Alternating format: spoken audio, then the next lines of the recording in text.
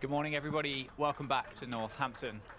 Day 2 of the Division 1 County Championship fixture between Northamptonshire and Somerset. Somerset yesterday lost the toss and were inserted into bat. They made 351 all out. Sean Dixon top scoring with 70. Contributions all the way down through the order from Tom Abel 34, George Bartlett 55, Cola Cadmore 43, James Reed 22, Lewis Gregory 48, Craig Overton 40 not out. 5 wickets for Jack White. And this morning, Ricardo Vasconcelos and Emilio Gay will open the batting with Matt Henry, the New Zealand international, with the ball in his hand from the Lynn Wilson Centre end. My name is Dan Jadzovic. Delighted to say I'm joined by Somerset's very own Sam Dalling for the day. Sam, welcome to Northampton. How are you, sir? Oh, morning, Dan. It's a delight to be here. It's my first time and it's beautiful. It's on the money straight away from Matt Henry. Stream powered by Daffabet here at Northamptonshire.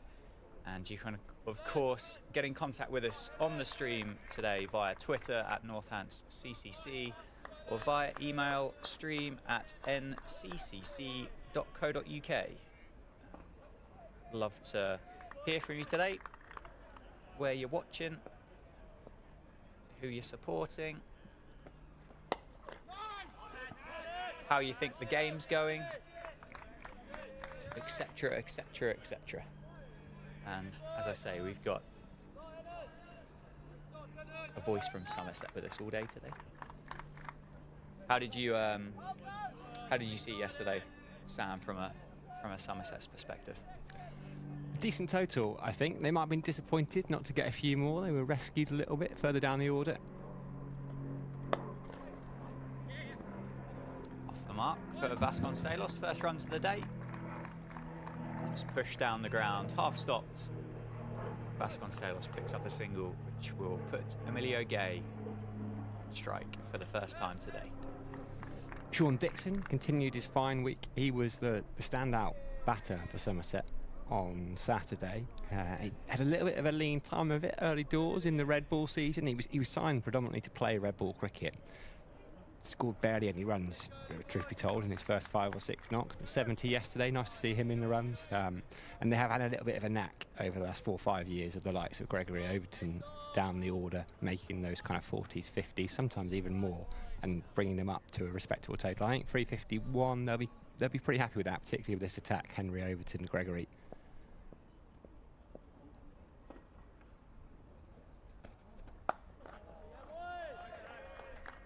Yeah, having been inserted into bat by Luke Proctor on a pitch that was green. There was plenty of lateral movement yesterday off the seam. Jack White, obviously the pick of the bowlers with those 5 wickets for Northamptonshire. It was tough. It was tough going, but Somerset did bat very well for that 350.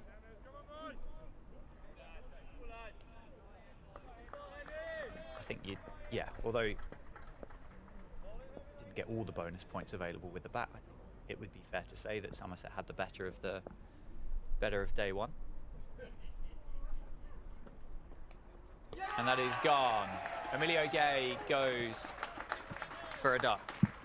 First over of the day. Matt Henry breaks the opening partnership, and Emilio Gay has to go without scoring. Good catch by James Reed behind the stumps, and that 351 just looks a little bit better now, Sam.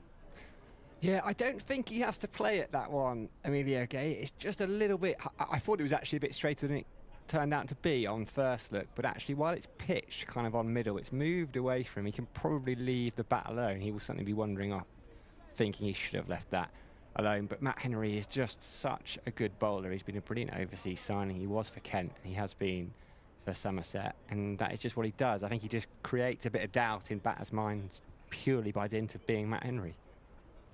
Yeah, Emilio's a busy cricketer. He'll like to feel bat on ball early on in his innings. It's been his downfall this morning. Justin Broad is in at number 3 for Northamptonshire, just playing his 2nd first-class match. Germany international, bowled well yesterday, picked up a couple of key wickets, broke some partnerships when needed. He's impressed for the second 11 at Northamptonshire throughout the summer so far. He's been rewarded with not only the professional contract and those games at the end of the T20 Blast campaign, but then a first-class debut last week against Middlesex, and a first-class appearance at home at Wantage Road. Yeah, excited to see him play. I've seen a couple of people tweeting about him, his performances in the T20. The chap, is it Aaron Viles at the County Cricket podcast? He was talking about Broad being one to keep an eye on, and he's displaced Sam Whiteman, I think, because certainly in the return fixture, Sam Whiteman came in at 3 for Northants. So we presumably bumped him down a spot.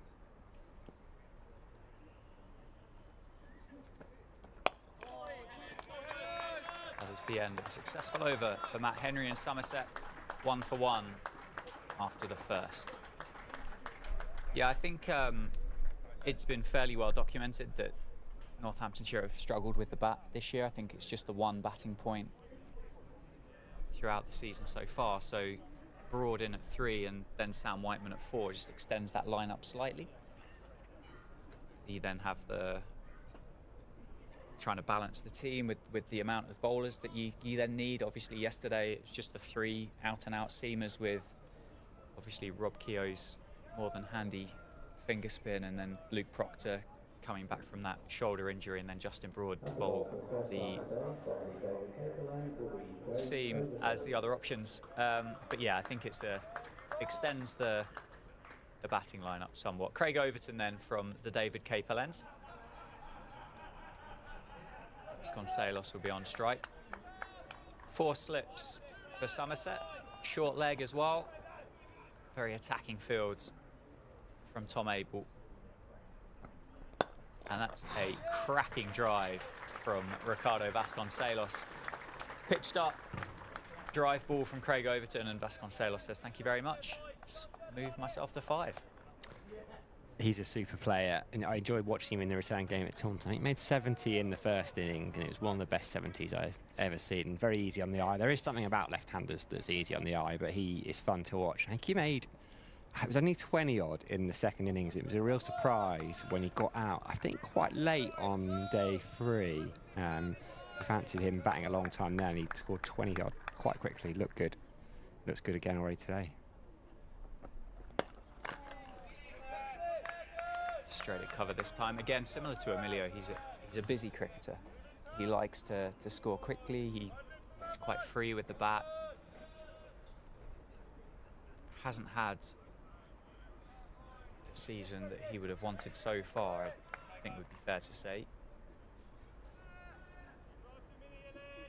He's averaging around 18.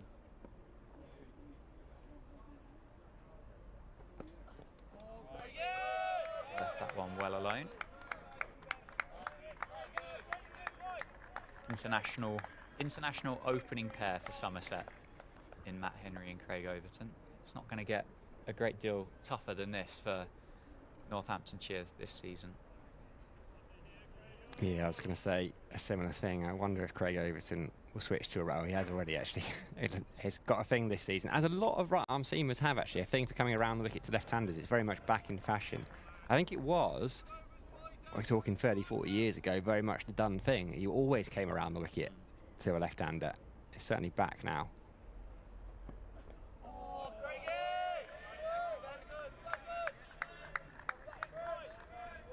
I suppose it keeps or puts another mode of dismissal into the game, doesn't it? That ball just kind of constantly tailing in and challenging the stumps, with the ability then still to swing and seam the ball away from the off stump.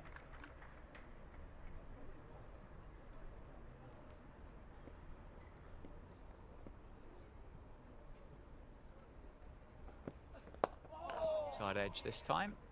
It's going to go into the leg side. Vasconcelos is going to come back for a couple.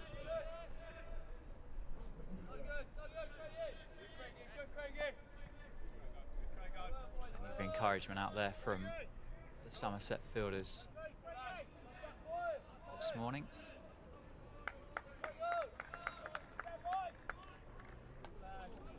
They're always quite a buoyant bunch in the field at Somerset lot.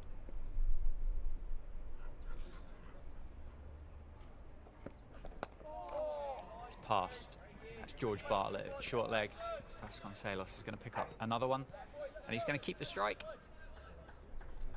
So he will face up against Matt Henry for the third over of the day, and I think if my maths are right, I think those 8 runs have taken Ricardo Vasconcelos past 4,000 first-class career runs as well. So a little personal milestone ticked off early doors on day 2 here at Wantage Road.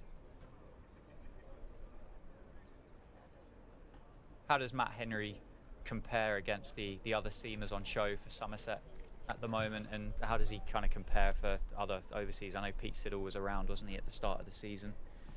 Yeah, he suffered a very badly broken finger in a game at Hampshire quite early in the blast.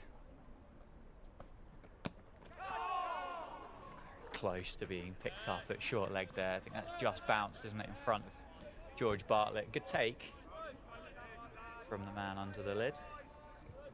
I think not only does Henry bring his own quality, but him and Craig Overton are very good in tandem. Yeah, George Bartlett is always under the lid. It's gone, isn't it? The days of it being the most junior player just stuck under the lid. It's very much a specialist position these days.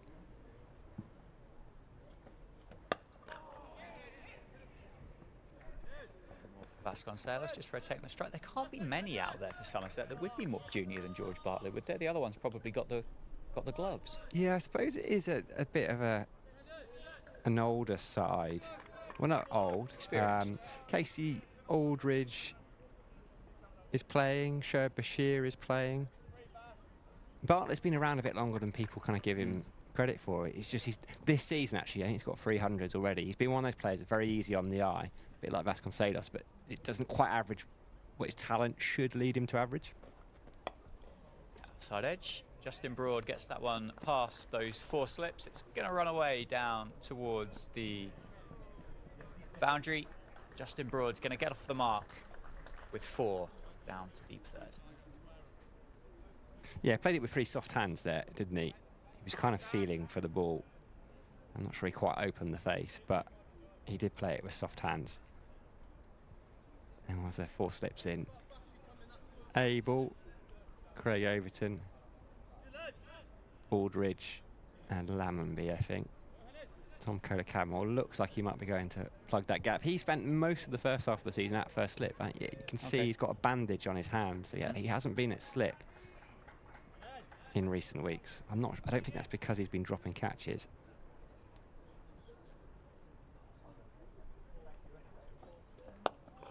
Turn that one into the leg side. That could be back-to-back boundaries. I think it will be. Short side down towards the football stand there. So Justin Broad moves to 8 back-to-back boundaries for the Germany international, just off the inside half of the bat, turned into the leg side. Germany playing up in Scotland at the moment. Are they in those Euros qualifiers? It started yesterday, wasn't it? I think there is a Germany team in there. Obviously, Justin's cricket career has taken a bit of a positive turn for himself, and he's picked himself up his first professional contract here at Northamptonshire, so he won't be part of that, but he would have been otherwise. There's about 5 groups of 6 teams, isn't there, I think, heading that way. It would have been a great tournament, actually. It's cricket in Scotland, if you haven't been up there, the Grange in Edinburgh. Actually, the standard of club cricket is really high in Scotland. It's surprising how much they love it up there. And I tell you what, if you ever get offered a trip to the Grange or to go and watch cricket up there, because it's a beautiful setting.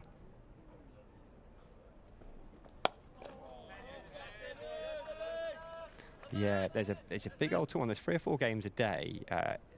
Dieter Klein was playing for Germany last time. Recognise the name. I looked. He was.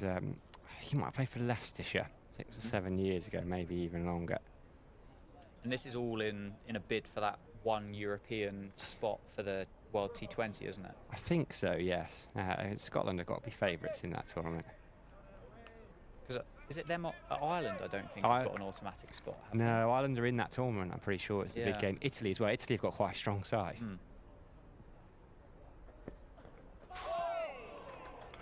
Play a miss from Vasconcelos that time. Good delivery from Craig Overton.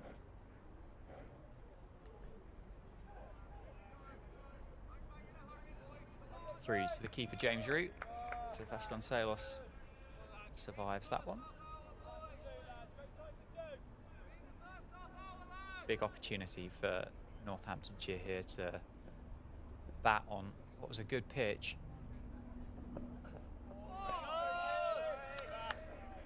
He's getting good carry, which, as we found out before play, is very different to pace. I mean, it looks pacey to me from here as well. Sharp enough for me, this. Craig Overton's in that kind of early 80s and has never tried, I don't think, really to be any sharper. It's his control. It's what sets him out. Henry's maybe a touch sharper. Yeah. Well, fortunately for us, we have got the speed gun with us for the rest of the season, so that point will be proven in a moment. Well left by Vasconcelos. Fair bit of seam movement yesterday as the moisture kind of came up out of the pitch with the rain that had been around Northampton in the build-up to this game. Do you say traditionally day 2 is going to be the best day to bat on a pitch? The tinge of green, that live grass, is not quite as vibrant as what it was yesterday as well. Say an opportunity for Northamptonshire.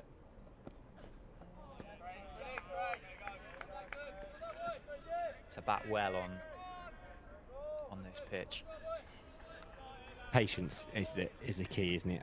The new way of playing cricket kind of dictates that if you're scoring it under 4.5 and over, suddenly you're failing, and I just don't think that is true. Like, I was at Lord's yesterday, and Surrey put themselves in a very strong position, and they only, in inverted commas, made 300 in the 96 overs. There's still so much time to win the game. Left alone again from Vasconcelos. Yeah, I think the only thing with this fixture in particular, and I think both sides will have, particularly Somerset with the way that they batted yesterday and the position that they find themselves in now today, is they'll have one eye on the weather forecast. Saturday, and I upset someone yesterday by confirming the fact that the weather forecast looks horrendous in Northampton on Saturday. So unless it's improved since I double-checked this morning, there's a chance that we're looking at 3 days worth of cricket here at Wantage Road. Saturday could be a washout. It's just a challenging line from Craig Overton. His second over of the day is a maiden. The score's 17 for 1 off 4. And he played that really well. Vasconcelos, I say played it, he wasn't really playing at the ball, but actually he showed that level of patience. It's tough, isn't it? I do wonder, because it's impossible to ignore the forecast when you're a cricketer, but also there's probably 5 or 6 forecasts all saying different things. And, you know, if you'd have gone by the forecast, there was no chance of any cricket at Edgbaston on Saturday, and suddenly they lost the sum total of about 10 overs in the day, so it can change so much. But yeah, they must have half an eye on it. Matt Henry then from the David Cape. The Lynn Wilson centre end, apologies. It's just nipped back into Justin Broad.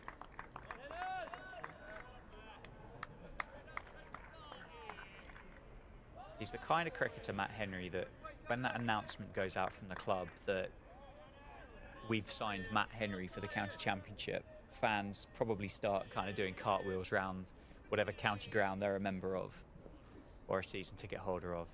He's an absolute high quality individual. One as well, one of these seamers that's obviously come from overseas, but just looks like just perfectly set up to bowl in England as well. Mohammed Abbas would be a similar kind of character. It's obviously different cricketers, but it'd be the kind of guy that you go, yeah, he'd be quite handy for our team. And Matt Henry's definitely one of those guys. Yeah, and the New Zealand aspect, and that's probably the closest to playing in English conditions, isn't it? They have so much success over here.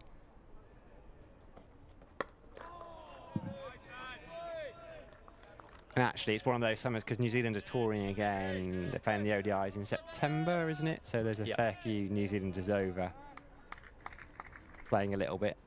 Clubs kind of go, oh, well, we probably only have to pay one-way flights if we get a New Zealand international win. Just extend the visa slightly. Obviously, an awful lot easier once they've once the cricketers have played international cricket, isn't it? Played nicely there by Justin Broad. Solid in defence this morning. He's just brilliant, I think, as an example, as a leader. I mean, the leading wicket taker in the Blast competition, despite missing 3 games being rested. You just know what you're going to get with him. So reliable. Did he overtake Ben Green in the end? He did in that last wicket.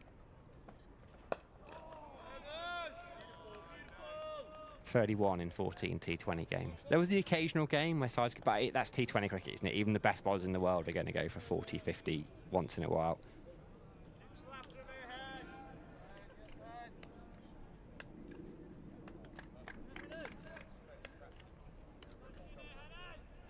So as you said, it's a serious test for Broad, this. Gregory and Casey Aldridge probably to come next.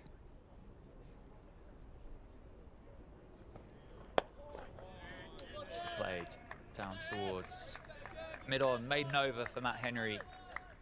Got that wicket of Emilio Gay in his first over this morning. Back-to-back maidens for Somerset.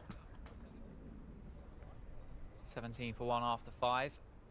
As you say, Casey Aldridge is having a little bit of a breakout kind of season as well. He's averaging, what, 52 with the bat, isn't he? And has he got 15, 16 wickets so far this season as well? He's turning himself into that. He always was, but at first team level, that proper all-rounder. He's been actually really consistent with the bat. Him and James Rue like batting together. They've won 300 or 400 partnerships. With the ball, he's still young, a little bit of control. Sometimes there's a 4-ball or 2, but he gets good bounce.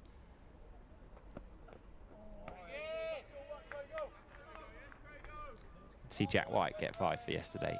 He got 5 for in the reverse game as well, but it was quite an expensive 5 for, and he picked up wickets at the end. But actually, he got the top 4, didn't he, yesterday? I like him as a bowler. He's been so unlucky with injury over the years.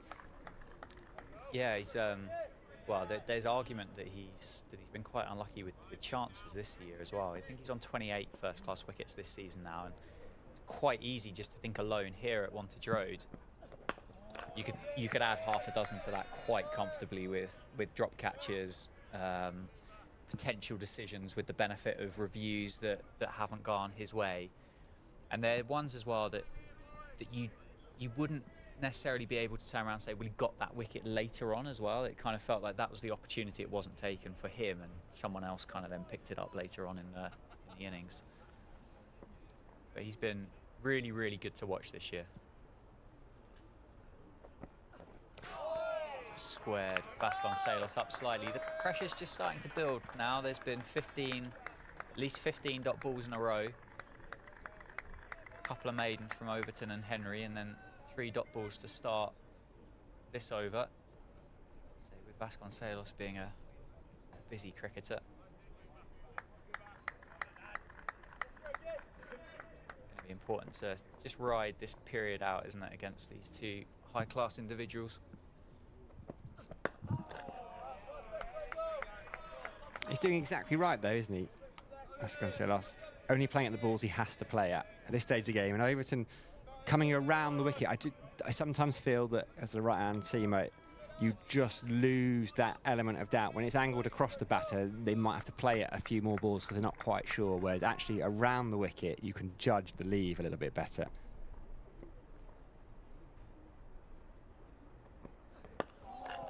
Straight from Overton, just targeting the stumps.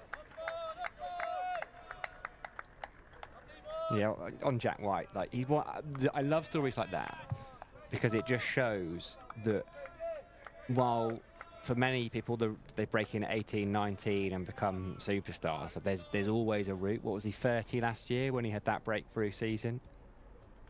Yeah, found him. I think the story was he playing club cricket in Australia. Left alone, and I believe there was one of the Northamptonshire coaches got kind of tipped off about Jack White, and because I'm sure that the paths had crossed when he was a youngster, from memory. I think I might have been chatting to Phil Rowe, and the paths had crossed when he was quite a bit younger, but never didn't quite materialise, and obviously then that opportunity came a little bit later on in his career. Yeah, I think he was bowling. I think he played in the same club side as Sean Abbott. Parramatta, something like that. I do remember reading it. Yeah, should we go with that? Yeah, it's convincing enough. Confidence, yeah.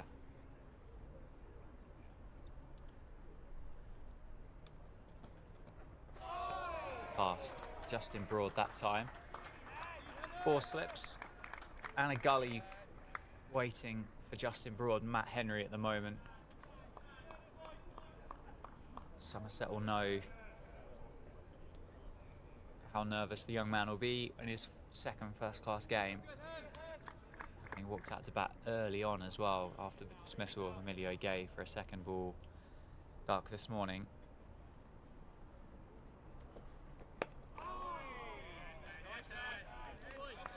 It's on the money, isn't he, Matt Henry?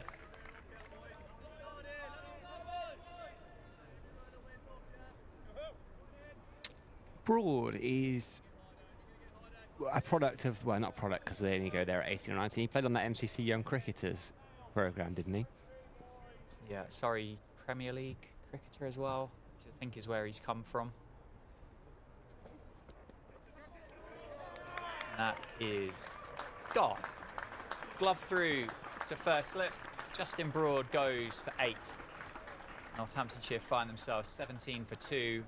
And Matt Henry has his second wicket of the morning. Good catch by, I think that's Tom Abel, isn't it, at first slip? Yeah, it's got very good hands, Tom Abel. That's a beauty of a delivery, hasn't it? I actually think Justin Broad can't do much more than that. That's pitched on middle and leg, just shaped away from him. He's done well to get anything on it at all, really, there. And Tom Abel takes a slip. There's that gap between Ruin Abel and Abel. It doesn't miss chances like that. That bottom hand really low, doesn't he, on the bat, Broad? It's a unique stance, isn't it, at the crease?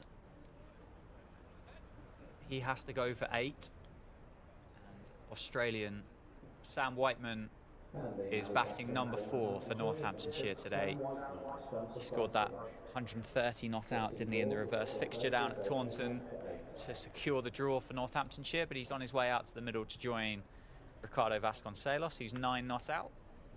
And Sam Whiteman, pressure on the overseas shoulders again, leading the runs for Northamptonshire so far this season. He batted for the best part of 7 hours in that innings as well to save the game. Wasn't particularly exciting, but didn't need to be at all. He did exactly what his team needed him to do. As we just see that Broad dismissal again, that's a beauty, isn't it? Yeah. That is a beauty. Not much doubt about that one after you've been hitting the gloves and you're wringing your hands afterwards. It's a bit of a telltale sign that you might have just gloved that one through the first slip. But yeah, Sam Whiteman strong off the back foot, which probably isn't going to surprise many to know that he comes from Western Australia. 4 slips still in. Lost the gully though. George Bartlett still under the lid at short leg. Matt Henry's got 2 left in his 4th over. Really well fielded by George Bartlett under the lid there. Sam Whiteman had to be on his toes to get back into his crease. Yeah, I reckon if that hits, that's going to be pretty close. It's a great bit of work, isn't it? We were saying earlier, it's a specialist fielding position there. He just flicks down there. He's all right. He's got back. But you have to be alert, and batters are alert these days after what happened at Lord's. What happened at Lord's? Something, they didn't make much of it in the press or anything like that, but I did hear that something happened.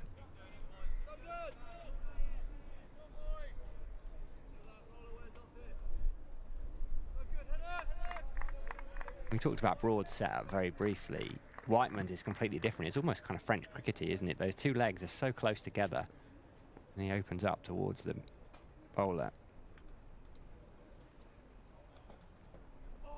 Left well alone. Wicket maiden then for Matt Henry on his 4th over of the morning. Northamptonshire 17 for 2 after 7. Matt Henry's bowled 4 overs, 2 maidens, 2 for 10. Always knew he was going to be a tough task against the New Zealand overseas. So far he's proven that point.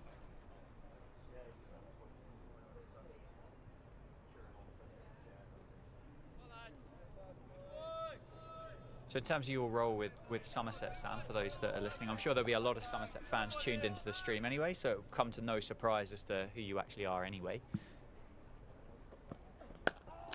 But for the Northamptonshire fans listening and watching the live stream this morning, you're on commentary every home game down at Taunton? Pretty much, yeah. Do the equivalent job that you're doing up here, Dan.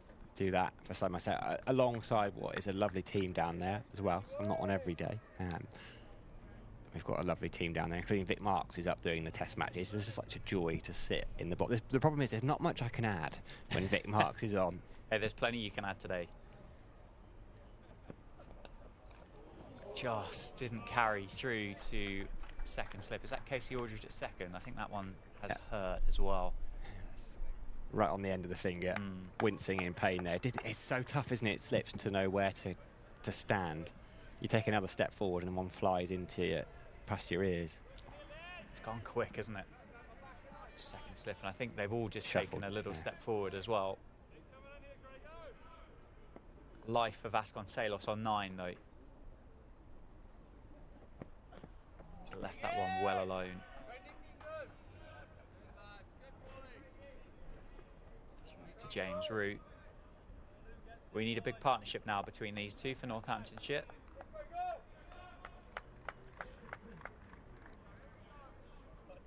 But yeah, don't worry, you'll have plenty of opportunity to add value to my commentary, Sam. Don't you worry about that.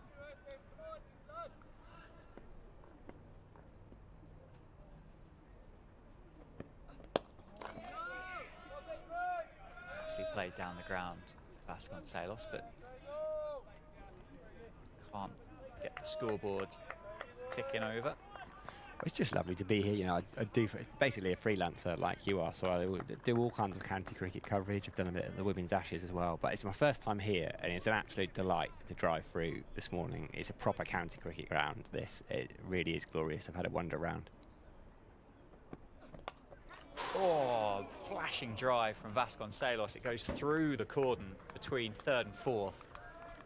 Somerset fielders throwing themselves at the cricket ball, but he's placed that incredibly well, and he split the almost non-existent gap. It might even have gone through Sean Dixon with the way or how close that they're stood in that slip cordon. It has, hasn't it? It's gone through him. It's exactly the issue we said a couple of balls ago, isn't it? You take a step forward and then suddenly one flies through. That was travelling that, but it goes down to drop catch.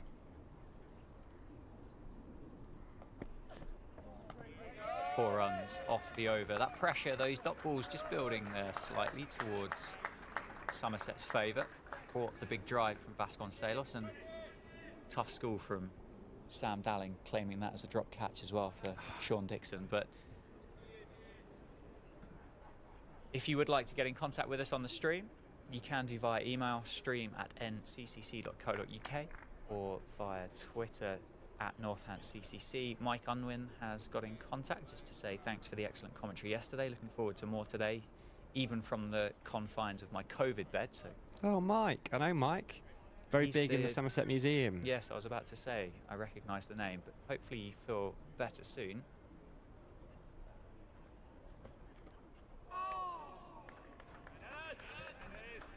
Henry then to continue. Whiteman very early in his innings. Still yet to score, just wanders off towards square leg to have a word with himself. Probably something along the lines of leave those alone, Sam. Brilliant to see how he's had to reinvent himself as a batter. Like a pure batter, he was a keeper batter. All the names he was compared with, Sam Whiteman. He was someone that Cricket Australia had kind of earmarked for the test keeping role, wasn't he? I think Alex, the media man, I don't know, well, I do know what his exact job title is, but I can't really remember. Saying about the kind of number of finger injuries that he sustained as a wicketkeeper, it got to a kind of a point where he just wasn't really able to do that anymore.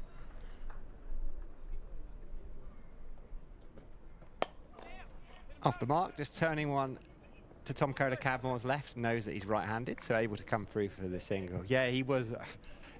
I think the equivalent to everyone being the next Andrew Flintoff over here in Australia, anyone who could keep, it helped if you batted left-handed, was the next Adam Gilchrist. So that was the kind of role, this dasher at 6 or 7. I think it was on the biggest stage of all. Big Bash final must have been 2016, 2017. Mitch Johnson hit him on the end of the finger. And Johnson was sharp. Vasconcelos leaves that one alone through to James Rue, and it's probably a story that your listeners have heard a few times before. He ended up having like 2 or 3 finger surgeries, and if you think as keepers, it's hard, isn't it? You imagine, even with those gloves on, catching a cricket ball time after time, that is going to take its toll, which makes it remarkable. Back to that in a minute. Lovely shot.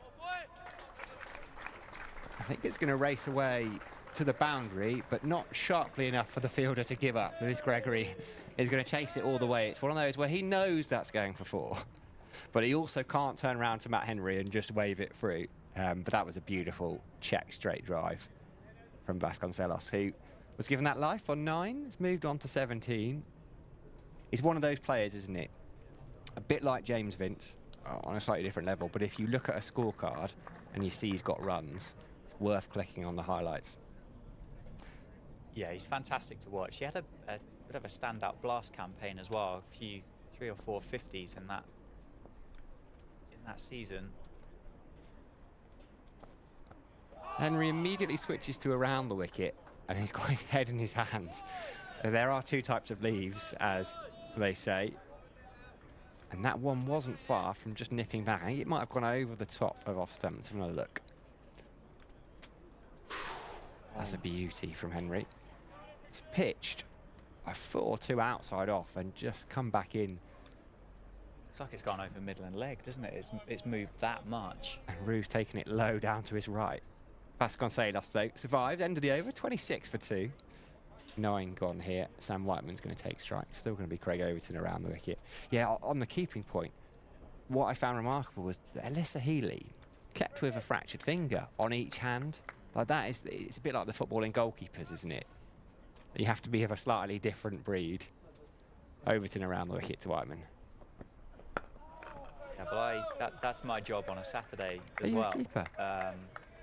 I do get the benefit of the fact that most of the people I play cricket with only bowl at about 45, 50 mile an hour. Not padding up the fingers beforehand. I don't quite need to. I mean, at the moment, the swelling on some of them is kind of providing its own padding, but I feel I have sympathy for them, and I can only imagine how difficult it must be against the guys that are bowling 80, 90 plus mile an hour. It must be incredibly long day. Pushed to cover there by Sam Whiteman, had to get down. Jab the bat down on that one. We saw it yesterday. The seam movement wasn't quite there in those first couple of overs. It took a little bit of time. I don't know why, just to settle in. And it's kind of felt like these last 5 overs for Somerset with those maidens, those back-to-back maidens that Henry and Overton were able to string together, and then that chance for Vasconcelos. It's just started to do a little bit more off the seam. It's well left by Sam Whiteman. Overton clasps his hands to his mouth. He's a very animated character, Craig Overton. Matt Henry's kind of very chilled. Takes it ball by ball. You only really see him get animated when there's real need to get animated, like that one that cut Vasconcelos apart. Yeah, if you were stereotyping someone from New Zealand, pretty chilled would be kind of close to where you'd end up, I think.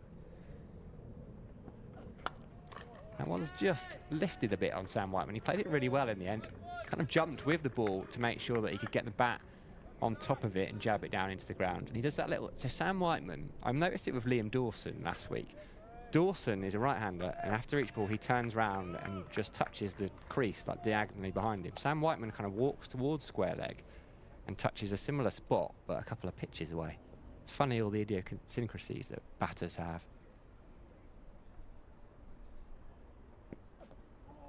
And an incredibly keen eye that commentators have to have picked up on. Look at him, there he goes. Off he wanders, touches the bat down. There it is. Yeah. And back he comes. It's a couple of pitches away. You'd love to... I wonder, you'd love to kind of go, why? Yeah. Where does that come from? Particularly to walk 2 pitches away. Maybe he's just got a pedometer that he needs to get up. He's got a competition with someone in his family.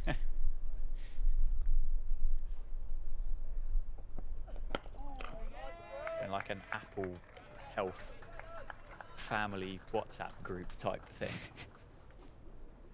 I beat Sam by 3,000 steps today. So, right, well, I'm going to be out there for 100 deliveries. I get it, at least a couple of 100 extra steps. End of the over then, 26 for 2. It's been a good start from Somerset here.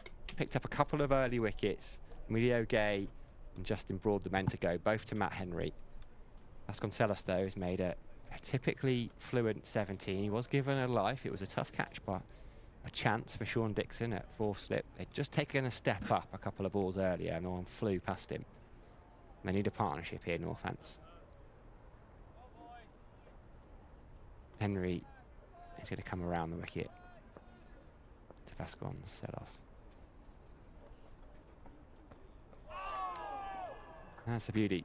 He's a genuine player miss. Matt Henry just turns around.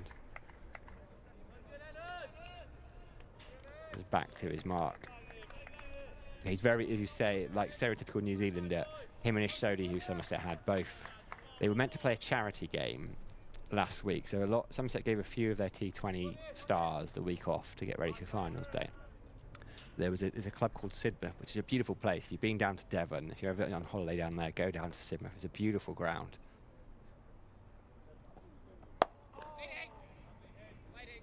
Think about a single there. In the end, don't take one.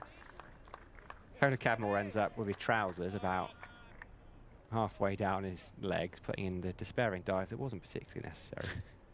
And they went to there's a very famous pub called the Pig on the way, and Ish Sodhi and Matt Henry basically broke down. They got a puncture, and they were sat for about 6.5 hours. They missed the game. He said after about 5 hours, we got a bit annoyed. Oh, there's a beauty from Matt Henry. I think it might have clipped the pad on the way through, or Vasconcelos' bat clipped his pad. Stifled appeals from behind the stumps. Umpire Ian Blackwell was unmoved.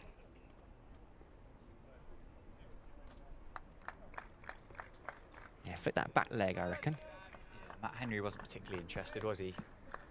A bit more despair as to how has he not yet got this wicket of Vasconcelos, but slip cordon gave it half a shout. Oh, short. And he didn't play it. Well, actually, in fairness to him, in the end, he played it quite well because he was going to sway out the way of it and realised it was too straight. I think he might have taken his hand off the bat and just managed to maybe get the splice and angle it downwards.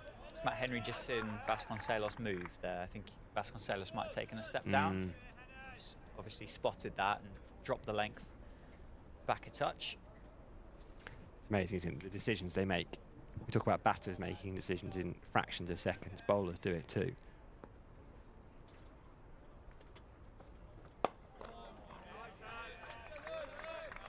How long, Sam, would these spells of Matt Henry and Craig Overton typically last? 6, 7, 8 overs? Yeah, I think 6 or 7. There was a lot of talk. Craig Overton always wants to bowl, and I remember Tom Abel talking about chats he'd had with Jason Kirk. As a captain, you desperately want to bowl your best bowlers all the time, but you've got to look after them. You've got Lewis Gregory, you've got Casey Aldridge. Flicked off the pad for a leg by some. Oh, Henry may bowl 1 or 2 more than Overton, but I wouldn't be surprised if there's either a change now as we reach the end of the over. Northants. Looks like it is. 27 for 2. Number 5 taking the jumper off. Yeah, it's going to be Casey Aldridge. So I suppose, respectfully to both Casey Aldridge and Lewis Gregory, it does get a touch more sociable for Vasconcelos and Sam Whiteman with those first and second change bowlers. Gregory has had so much success with the new ball over the course of his career. He's not got the pace he once had. He's basically had a new bat, and they have to really manage it. I think Aldridge, what they will get, it'll be uncomfortable in terms of a little bit more pace and lift, but they'll get the odd wayward ball, and we've seen in these last couple of overs, the only boundary's really been that outside edge of Vasconcelos. Henry Overton 5 overs, 3 maidens, 0 for 11, of which 4 was that outside edge. Aldridge, and he's going to come around the wicket too. Shouts of catch it, but never realistic, and I think he's going to get a boundary there. Nope. Matt Henry's round the corner. I couldn't quite see him. To have a couple, and that's what they'll get with Aldridge, is that a few more opportunities to score runs. So yes, in that sense, a little bit of a drop-off. Yeah, something yesterday, I think, with Northamptonshire. You mentioned about the management of the seamers. Obviously, Northamptonshire just playing those 3 out-and-out seamers in Jack White, Ben Sanderson, and Tom Taylor. It was a tired kind of afternoon spell from Jack White and Ben Sanderson, having bowled 26 and 25 overs each yesterday, I think, respectfully. So to manage the workload is, as you say, going to be so important. Tickle down the leg side. Was there any bat involved, or is it going to be leg buys? No, leg buys. So again, just a little bit too straight from Casey Aldridge. He's very front on with his bowler, big tall guy, so gets that lift. But a little bit of a release of pressure, actually, even though those runs aren't off the bat. Yeah, and that's something that came probably a little bit too frequently from Northamptonshire yesterday as well. Weren't able to, like Matt Henry and Craig Overton there, have strung together 4, 5 maidens or nearest maidens with that kind of drop catch and that 4 together. Whereas Northamptonshire only really recall one period of 15 balls, 15 consecutive dot balls.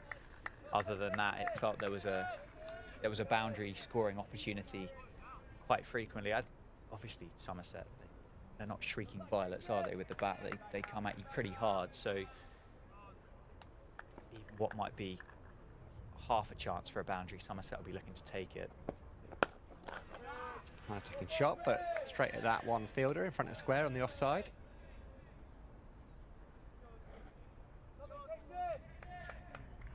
It's like Don Bess is on, actually. I was thinking it was Don Bess, but I knew he's not actually playing, but I think Tom Kohler-Cadmore might have nipped off. Don Bess back on loan, couple of week loan from Yorkshire. Played last week. Somerset played 2 off spinners in the home draw with Northampton.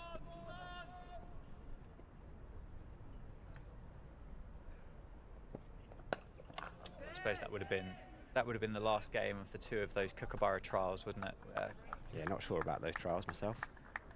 I was talking to Dan yesterday about it, and it almost feels 2 games just isn't really enough to really warrant doing it. It's why? Like I don't understand why in the middle of the season. What are they getting them ready for? As you say, only 2 game sample size. Like, it just felt a bit odd. A bit odd. Pulled. And that's going to be for Vasconcelos to end the over. So, yeah, as you were saying, Dan, just that little bit of pressure. Not always been runs off the bat.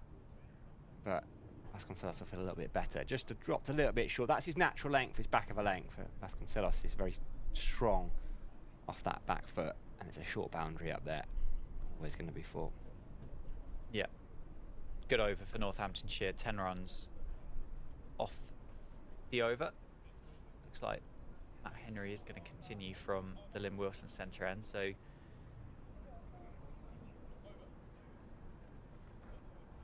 it's still going to be a tough challenge from this end. So has Don Bess come in as cover for Shoaib Bashir, I suppose?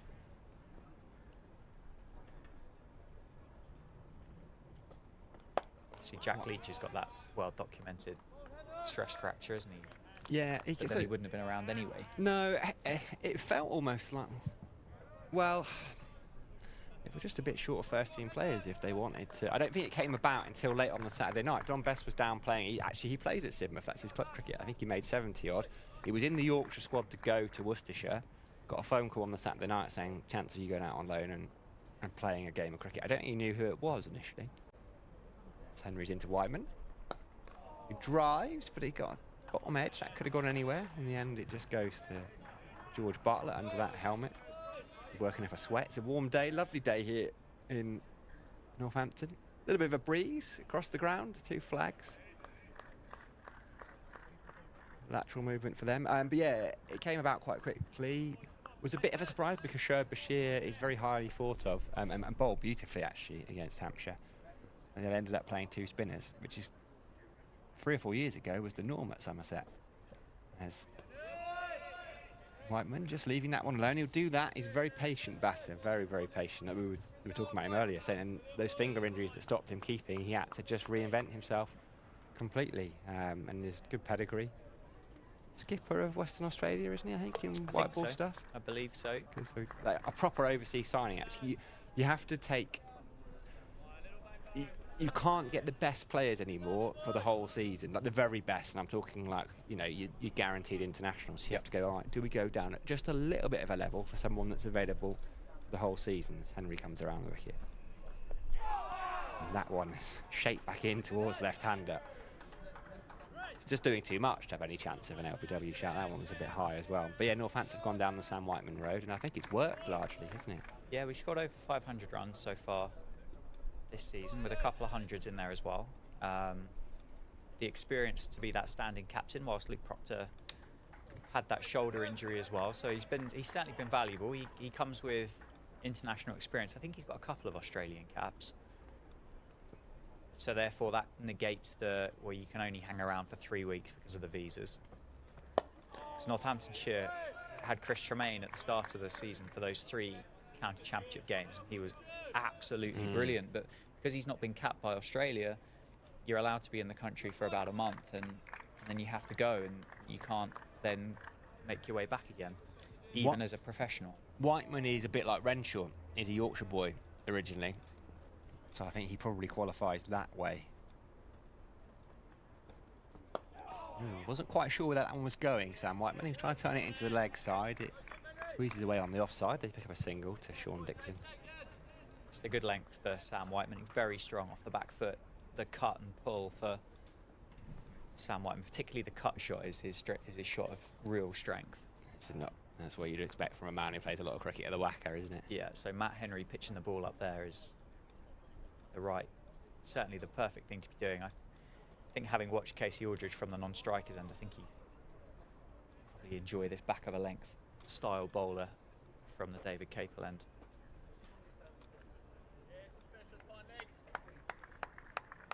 Aldridge then to continue around the wicket from the David Capel end.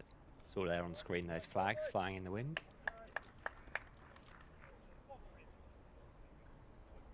Full slip, still weight. George Bartlett is under the helmet. Bashir's at backward point.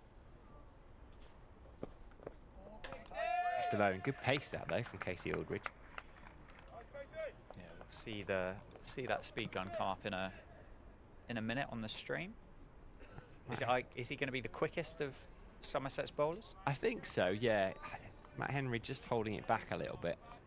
You see the best bowlers, they're not so worried about pace, are they? Someone like Jordan Clark, actually, at Surrey, often slows it right down and just goes for control. Aldridge just touching 80 miles an hour, I think that speed gun said. Oh, 79.4, so that's one to push to Henry at mid-on. The Sky, if we were on Sky right now, it'd be about 95 he'd be bowling, wouldn't it? That's how it works. I think he's got a couple of mile an hour to find to get past Matt Henry so far this morning. I think he has ticked over into the 80s.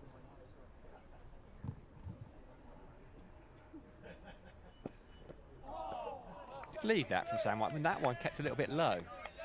I saw a couple of those yesterday as well, particularly. Did you see the wicket of Tom Abel? Did you see the highlight at all? You feel free to say no if you didn't. I'm watching it as we speak.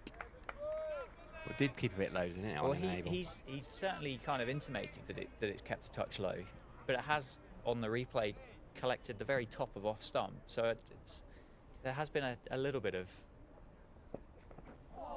debate with regards to the carry in the pitch. One's got through all right. This is good from Casey Aldridge after that relatively expensive first over. Yeah, 4 of them were leg byes, but still 10 runs off it. Started this over with 4 dot balls and put them in the right area. Whiteman to leave them alone. Loves a long sleeve top as well, Whiteman. The only times I've seen him play are in long sleeves. Sign of a gun player playing in long sleeve shirts. Turned into the leg side for a single. Likes a shirt that's a couple of sizes too large for him as well. Can't comment on that one, but big fan of the long sleeves, I have to say. You a cream or a real white man? Well, in Division 7 of the West Sussex Cricket League, obviously you are responsible for sourcing your own yes, I thought you might be. Cricket gear, so I kind of get whatever I can find, essentially. Leg slip comes in. Position we see more and more often in the Championship actually this year. George Bartlett's taking the helmet off. Lovely looking shot. Just over pitch from Aldridge. Punched nicely through mid-on. There's a chase on for Matt Henry. He's not going to get there. Just teased him up towards the balconies where the players are sat. End of the over. So it was a decent one until that final ball, just over pitching, half volley. Put away nicely. See that checked shot. No one at mid-on, mid-off. Just Matt Henry at kind of a straightish mid-wicket. I think we might see a second change of bowling now. Time for Lewis Gregory. He's got his cap off. Handing over to umpire Ian Blackwell. Current skipper of both the Blast and 100 holders, Lewis Gregory. It's not a bad CV, is it? He's a very good cricketer. Very good cricketer. Very relaxed individual. Yeah, fantastic to see Somerset lift that trophy on Saturday, one that was incredibly well deserved and very well led by Captain Lewis Gregory as well.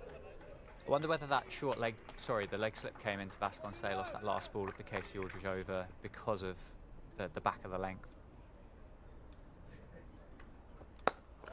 Natural area for Casey Aldridge, and Vasconcelos, I don't think he's going to be shy in taking that hook or that pull or that kind of shot. So I wonder whether there was a bit of a double bluff with a Yorker as well. Yeah, just got it slightly wrong, didn't he, Casey Aldridge? Vasconcelos was equal to it, but yeah, he will try and tuck stuff off his hips when he's not going to just allow that to go through to James Root. Gregory starts around the wicket straight away. He's got 4 slips, mid-wicket, mid-on, mid-off. Kola Cadmore's back on. Whiteman just defends that one. Wanders off towards the cut strip, a couple of pitches away. Turbs is back down. Hey, if it works for him. Absolutely. Opportunity for James Reed to come up to the stumps to Lewis Gregory if required. Northamptonshire, they haven't really left their crease. There's only been that one moment of Vasconcelos where come through for a quick single. Good awareness from Sam Whiteman. Saw it was Matt Henry. Lewis Gregory got a hand on it. It kind of trickled past the stumps.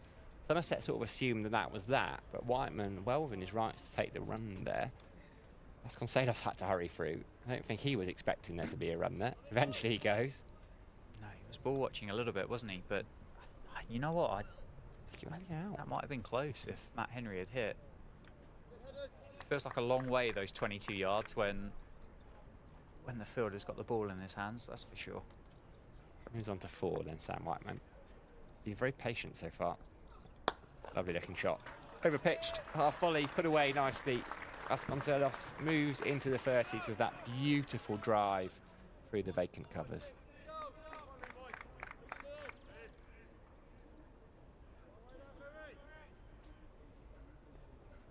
Sometimes just takes an over or two to loosen up that back for Lewis Gregory. He's having a decent season with the ball, 23 wickets.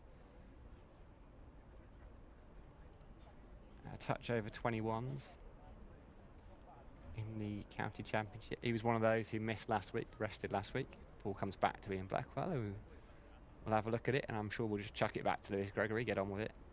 No, it was a big change, wasn't it, for Somerset last week against Hampshire?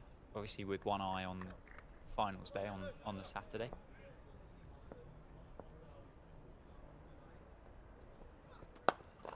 Another nice shot, Vasconcelos. I think he might have to run these. He's going to be chased down in front of us by Tom Kola Cadmore. They're going to pick up 3, so 7 off those 2 balls. Just a couple of over-pitched deliveries from Lewis Gregory, and that brings up the Northamptonshire 50. So 51 for 2, which represents a bit of a recovery from where they were when Justin Broad fell. 17 for 2. Be nice. Sam Whiteman is happy to occupy the crease, occupy time, and Vasconcelos is just going to play his natural game, which I think is the best way. That's a beauty for Lewis Gregory. No surprise to see Craig Overton is up there. The bowler's reaction probably told you all you needed to know about that one, though. Yeah, I think Somerset felt slightly aggrieved by a couple of decisions from this end yesterday. So potentially requesting the favour to be repaid, but as you say, Lewis Gregory wasn't interested in the slightest, was he? At the moment, this feels like a similar kind of partnership to what we saw with Sean Dixon and Tom Abel yesterday. Tom Abel quite happy to bat time. I think he took about 21, 22 balls to get off the mark. while Sean Dixon was being very busy against the new ball.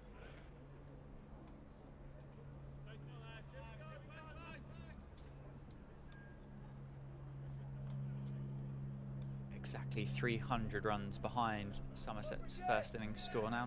Northamptonshire on 51 for 2. Stream powered by Daffabet here at Northamptonshire. Casey Aldridge to continue. That's left well alone. Good pace through to James Root. Vasconcelos on 34 and Sam Whiteman on 4. Thank you everybody who's tuned in this morning. Company is obviously always very welcome. You can of course get in contact with us via email, stream@ncc.co.uk, or on Twitter @NorthamptonCCC. Any comments, thoughts, questions, topics. The leg side that time take by James Root, or of course if you just want to get in contact with us and just let us know what beach you're watching the live stream from in the world, then obviously you can do that as well. I think Cape Town yesterday was the furthest afield, with a sprinkling of Scarborough, a little bit of Brittany in there. Oh, I think of all those, the one I'd rather be at is Scarborough. It's wonderful up there. Scarbados. Oh, it's beautiful. Overpitched, driven powerfully by Vasconcelos. Fielders don't move, and that's 4 more for the Northamptonshire opener. He moves to 38 off 50. There's the authority with which he plays this shot from Aldridge. Yes, it's overpitched. Those hands straight into it. No need to run those. I love it. I love it when batters just do that. They play the shot and then they just remake their mark. It's just a sign of that's just a nod to say, yeah, I'm on top here.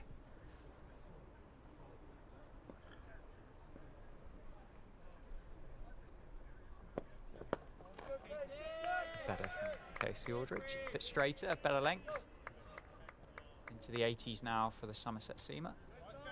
Vasconcelos defends that one successfully. 24 of those 38 runs from Vasconcelos have come as... No, sorry, 32 of those 38. Let me try again. 28 of those 38 runs for Vasconcelos have come as boundaries this morning.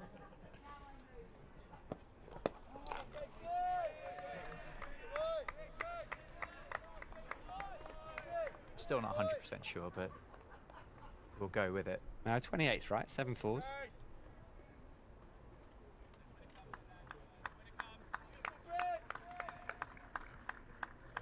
The ones through the covers, haven't they? They've been beautiful. I think there's been 3 of them now, and that checked straight drive.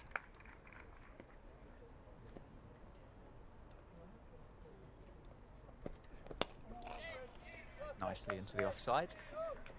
Shoaib Bashir does the fielding, and Vasconcelos adds 1 to his tally. So that's 16 overs gone this morning here at Northampton.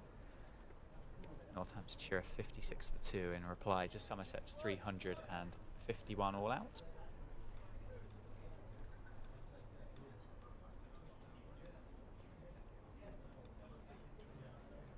The addition here this week of the speed gun, which is popping up in that lower third graphic.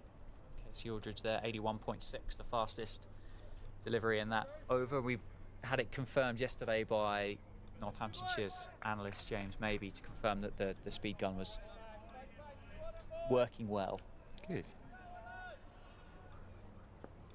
Lewis Gregory then to Vasconcelos.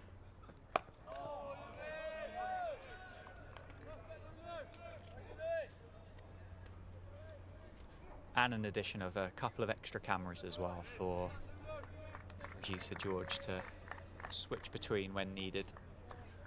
I just think it's beautiful how the county live streams are starting to thrive, because he said there is that interest. People are watching. They're on the beach in Cape Town, in Brittany, and people want to know what's going on. I just think it's a wonderful addition to the world. Yeah, commercial manager Dan Vernon was with me yesterday afternoon, and we had a chat about the advancements that's been made here in Northampton. Obviously played by Vasconcelos, and just saying how it's unrecognisable to how it was the 3 years ago, when it was a case of, well, we'll have the the cameras up because we feel like we should do, and not really provide the commentary or not provide the graphics or anything like that to a stage now where we are with 5 or 6 cameras around the ground, a speed gun and almost automatic highlight packages, plus a couple of people waffling on in the background about what's going on. Nicely played by Vasconcelos and well fielded by Lewis Gregory off his own bowling.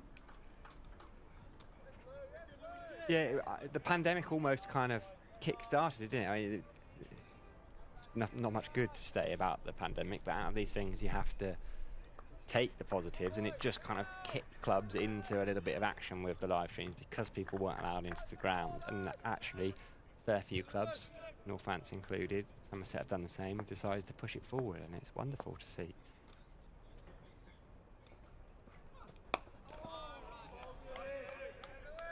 Yeah, absolutely.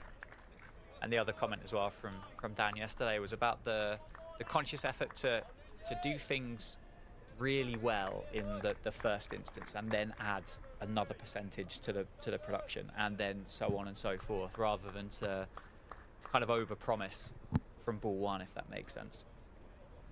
Completely. You've got your basics. You have to have your basics in. It's the same as playing, really. If you don't do the basic stuff well, if you haven't got decent camera angles, scorecards. Driven again by Vasconcelos. Lewis Gregory got a fingertip to that and just took the pace off it. 5 dot balls now.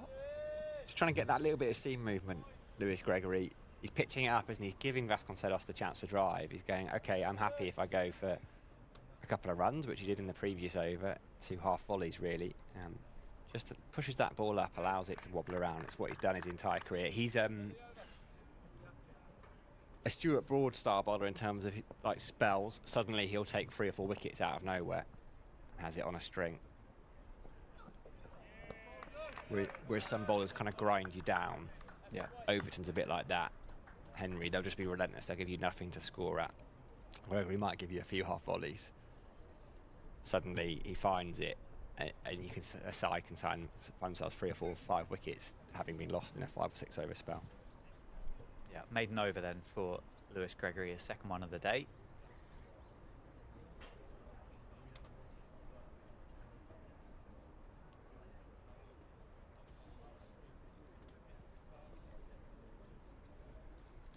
Is Tom Abel likely to look at Shoaib Bashir for an early bowl this morning, or do you think it will be the almost the compulsory 1 over before lunch to just see what's going on? I think he'd like it to be that. What, Gregory and Aldridge maybe have got another 5 or 6 between them.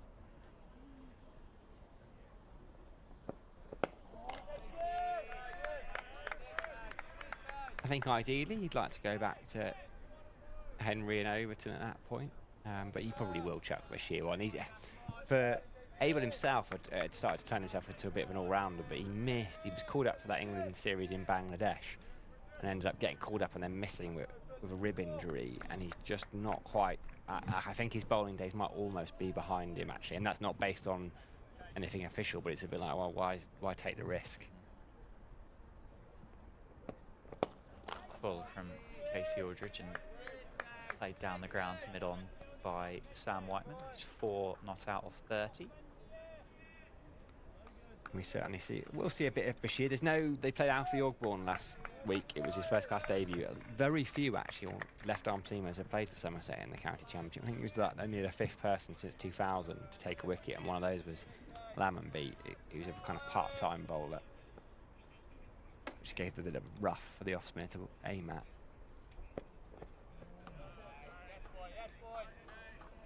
Left well alone by Sam Whiteman, who's just prepared to spend some time at the crease here, isn't he, this morning?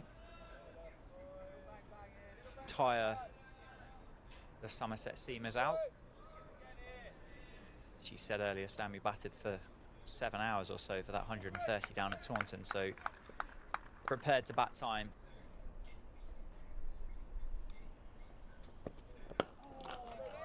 Again, solid in defence from the Australian.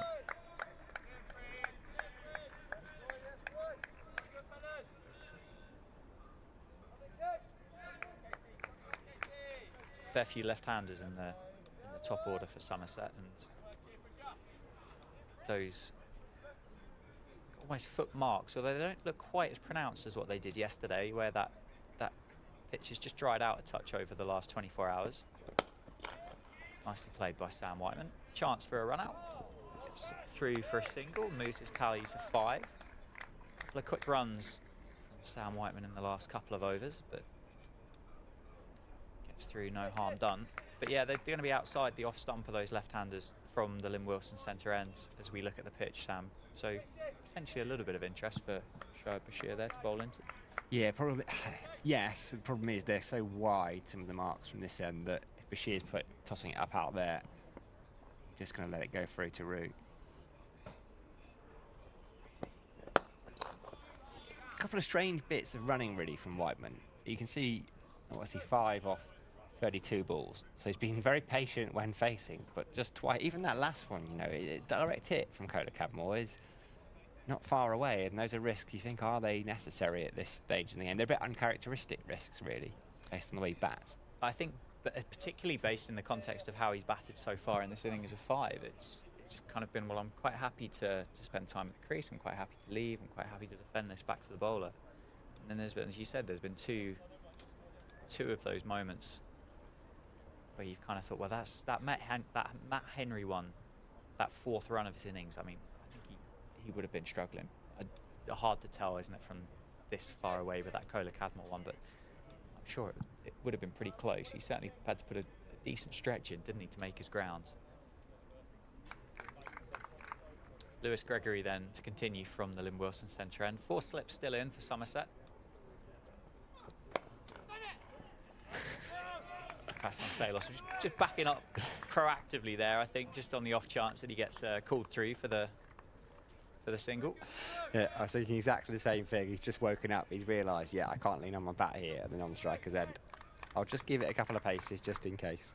But it's good. It's good to keep the pressure on, particularly if Somerset are putting pressure on with the ball, just to keep that scoreboard ticking over, so you don't feel as a batter like you're getting stuck. Give the bowlers something to think about. I know they're 2 left-handers, but they're very different in the way they bat, actually. Yeah, going to be an added thing to think about with the height difference as well between the 2 of them. Oh, it's well bowled from Lewis Gregory and well left in the end by Sam Whiteman, but that's just tailed back in, isn't it? And can't be far away from off stump. Both Henry and Gregory from this end coming around the wicket to the left-hander.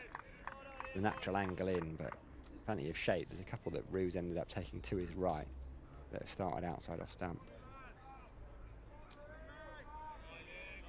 A little bit more swing on show for Somerset this morning than what there was yesterday for Northamptonshire. That much of their effectiveness came from seam movement. It's well played by Sam Whiteman. Through the covers. Not going to go all the way. I think it's just going to be a couple. Fielded by Kola Cadmore. Sam Whiteman moves to 7. Slightly over pitch from Lewis Gregory, and with those 4 slips, there's a big gap, isn't there, in the offside, inviting the drive. Although I think that drive there has prompted a change in the field, and we're down to 3 slips. Tom Lammonby, is it, making his way? It is indeed. Towards cover.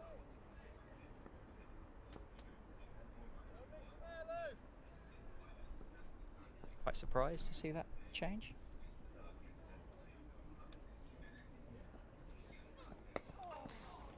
Goes through what might have been the area that Tom Lammonby was occupying in the slip cordon. Sam Whiteman picks up another couple of runs just off the outside edge of the bat. Played with soft hands, went straight down, didn't it? But just ran down towards deep 3rd. To Whiteman, yes. Had it been Vasconcelos, I could have understood it more. But it's not like Whiteman has suddenly hit a trio of boundaries through there. He's pushed 1 for 2. He's happy enough to sit on that front foot, actually. He knows Gregory's not going to bowl the short ball particularly often, so we can just get forward. Nice little partnership though. What's it? We're 44 now. Yep. Yeah, it's a nice rebuild, isn't it, for Northamptonshire? Straighter from Gregory, but shorter in length, and let's just tuck that one into the leg side. As I said this morning, the pitch is good. It's a good pitch to bat on. There's no real demons in it. There has been seam movement. You would expect that with the tinge of green that's there. And I mean, the bowlers are going to be licking their lips at the prospect of bowling with the Dukes again, so it's going to swing as well. But there's no real demons or nightmares out there. Nicely played to end Lewis Gregory's third over. 4 runs off it, 61 for 2 the score. Vasconcelos not out on 39 and Sam Whiteman on 9. Yeah, was the sense people felt 350 was about par Somerset had got to? Yeah, I would say yes. Possibly got there a little bit quicker than maybe what Northamptonshire would have liked. To get 350 in a day it's not hanging about. But I do think having been put into bat, I think Somerset were in front at the end of day 1 for certain. There's a bit of extra pressure, isn't it? When you choose to field, you're basically saying we think we should have you a couple down for lunch, by lunch. Not many. You know, Middlesex did it yesterday, and it's a big game. This for Middlesex and Northampton will be keeping an eye on each other's results. And as thrilling as that draw was last week at Merchant Taylor's School, it didn't really do either side any favours. It's now about wins. Yeah, she said it was an absolute thriller, but it didn't really help anybody out. And Northamptonshire are going to have to string together a couple of positive results to get themselves back up into the mix, driven by Vasconcelos and well fielded in the end. At cover. Bit of a tough gig, isn't it? Fielding in and around those used pitches now as the summer draws on. Yeah, never quite sure what kind of bounce he had. Good fielder though, Sean Dixon. He's come out full slip. Gone into the covers, which I can completely understand for Vasconcelos, because that's 4 more if he's not there. That is 4 more. Past Sean Dixon at cover. Casey Aldridge just offering the width. Over pitching as well, and Vasconcelos moves to 43. 65 for 2, another cracking cover drive by Ricardo. Beautifully played.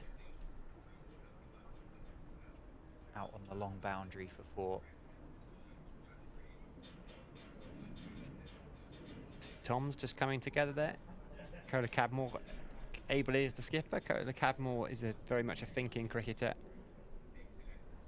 Those two often come together. Cola Cadmore sees something, lets Abel know about it.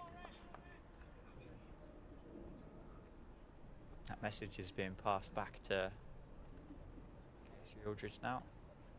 Professional Chinese whispers here, isn't it? Hopefully the message has made its way back through to Casey Aldridge and hasn't been translated or changed, much like those kind of children's birthday parties in the 90s. You'd hope so, because it was Cola Cadmore's message in the first place. Yeah, you would, to be fair. You've got to always try something a little bit different. Yeah. Not quite sure what it is, though, because, I mean, not much has changed in the field. So it's obviously going to be a change of plan for Casey Aldridge to execute. Straighter, that was clearly the plan, and Vasconcelos is up to the task. He's pushed that one past Matt Henry at mid-on, and he's going to add another couple of runs to his score. He moves to 45. 50 partnership for Vasconcelos and Sam Whiteman. Vasconcelos contributing 36, Sam Whiteman the 9. He's come off 79 balls. She said a moment ago, Sam, good rebuild. Lost the 2 early wickets of Emilio Gay and Justin Broad. Straighter again from Casey Aldridge. It's good from Vasconcelos. They could do with him batting for the majority of this day. He got a couple of starts in the Merchant Taylor School, a couple of 20 odds. Didn't push on. Hasn't had much. After that 70 at Somerset, he went and got 60 against Nottinghamshire. He's had a bit of a lean run of things in the county championship, hasn't he? Yeah, the average, it's about 18, I think, this season.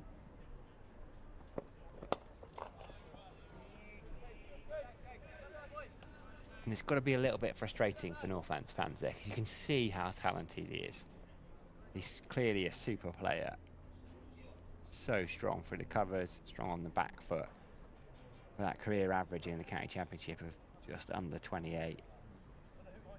Just doesn't tell the full story. You just need to, but at some point you do have to click and become consistent. Yeah, I mean, when you look at that, the Northamptonshire top 6, top 7, there's a whole lot of excitement in there. You've got the grit and the glue in Sam Whiteman and Luke Proctor in the middle. You've got Vasconcelos and Emilio Gay at the top of the order, both of which are free-flowing cricketers, both really happy to score runs quickly and elegant on the eye as well. Saif Zaib in the middle again is going to be another one of those cricketers that's going to be really easy to watch. Rob Keogh himself, another one that's really, really good on the eye. So there's a lot of talent in that top 6, that top 7. Just hasn't worked so far this season.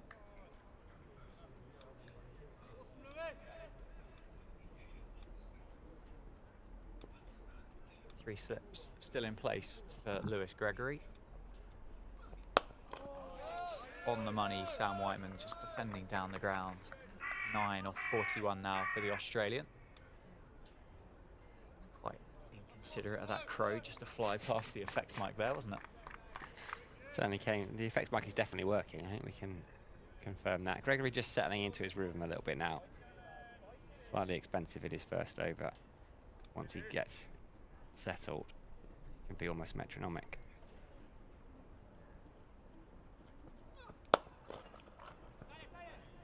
That might have hurt. There's a fair bit of strapping on those fingers of Lewis Gregory, and he's just possibly bent one of those back on his follow through. He might have a bit more tape than hand, I think, going on that side.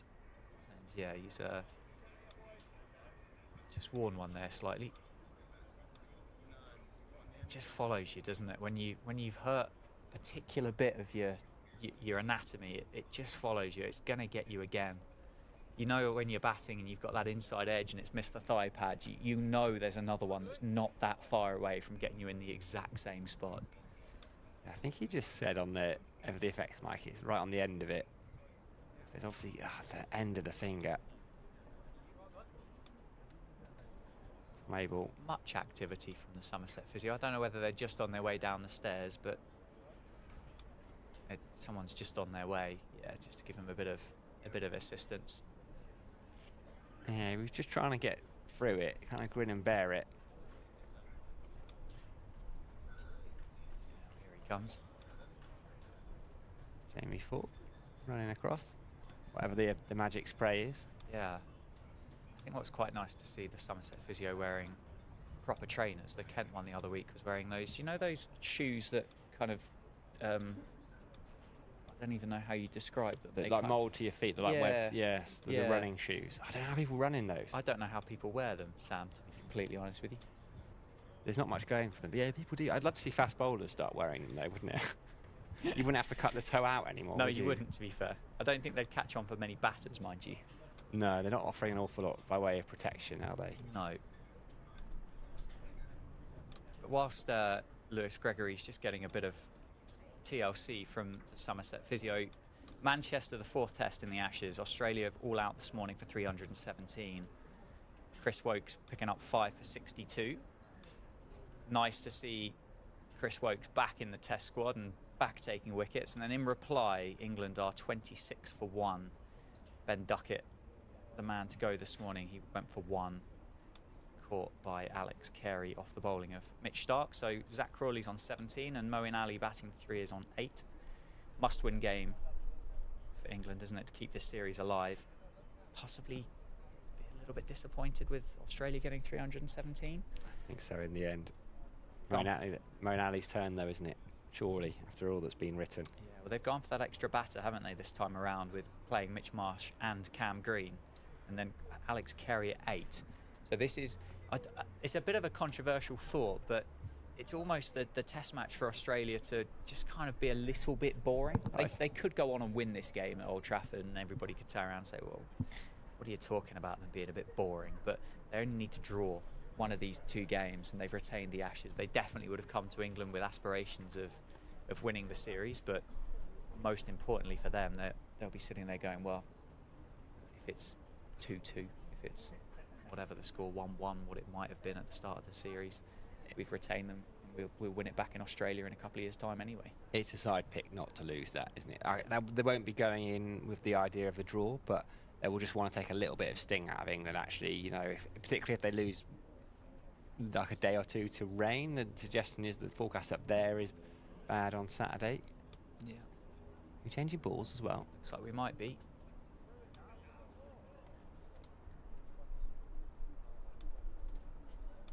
Well, I don't know if it might have had blood on it from Lewis Gregory's finger. Presumably not. Possibly.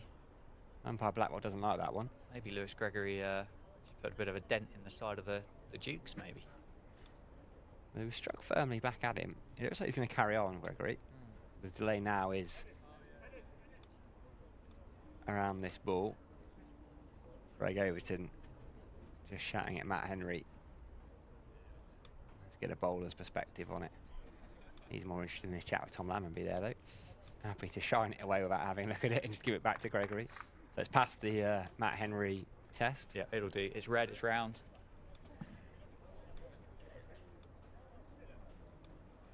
What are we, 12:25 now?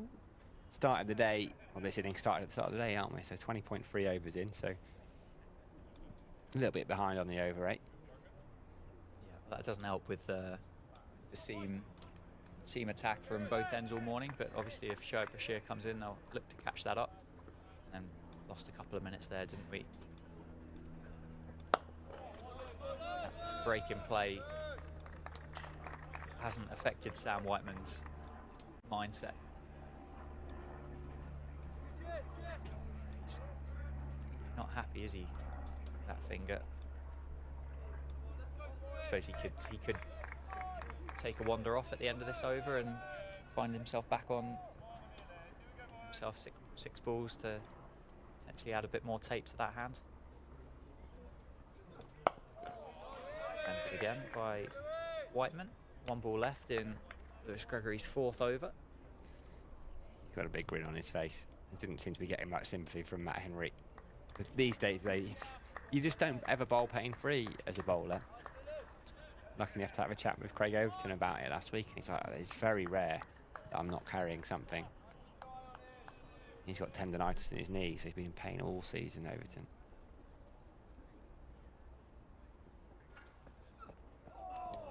A good leave by Sam Whiteman to end the 21st over, just tailing back in towards off stump. Maiden for Lewis Gregory, 4 overs, 2 maiden, none for 12.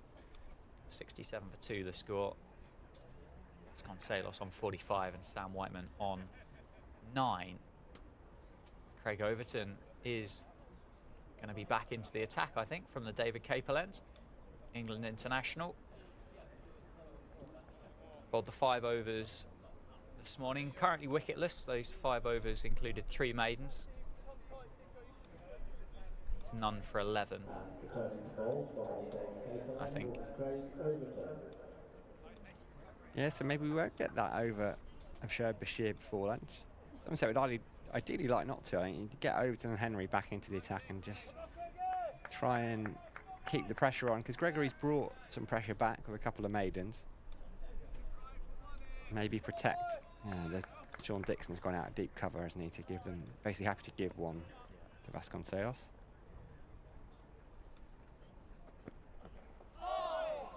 Good start from Craig Overton. It's just drawn the full shot from Vasconcelos. It's just tailed back into him late, isn't it? And Ricardo's felt as though he's needed to play that one as the ball's gone past him.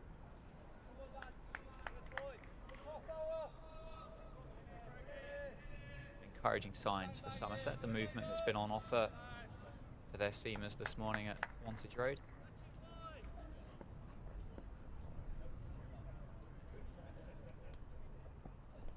Squared him up past Tom Lammonby at 3rd slip. Tom Abel's going to give chase. He's not going to beat it though. Vasconcelos moves to 49 with that outside edge down to deep 3rd. And the score, Northamptonshire move into the 70s, 71 for 2.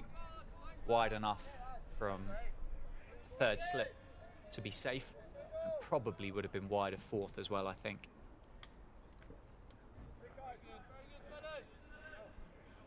Craig Overton doesn't bowl you the drive balls, does he, that Casey Aldridge offered Vasconcelos?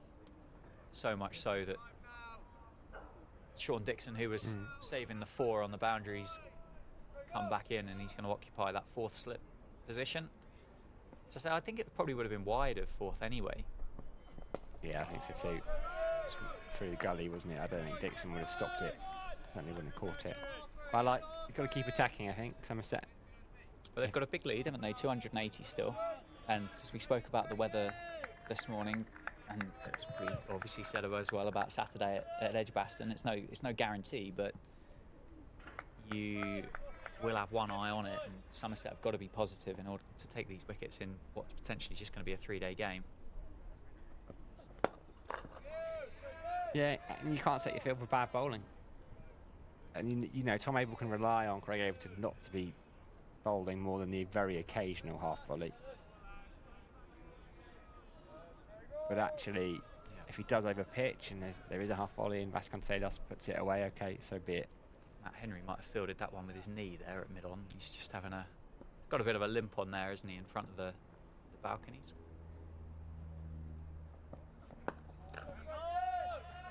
Dot ball for Vasconcelos. New Zealand international just got a bit of a limp on. Look, hopefully there's nothing more than just a bit of a sore knee for him, but Lewis Gregory would call it karma, I think. Matt Henry was laughing at him in mid-on. Mother Cricket's always watching.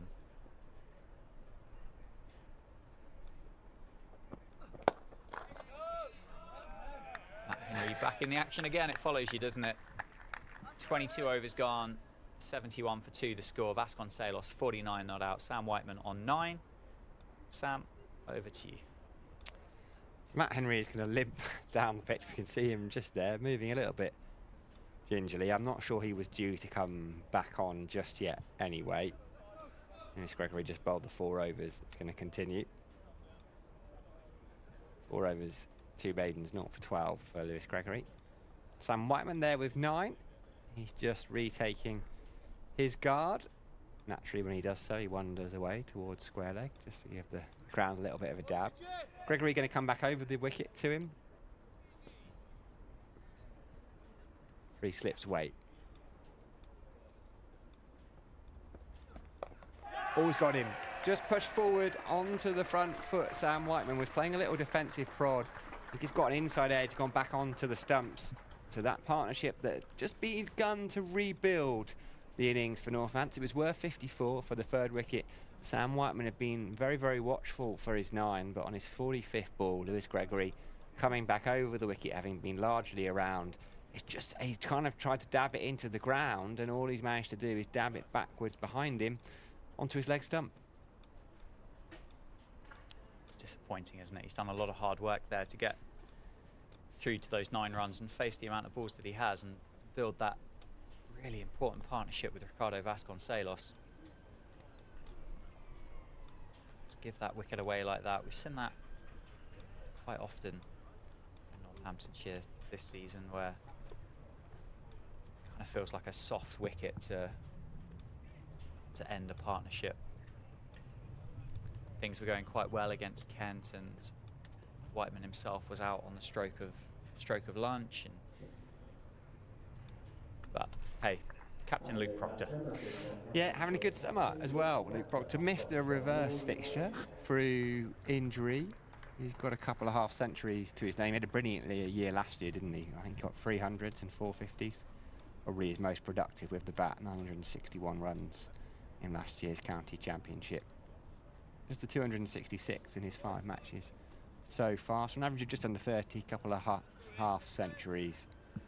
But with a job to do for his team here, Luke Proctor, as he comes out to the middle. Northants still 280 runs in arrears. See that replay, just that leg stump bail, nipping off. Another left-hander though for Northants, out to the middle. Luke Proctor just takes his guard. There's a real flurry of them. What is that? 4 of the top 5? Left-handed, oh no, all 5 of the top 5?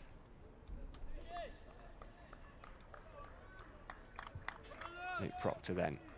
Number 2 on his back. Yeah, so it's only Rob Keogh as the right-hander, then Safe Sabe's a lefty as well. Back around the wicket, Lewis Gregory. So there was obviously a very deliberate plan to Sam Whiteman, which worked straight away. He's going to come back around the wicket. And Tom Lammonby's just been invited to join in that slip cordon. So you've got Tom Abel at first, Craig Overton at second, Casey Aldridge at third, Tom Lammonby at fourth slip. He's very busy at the crease, isn't he, Luke Proctor? It's almost like a little jump into it. He gets down really low and he like jumps into his finishing position.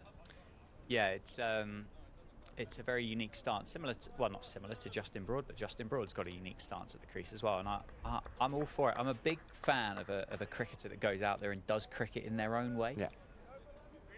I've never ever been a fan of the MCC coaching manual kind of cliche. Defends that into the leg side. Vasconcelos was about halfway down, looking for a single. Turned down by his skipper. So yeah, anybody that goes about and has that bit of extra panache or that creativity or the style, then sign me up. Well, the moves really worked for him, hasn't he? He's been down here, what, 6 or 7 seasons now? Averaged 30 for Lancashire with the bat, 37 almost for Northamptonshire. So you get a bit of extra carry there and some late movement there from Lewis Gregory as well. Yeah, the players are really complimentary towards Luke Proctor, particularly as a leader, someone that stands up and leads from the front, someone that the players look up to as a captain. Very, very happy that he's in their corner fighting for them. You see that with the ball. He bowls those kind of hard overs when the partnerships need breaking. Again, good carry from Lewis Gregory through to James Root. Yeah, he's proper like, gritty cricketer, but a quality one as well, wasn't he? Lots of experience. I mean, he did win the county champs with Lancashire, I think. When was it? 2010, 2011? I reckon it was 2011. It was that one they won on the last day of the season. I think Somerset might have been involved in that title race. But then he was kind of in and out of the side, wasn't he? But been a regular down here. As he's just pushing at that one. The first couple he's left alone. And Lewis Gregory will be encouraged by that. May well have bought himself another over. Back-to-back maidens. 5 overs, 3 maidens. 1 for 12 for Lewis Gregory. It was Sam Whiteman, the batter, that fell in that previous over.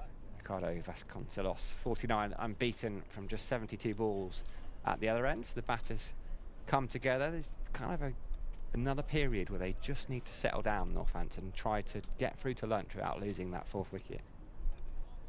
Yeah, and Somerset did that brilliantly yesterday. There was never a moment in Somerset's innings where one wicket bought another one. It was very much a case of that reset, that rebuild worked almost every single time. And we challenge Craig Overton coming down the hill and around the wicket. Somerset fielders buoyant. You can hear them on the effects mic.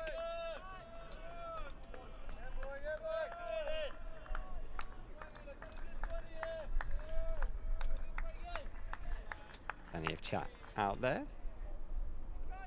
I always find it quite enjoyable trying to really listen in and try and pick out exactly what's being said. So far I've got a yeah boy. I haven't got much other than that just yet, but into the leg side. Craigio, Goober, they all always called him as well. You get a lot of come on Goob.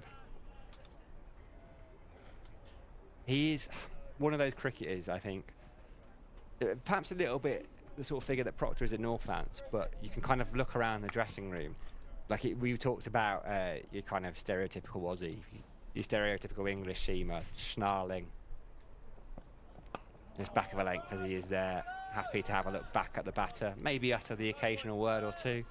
Always ticking. There's like as soon as he steps out there, automatically he goes. He's actually a lovely human being. Yeah. Even his brother Jamie He's just a super cricketer, one of those who may not play much international cricket. He's more in that kind of Chris Wokes mould, I guess, in the speed that he bowls. Lovely shot to bring up a half-century for Vasconcelos. No need to run those, and he will raise his bat and soak in the applause. 53 for Vasconcelos. Had one half-life where he flashed at 1 on 9, and it went kind of past full slip Sean Dixon more quickly than he could move, but it's been a beautiful 53. 75 balls, 10 boundaries, which even Dan can work out is 40 runs through the boundary. That cover shot, the cover drive, the straight drive has been beautiful, Dan. He's been fantastic to watch this morning, and as you say, those 10 fours really kind of highlight the fluency in which he's played. There's not been much rotation of strike for Vasconcelos, but when those boundary balls have been offered, he's obliged. That's in the air. There's shouts of catch it, and the reason was because there's a fielder, Lewis Gregory, down there.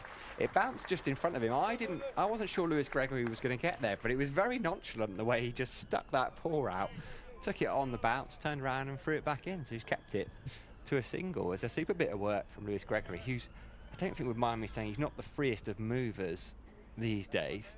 No. But it made that look very easy. Well, I think he was slightly more encouraged by the fact that it went to the hand that didn't have the tape all over it, and the one where the finger wasn't struck in those last couple of overs. So, and again, you're not waving a Craig Overton ball through to the boundary either.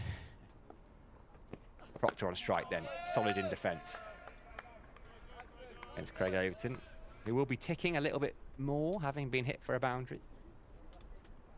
And we see that decent strike rate for Vasconcelos, just a touch under 70. What's going on here? We're all looking around. Sure. Craig Overton umpire Nigel Long. They're not sure if there's a ball left in the over or not. I think Nigel Long might have lost count. Wasn't sure if there was one left or not. I did wonder what they were looking down towards that way. I couldn't see much going on, but it does make sense they were looking at the scoreboard then if they were checking. Well, in fact, what are they checking? I think they were checking the balls left, I think. Yes, okay, sorry, I thought they were suddenly going to go off. Yeah, so we found out that was the end of the Craig Overton over. No use asking Craig Overton to count to 6, particularly not when he's bowling. End of the over then, 76 for 3. Eventually, Polly Rhodes up there in the score box has helped them out. I think Nigel Long has called over belatedly. I think you heard a bit of disappointment from Craig Overton at the end of his mark. I think he wanted that seventh ball, didn't he? But you're right, Lewis Gregory did buy himself another one with that wicket maiden, the last one. Whether this will be the last one of his spell, and then Matt Henry will come on for, is that going to be another couple of overs, isn't it, from either end before lunch? Yeah, and you wonder, either they do that or they turn to Shoaib Bashir and have a look, see what happens. I hope that Vasconcelos' eyes light up. He's going to come over the wicket to him. It's a lovely looking drive. There's a fielder out there providing some cover in the form of Tom Lammonby. And actually, in the end, Luke Proctor, who was just ambling through for that single, Lammonby attacked it. His throw was slightly wayward. It was a nice looking shot. And Proctor was balking. He's not even running, Proctor. I don't think Proctor recognised the player was there. That would have been some way to go, not quite the captain's innings. Hadn't clocked that fielder Lammonby in front of the white stand. Maybe just didn't notice he was there because he wasn't even running. It wasn't that he was jogging. He had his head down. Around the wicket then to Proctor.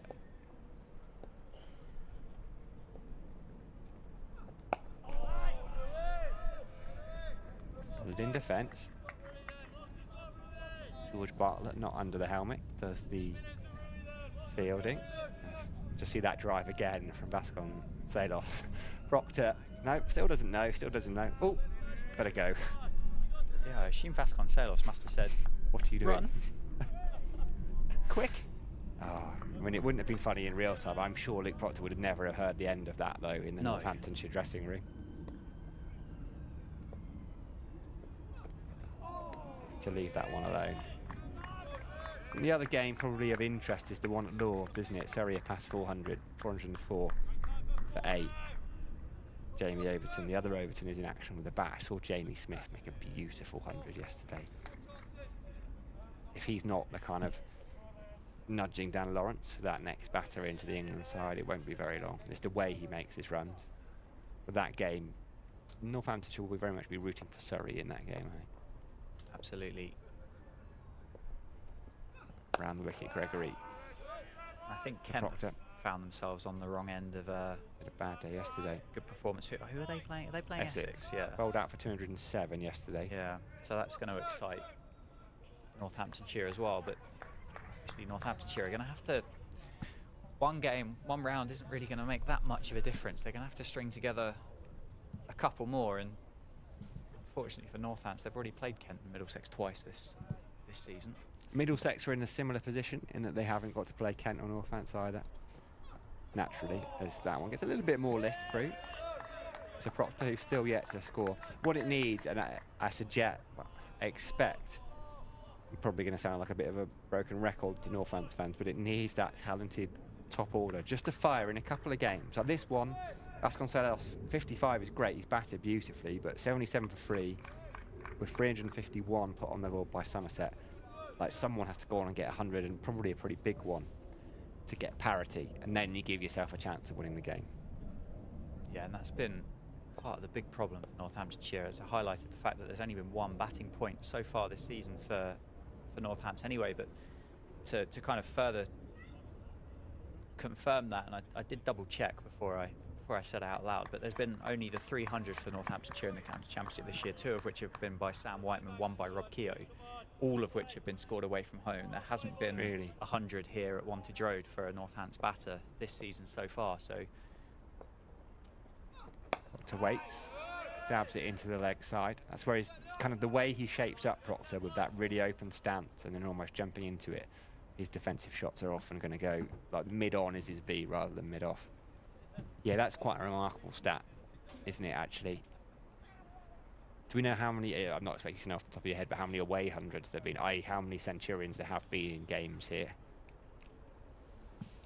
So Daniel Bell-Drummond got that triple 100 last time out with Muyeye's 180, so there's 2 there. Okay, so it's a ground where it's not a pitch where 250 is playing 250 every week. James Vince got a double. Yeah, that's fair. Gubbins got 100 in that same fixture, so there's at least 4. Overton to continue. We'll be ticking from that previous over. That short ball, Vasconcelos plays it quite well in the end. Just tried to lift it over the slips, which he did with ease. Not a fielder down at third, so he picks up his 11th boundary. And Matt Henry is hopping on the spot at mid-on to suggest he might come back into action.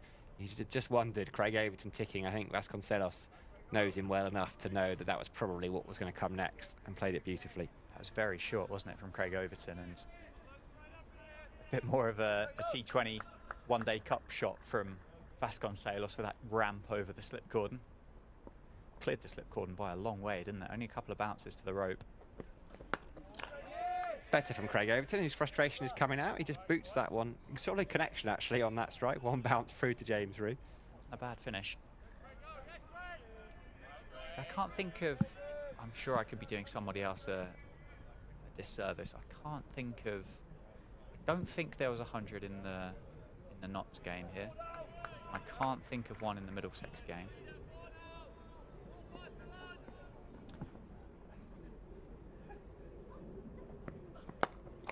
Driven straight at Cola Cadmore in the covers. But still, someone's got a triple 100, someone's got a double 100, so there are runs out there. Vasconcelos has 59 of them from a total of 81. Seen 3 partners come and go. He's now got Luke Proctor, the skipper, alongside him at the non-striker's end, yet to get off the mark. He won't be too worried about that. Just about little spells. Nigel Long just checking with Ian Blackwell. There's 2 balls left in this over. We're not going to make that mistake twice, are we, Nigel? I wouldn't want to upset Craig Overton, that's for certain. It's one of those, it's a fine line. Somerset, I think Tom Abel, they quite like him a little bit fired up. It doesn't take much to stoke the fires. Just get him ticking. Lovely looking shot. Just over pitch. That will have him ticking further, but it's a lovely shot from Vasconcelos, who made 70 against Somerset in the first game down at Taunton. He's moved on to 63 with what has become a trademark shot of the innings, that drive through the covers. Just completely still, weight perfectly balanced, head still, just caresses it, doesn't have to hit it too hard, and it's a long old boundary up there. Yeah, we're a fair way over on the square in this fixture. There's obviously a couple more there to the right-hand side of Vasconcelos, but yeah, we're quite a long way over. Just the practice pitches really that are the ones on the end. Oh, that's a beauty from Craig Overton. Gets the universal sign of acknowledgement from the batter. Just say, yeah, that's done a bit. Ends the over. Just perhaps slightly back of a length. I think he had to play at it. We'll have another look at this one coming around the wicket. There's that angle. Slightly flashy. Yeah, done a bit off the pitch there. End of the over though. He's got away with that one. 85 for 3. And it's going to be Matt Henry, I think, back into the attack. Replacing Lewis Gregory. 6 overs, 3 maidens, 1 for 13 for Lewis Gregory. Matt Henry picked up a couple of early wickets that we saw not long after 11 o'clock this morning. Would you say, but out of Craig Overton and Matt Henry, would you say Craig Overton was more of the seam bowler rather than the swing bowler, or would you say it was more the other way round? Or were they kind of 6 of one, half a dozen of another? Yeah, I think they both... Like Craig is very much, and he talked about in T20 where he often bowls 3 or 4 overs at the start of the innings, just tries to do the same thing. Hit an area, it's consistent. Henry's a bit more whippy, can wobble it around a little bit, but they're both capable. They're both effectively international bowlers. Around the wicket, Henry to Proctor. Well, they're not effectively, they are international bowlers, but I think Craig Overton might well have a case for being in white ball squads at the back end of this summer. Yeah, no, I'm just wondering, and obviously Matt Henry's had success from the Lynn Wilson Centre End this morning, so the plans clearly work, but most of the way through the season here at Wantage Road, you've seen the taller seam bowler from the Lynn Wilson Centre End and then the shorter swing bowler from the David Capel ends. Cut away nicely. It was close to his body there, Luke Proctor. He's off the mark. There were 4 slips in there, I think, waiting, but he's just guided it past the left hand of Tom Lammonby at 4th and for a boundary. So yeah, I wondered which way round they might have been, or whether they were almost quite so similar that it didn't really matter. Remember Ryan Higgins bowling particularly well from the David Capel end. Obviously Ben Sanderson, that's his end. Jack White, the taller of the seam bowlers, bowls from the Lynn Wilson Centre end. Tom Helm in that fixture bowled from this end as well. Henry switches to come back over the wicket, bowls a short one that Proctor just dips underneath. I wonder what Craig Overton's record on this ground is. That's an almighty bit of statistical websiting you've got going on there. Yeah, all compiled by myself. He's not played here that much. 7 wickets at 27.43 in just a couple of matches. Yeah, Leading Edge Cricket, brilliant website. Henry's in. Oh, and Proctor, he thought about it, and in the end, he just about left it alone. See that open stance, that right leg. It's clear, it looks like he's going to just try and hoik it into the leg side. That's just the way he bats, though, and one of those batters that's moving until the very last minute. Good leave in the end. 4 slips are in there. James Root. Henry changing it up a little bit, not allowing Proctor to settle, so he comes back around the wicket.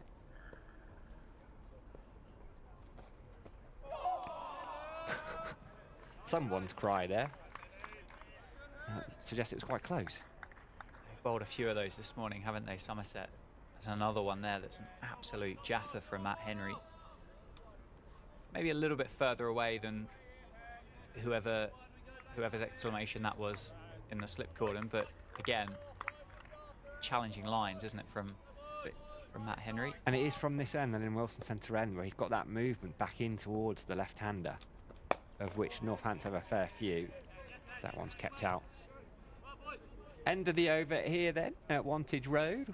We've got through 27 so far this morning here on the Northants live stream, powered by Dafabet. Vasconcelos is batting beautifully. 63 unbeaten. Luke Proctor, skipper, unbeaten on 4. Somerset, remember, made 331. Their first innings coming to a close at the end of last night. We've got about 6 minutes before lunch. I wonder if we'll get 1 or 2 in, Dan. Probably just 1 with the seamer bowling, but you never know. I suppose it depends as to potentially how far this ball travels during this over, mightn't it? Those cover drives, I mean, Shoaib Bashir's gone out to deep cover to cut that one off, and 2 fielders out on the short ball as well. 1 at deep square and 1 at fine leg as well. See popping up on screen there about getting in conversation with us if you'd like to, via Twitter or via email, stream at ncc.co.uk. Let us know your thoughts on the morning session, how you think the game is poised, who might be in front, where you think the game might go for the rest of the day.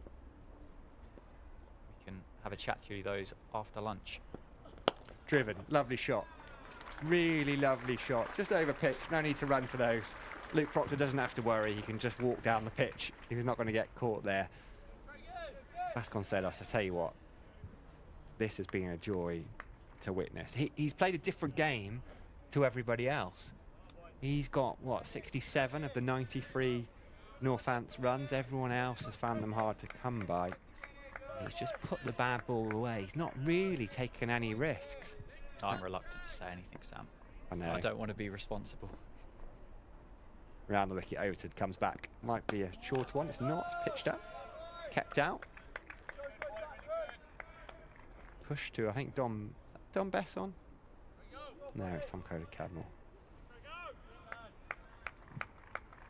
Only 3 for 3 then. 12:56. 1 o'clock lunch here. So we'll have a slightly longer afternoon session. Get us down to 32 left in the day. Not unusual that. Shorter ball, ridden the bounce. Is it going to go in the gap? No, it's a great bit of fielding. That is Dom Bess, who is on the pitch as a sub-fielder. And has pulled that back one-handed with his left hand. I wonder who he's on for. Lewis Gregory is down there as well.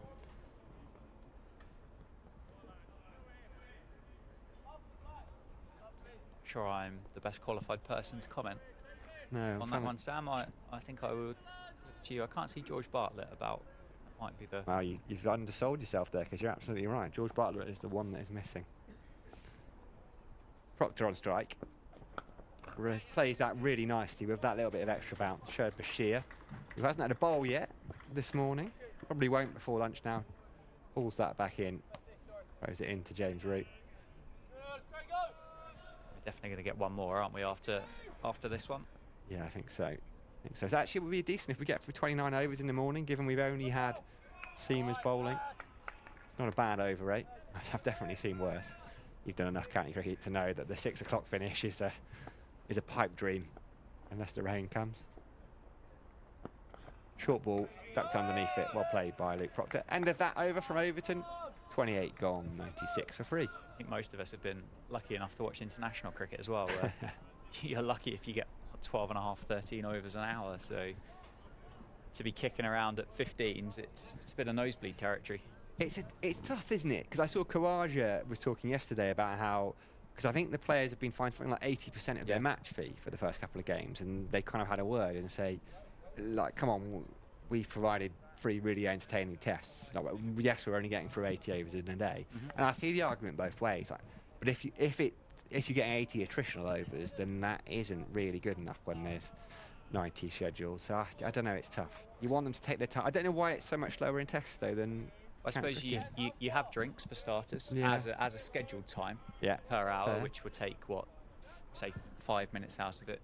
DRS, a lot of people are pointing towards DRS, and they're saying that the time taken out of the game to accommodate that. Then there is also an awful lot of kind of mollycoddling going on, isn't there, for batters with regards to change of gloves and extra drinks and sprays to stop your hands getting sweaty. And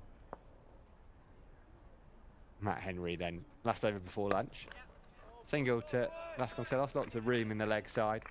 Don Bess is out deep square leg, but gets a friendly weight there from Lewis Gregory, who's going to trot round and pick it up. It's kind of interesting though, isn't it, with that 80% fine for those match fees for the test match of the missing overs. It doesn't go back to the public that have missed out on 10 overs of cricket during the day. It's obviously pocketed somewhere and put in towards developing cricket somewhere around the ICC's kind of umbrella, but not in the places of necessary need. There's a lot of people paying a lot of money to go and watch Test cricket. It's expensive.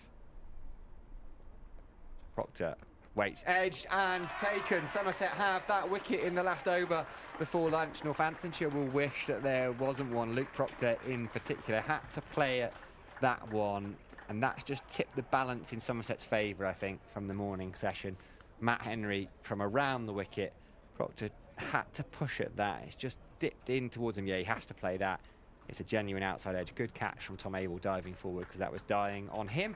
And that will bring us a slightly earlier lunch than we thought we were going to get. There'll be 4 balls remaining of Matt Henry's over when he comes back. Started the day with the start of the Northamptonshire innings. They've lost 4 wickets, 3 of them to Matt Henry. But, Dan, Ricardo Vasconcelos, 69. It's been an absolutely beautiful knock so far, and Northampton really need him to push on. He's been fantastic, Sam. He's been an absolute class apart. He looks like he's batting on a different pitch compared to his teammates so far, and I think, honestly, I think it would be fair to say he looks like he's batting on a different pitch compared to the Somerset batters yesterday as well. He's looked composed, he's looked assured, he's put the bad ball away confidently.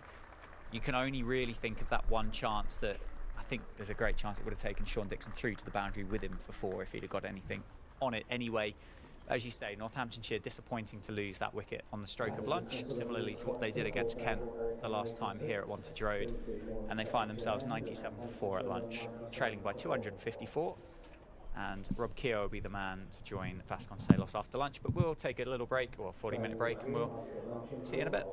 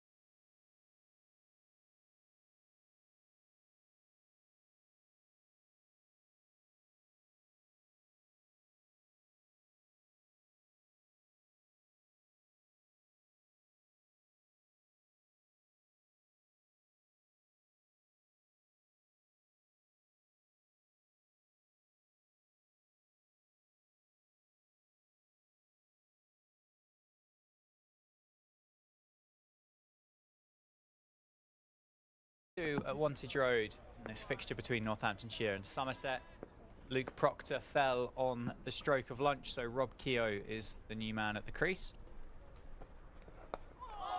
That's not far away from the off stump there. Matt Henry had 4 balls left in that successful over just before lunch. Northamptonshire found themselves 97 for 4 in response to Somerset's 351 all out that they made over the course of day 1 yesterday. Vasconcelos has looked magnificent for his 69 this morning.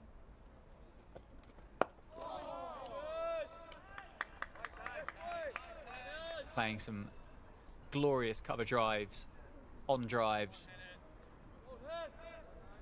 At the other end, however, he has watched his batting partners make their way back to the pavilion at regular intervals. Good partnership between himself and Sam Whiteman. Sam Whiteman fell for a low score in the end. And that is an absolute jaffer from Matt Henry. He's got 3 wickets so far today, 3 for 21 off what's nearly 9 overs. Certainly been the pick of the bowlers for Somerset. No great surprise when you see Matt Henry's name on the team sheet, mind you.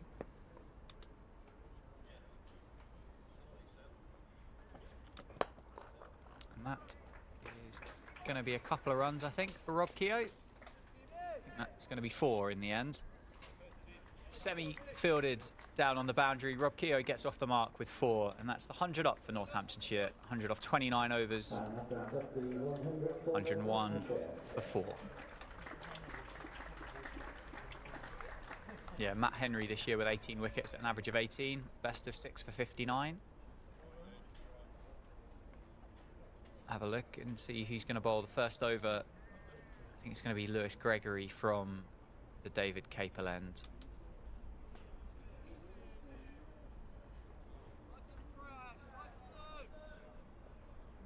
He got himself the wicket of Sam Whiteman in the morning session. Stream powered by Daffabet here at Wantage Road. And if you'd like to get in contact with us throughout the course of the day, you're very welcome to do so. You can do that via email, stream at nccc.co.uk, or via Twitter at NorthantCCC. If you want to share your thoughts, any questions, comments, anything that you might have picked up on over the course of the 4 sessions that we've had so far. Your company, as always, will be welcomed. That fielder straight out, sweeping on the offside to Vasconcelos, cutting off that cover drive. That's down the leg side from Lewis Gregory. It's going to be a chase for Sean Dixon. He pulls it in and Vasconcelos adds 2 more to his score.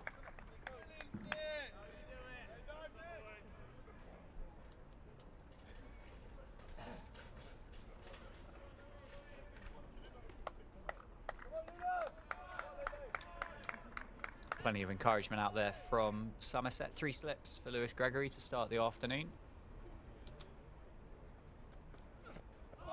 Goes past the outside edge of Ricardo Vasconcelos.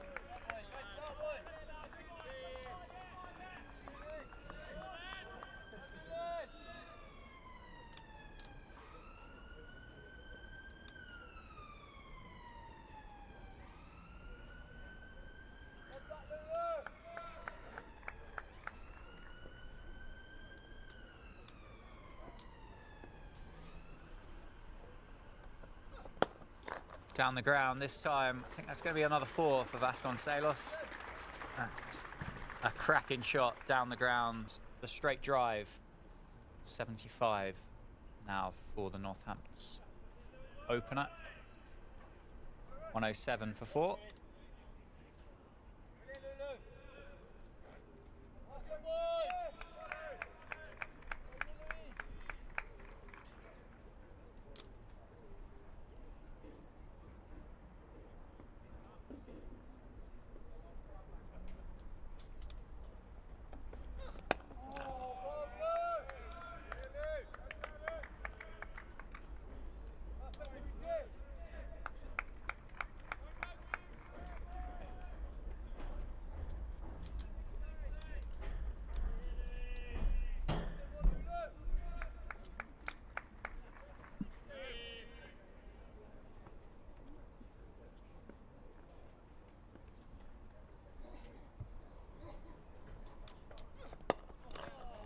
trademark cover drive from Vasconcelos today.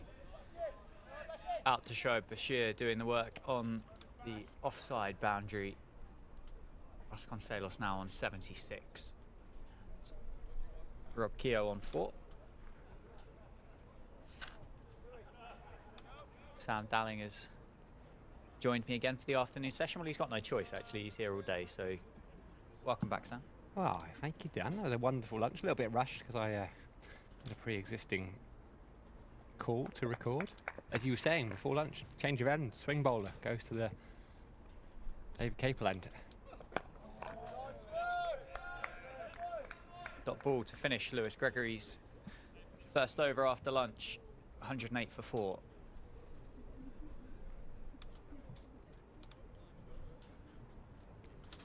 Just another period where Northampton are going to have to try and rebuild, having lost that wicket just before lunch.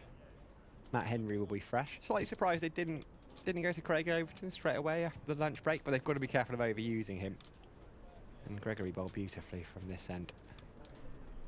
Yeah, you mentioned about that tendonitis, didn't you, for Craig Overton? He's bowled, has he bowled so far during the course of the innings? 9 overs already, which is equal with what Matt Henry's work's been so far. So maybe just needs a little bit longer than those 40 minutes to recharge the batteries before he goes again. Yeah, it's hard for him to keep coming back. I think that's probably why he bowled 6 up top rather than 5, which he might have previously been limited to.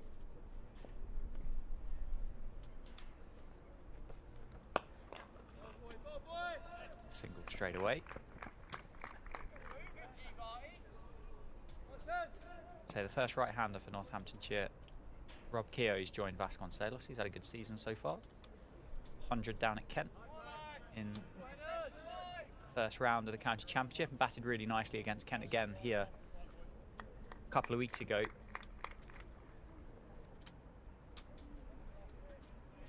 On the end of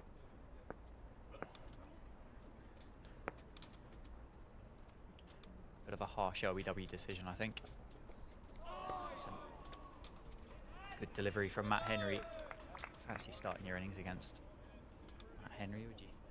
18 wickets at an average of 18 so far in the, well, no, 21 wickets now, and that average has undoubtedly gone down a little bit. Yeah, that's a beauty from Matt Henry, that previous ball. Got to play, haven't you? Moves it away from the right-hander, back in towards left-hander. There you do. He's not had a great record against Somerset either, Keogh, in the past.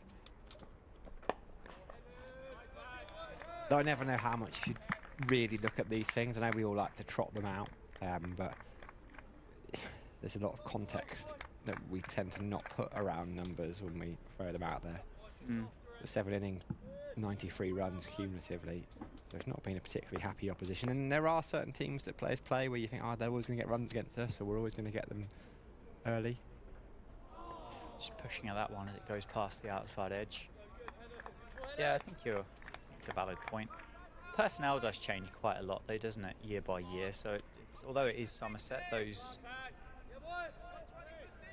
lot of those faces would have changed. So it's kind of, yeah, the badge is the same, but potentially the bloke holding the Dukes might be different. So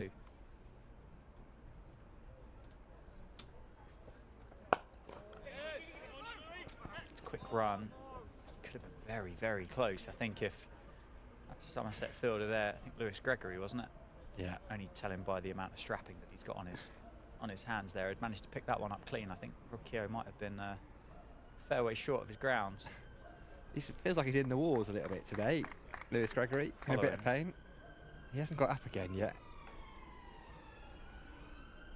Certainly following him about, isn't it?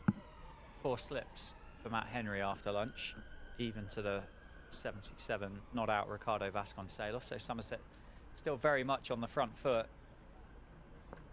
Trail by 2-4-1.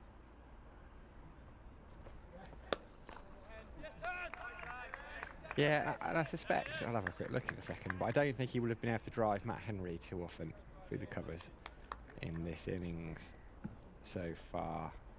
Vasconcelos. What's he got? 14 boundaries. Just one of them's come off Matt Henry. That was a shot straight down the ground.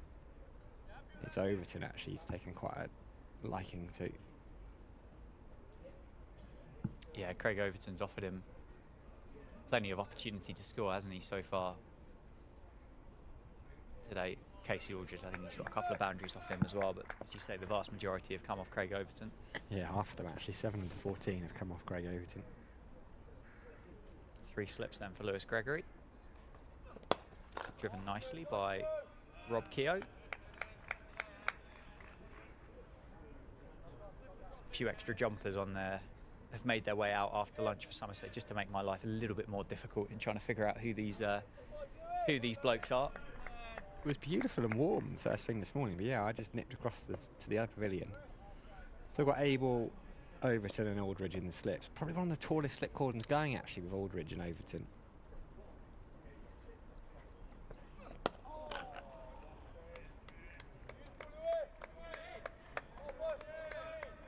Tom Lammonby's in there catching mid-wicket. George Bartlett's at backward point. Shoaib Bashir is just in front of square at square leg. Tom Coley-Cadmore's mid-on. Matt Henry is mid-off. Obviously fancy Rob Keogh playing across the line, don't they? And squared him up slightly there and outside edge, but through the backward point. But yeah, they obviously fancy that as a bit of a plan, don't they, to Rob Keogh in particular. I don't think it's something that I've seen for the other Northants batters so far during the game, that catching mid-wicket. It's become more common though, hasn't it? His position, particularly the right-hander. It's not uncommon to see 2 catches in there, actually. I've seen that a fair few times. A couple of close mid-wickets, one quite straight.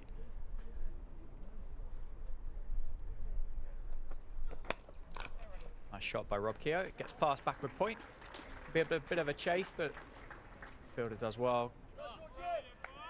Rob Keogh adds a couple of runs to his tally, moves himself to 7, 112 for 4.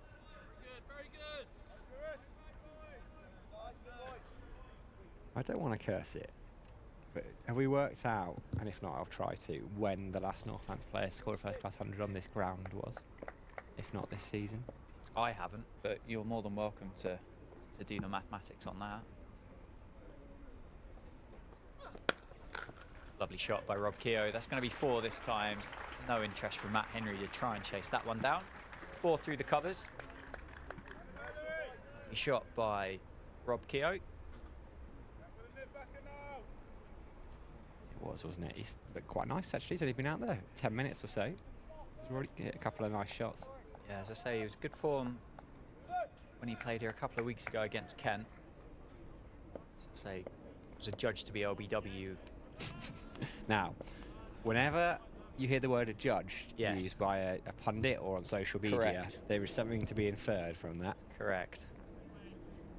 Yeah, the stiff, I think, is probably how I'd describe it if I was on the end of it. Nicely played. Dot ball to finish the over, 6 runs from it. 32 overs gone, 116 for 4. Vasconcelos 77 and Rob Keogh on 11. Just see that shot again, beautiful again. The timing, the placement, it was just so still playing that shot. Lewis Gregory is hooping it about a little bit through 8 overs.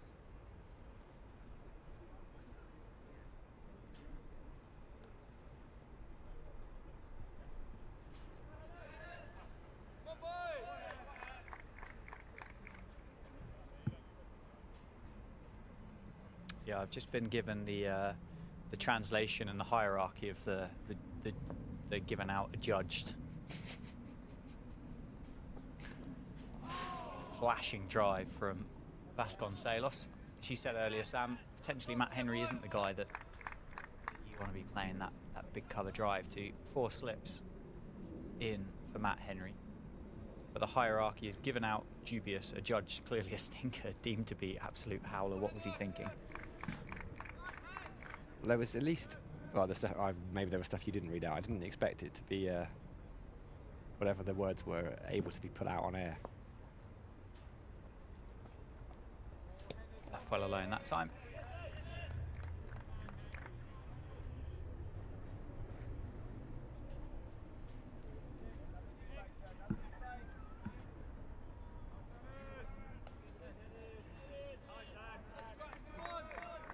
quiet down. I'm not ignoring you. I'm just doing No, my no, research. I'm doing my you research. carry on. Rob Keogh, I reckon, in September last year against Surrey.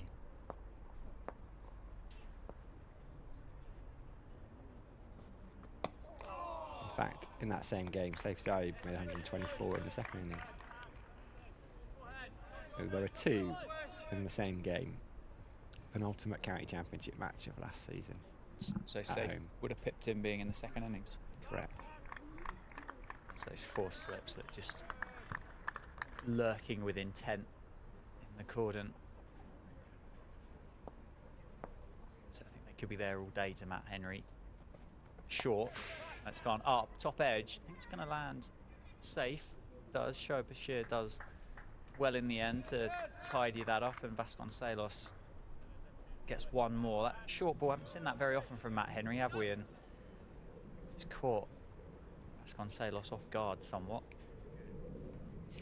Yeah, it's about that and the shot that went through force slip are about the only false strokes he's played. And you said just hurried him because he probably wasn't expecting it. He wasn't sat on the back foot, always going to try and take it on. It's those kind of things where you start to wonder, is it going to be a batter's day? Because 7 days out of 10, that just goes straight to long leg. Yeah, well, from a Northamptonshire perspective, let's hope so. Let's hope so indeed.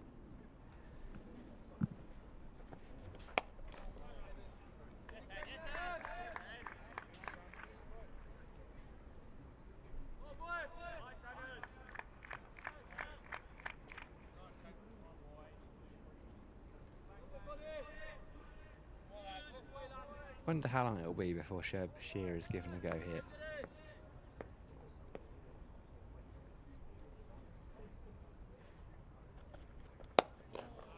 So played by Rob Keogh to end the over, just the one run from it. I suppose if it's a case of managing Craig Overton's workload, what are we likely to see? A couple more like 4 or 5 over spells per session if it was to get that far? I think Maybe less. Has he bowled 10 now? 9. 9. I don't think you really want to be bowling much more than 20 a day, really. Okay. 2 more 5 over bursts, perhaps. It's just hard for him to come back and get that knee loose again. Yeah, yeah. Matt Henry, fortunately, can't bowl all day. Lewis Gregory, as you said this morning, kind of rebuilt his back, so equally, I guess that workload needs to be managed. I mean, Casey Aldridge has bowled, what, 5 overs, I think, so far today? Just a tad expensive, wasn't he, early doors? Lewis Gregory very obviously protecting that right hand there, sticking the left paw across. Are there any other seam options available to Tom Abel out there before Shoaib Bashir gets the nod? He'd be very reluctant to bowl himself. I can't imagine we see that. There's always been calls. Last year, everyone was saying, why is Lammonby not bowling more? He used to quite often bowl the first over of a Blast game. He had an ankle operation over the winter. He had like a bone spur on his ankle, if that really means. Shot by Vasconcelos for nothing. Hold the pose just to allow the photographer just to get the new Facebook profile picture ready to go. It's following Henry and Gregory around, isn't it? Weirdly, Tom Lammonby bowled an over of left arm spin in the Hampshire game. They were warming up, him and Andy Amid, during the tea interval, and I thought, nah, that's never going to actually happen though. No, just a single over left arm spin.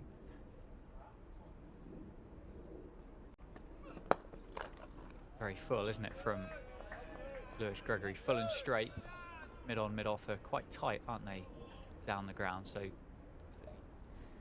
tactic from Gregory just to attack those stumps. It's been him all day, hasn't it? I mean, how many times has Gregory fielded off his own bowling? Number of drives. Him and Vasconcelos offering their own little game, really. Just driven back at him. Yeah, just testing Vasconcelos' patience. And that is gone. It's gone through Vasconcelos. Unfortunately, the Northants opener has to go for 78. He's been clean bowled by Lewis Gregory. That persistence, that test has paid off for Somerset. Lewis Gregory gets his rewards. Vasconcelos, unfortunately, has to go for a brilliant 78. Just kept a little low. Oh, it's hit the top of off stump though. Vasconcelos is looking at the pitch there as if it's misbehaved. A bit like the one you said with Abel yesterday. It has hit almost the top of off stump. I don't think that's doing anything you wouldn't expect it to do, particularly. It's a decent ball. That's what Gregory's been at. He's been bowling straight at the stumps. Happy to get driven back at him. Just nip back, isn't it? Yeah, not quite as much as what Vasconcelos was expecting. He looks like he's tried to play that on middle, isn't he? And see, it's hit the top of off stump. He'll be disappointed. Northamptonshire find themselves 117 for 5 now. In response to Somerset's 351. It's a real shame that was a beautiful innings. I might even say that actually my two favourite innings watching this summer have been that 78 and the 78 at Taunton. Like he is absolutely brilliant to watch. He looks like he should be scoring big hundreds week in, week out. Very fluent cricketer, easy on the eye, isn't he? Safe Sabes, the new man for Northamptonshire. He's joined Rob Keogh at the crease. So another left-hander for Northants. Those slips undoubtedly will converge and make it difficult for Safe to get off strike, keep the pressure on. Lewis Gregory, I suspect, is just going to continue to bowl straight here. Northants have got a bit of work to do. 201, 202, isn't it? I think the score, to avoid being asked to bat again by Somerset. So a bit of work to be done before that milestone is passed. And that's outside edge played nicely, well, played down, isn't it, by Safe Save, and it's gone straight into the floor and well picked up, I think, by Casey Aldridge at third slip, and I think he might have just bruised those fingers again. Seems to be taking a bit of a battering. Yeah, it's tough, isn't it, on this pitch actually for the slips to know quite where to stand. Even the one Abel took on the stroke of lunch to get rid of Proctor, he was diving forward.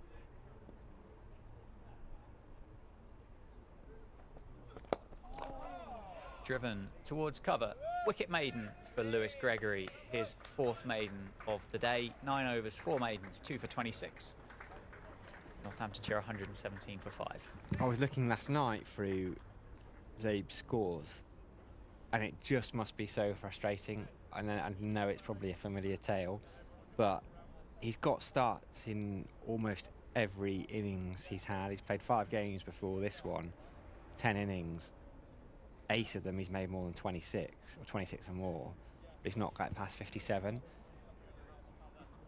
And like, when you get those starts, you have to convert some of those. That's what makes you a top player. That's what makes you a reliable run scorer. And it must be frustrating because he's got all the talent.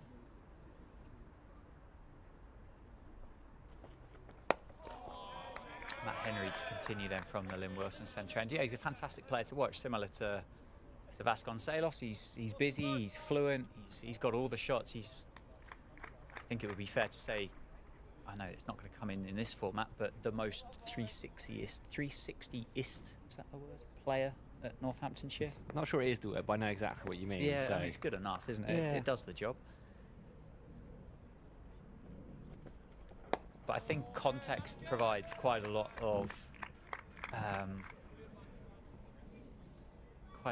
value towards those scores of Safe during this year. There's certainly been a couple of times, if not 3 or 4, where he's almost been running out of partners and then had to potentially bat a little bit more aggressively than what he would do normally, and has been almost the last man to fall.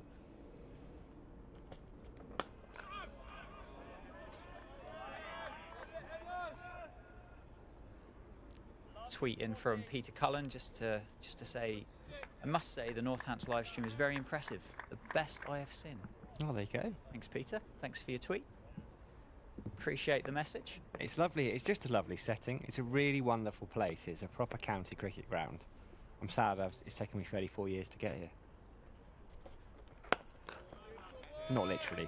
I don't think. As much as I'm enjoying being here, my life's journey, it didn't begin with this in mind. set off from Taunton 34 years ago, and It's a long trip up from Islington this morning. you just how many?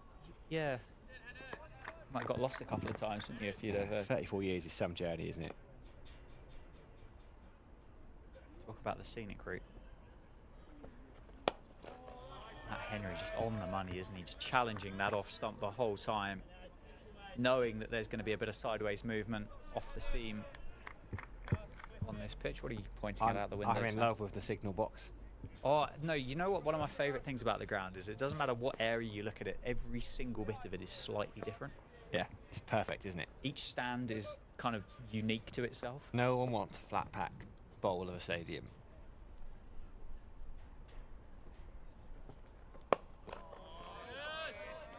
You can feel the history, can't you? You're like, oh, this is here, there, because this is what they did then. And in this period of time, you relate to these players because that's when it was the pavilion, or this is when they did this. And it's just beautiful, like rich in history.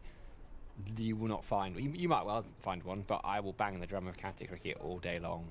Like, it's just wonderful. And the idea that people aren't in love with it, if people are on the beach in Cape Town watching the county championship first division, like, it tells you all you need to know. Finals day, and I promised I wouldn't come on and talk about finals day, but what I love about it is that anyone who tries to say that that is not the culmination of the domestic season, you see how much it means to the players. You've got 4 teams there, and actually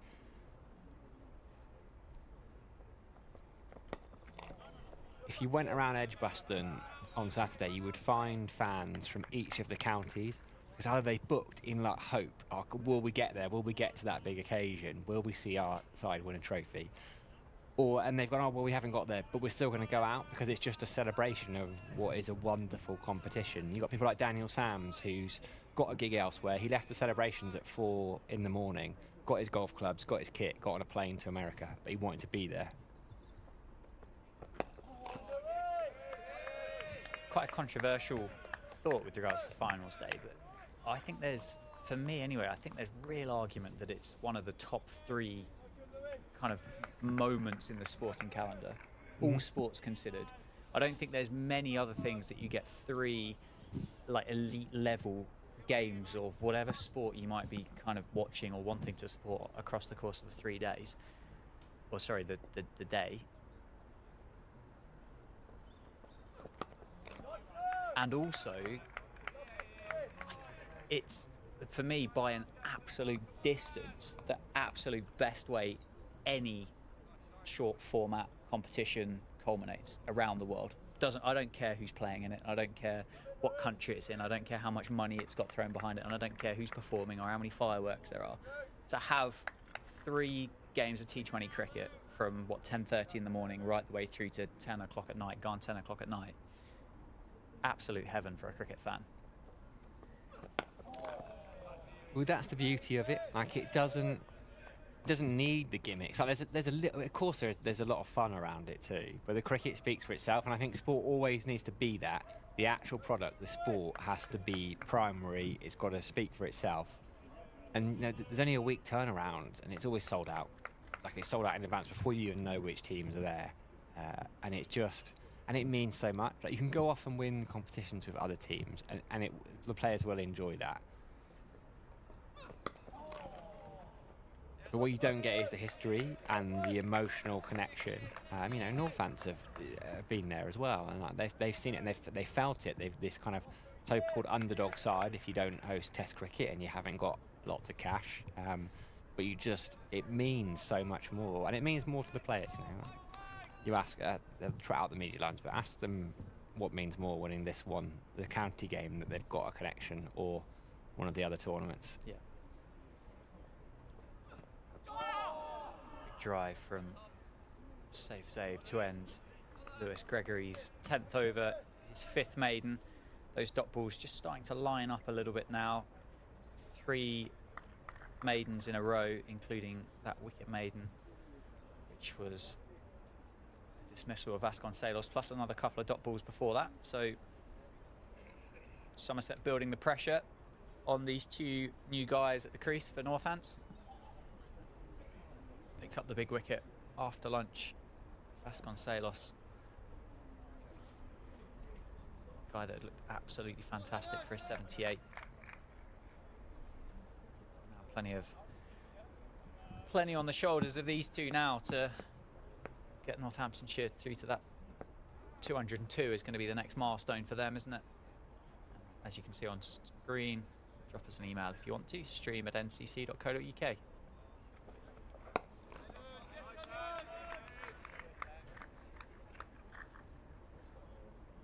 And of course the stream's powered by Daffabet too.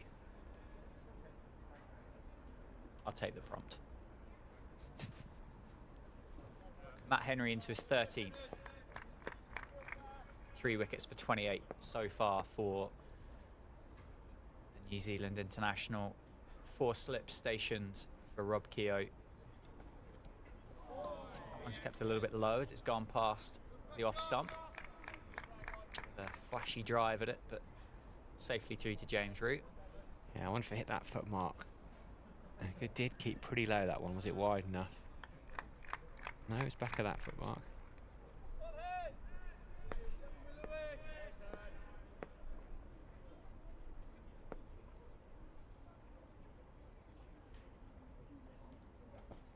Short, pulled away by Rob Keogh.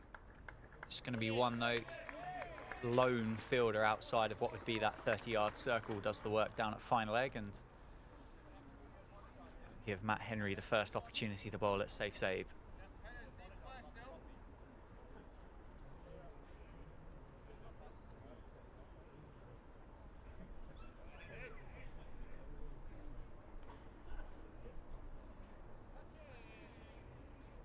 Yeah, they want to pick up one into kind of the last couple of recognised batters, really, aren't they? Next. Oh, McManus. Yeah, McManus next. Then it'll be Tom Taylor, won't it? Sanderson, then White, presumably. Sanderson and White, yeah, who had quite a remarkable partnership against Kent here the other week. Both of them ended up with about 40 runs each, I think. Taking that today. In vain, I will add, but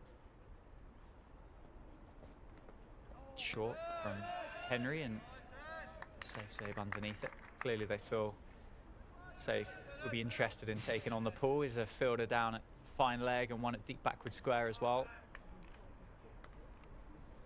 I suppose it's a useful weapon for Matt Henry to have, but surprised if he gets too many wickets in the county championship bowling short balls. Oh, and he's left that one safe save. Big appeal. Henry can't believe it. Neither can Somerset slipcord, but I think they might have been doing a little bit too much. Was it height as well? Ian Blackwell wasn't interested in the slightest, was he? It's hit him on the... Yeah, it's a little bit high. I think that's going over. Yeah, it's a good decision. Yeah, by the umpire. 118 for 5. Safe save yet to get off the mark. And Rob Keogh on 12. Lewis Gregory to continue from the David Capel end. Written press up there. Popped over for a little bit of lunch. It's lovely in there as well. Quaint. Yeah, it is quaint. That is the view from... So that camera there...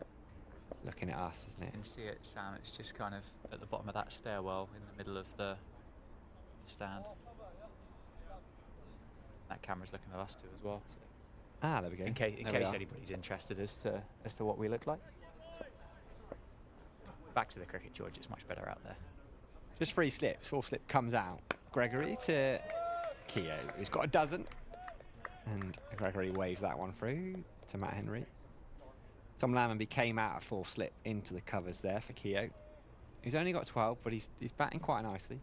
Just need this, in the nicest possible way, from a Northampton perspective, to be a bit boring for a while.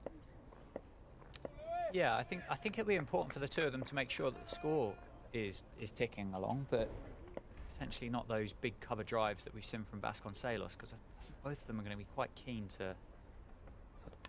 There is one of those big cover drives that gets an inside edge. It's just a single because Sean Dixon is down at fine leg. What do we know, Dan? Hey, I'm just saying that pressure's starting to build, but I was going to say both of these guys are going to be really keen to see that scoreboard just ticking over. And I mean, the partnership's worth 2. Vasconcelos it's got to be getting on for 4.5 overs ago now. Somerset have bowled really well. It's certainly going to be on their mind that score's not moved very far.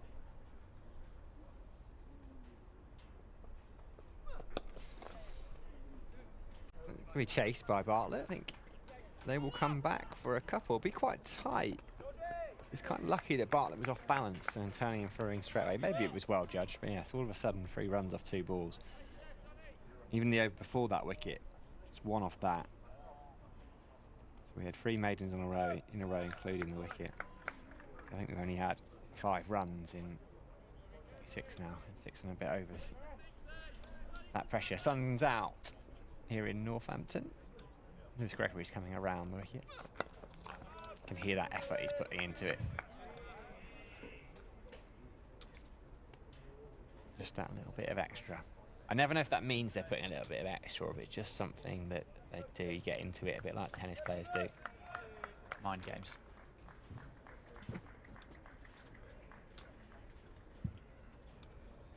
Email in from Dan. Not me. Email. Yeah. Cheering Somerset on from Singapore. And there we go. A bit further afield. Around the wicket, effort ball again. Good work from Lammonby. In at full slip. Gathers it on the bounce and has a shy. Steve Zeeb was back. Been to Singapore? I have actually, yeah. Any good? I'd recommend it. I would recommend it. I wouldn't recommend being caught eating anything on a subway station platform, mind you. You do get a little bit of a telling off. Yeah. But when you're hungry, you've got to eat, haven't you? So respect the rules, though. But it's a very, very clean city. It's a lovely place. Driven, nice shot. Speaking of lovely things, Safe Zoe moves on to 6. Overpitched by Gregory. He won't mind too much because he is happily inviting the drive, but that was a half volley and put away past mid-on the inside for 4. Yeah, lovely shot by Safe. And yeah, thanks Dan for emailing in. So you've got the title so far of the furthest afield during the game. I suspect Singapore by air miles is slightly further than Cape Town, and hopefully continue to enjoy your tipple. What will be, well, the evening, won't it, in Singapore? That's how time zones work. That's how time zones work. Just generally. It's a different time in different places. Absolutely. Henry's going to continue then. It's a decent length spell, this, for him. He is the man, though, that's done the majority of the damage. 13 overs, 4 maidens, 3 for 29. He's got 4 slips to Rob Keogh. Bashir is quite close at backward point as well. Have to do a bit of chasing now. They'll pick up a couple. I haven't seen him warming up at all yet, Sam. Try and kind of keep an eye on what the fielders are up to, and I haven't seen him go through any looseners yet. Bowled a lot of overs in that Hampshire game, probably more than he's ever bowled in his young life. He played the semi-final. Somerset made a change for the final, brought in Casey Aldridge. Both those young lads got a game. His parents were sat just in front of me. I nipped out of the press box, had to go and sit in the stand, and I think it was his dad, a product of Guildford Cricket Club, Shoaib. Rob Keogh gets in behind that one. Sorry, just missed out on him. Came in through the end. Well, you and I did some work for the National Cricket Counties Association, NCCA, or as you were calling it, the NCAA? NCAA. NCAA. The basketball tournament, March Madness. In Tring. On a May Madness, in fact, wasn't it, I think? Short. Didn't get up really, that one. He had aeons of time there. Just turn it around the corner for a single. Yeah, there's a lot of players coming out of that national county stuff now, picking up contracts. Particularly, that's one of the plus sides of the one-day cup competition not quite being what it once was. There's opportunities for people to win contracts. Yeah, well, when it's in direct competition to another format of cricket, Around the wicket. Henry to the left-hander. Fielders are out for the pull shot. Punching it off the back foot nicely. Dixon will put the slide in and does very well. They were looking for 2 there. The initial shout from Stacey was 2, but there was never 2 there by the time Sean Dixon had got to it.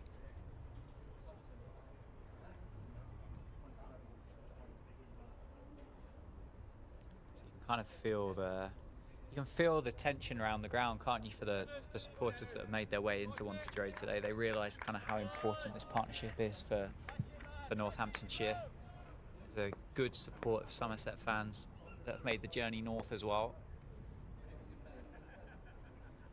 4 slips in again. Soft hands there from Keogh.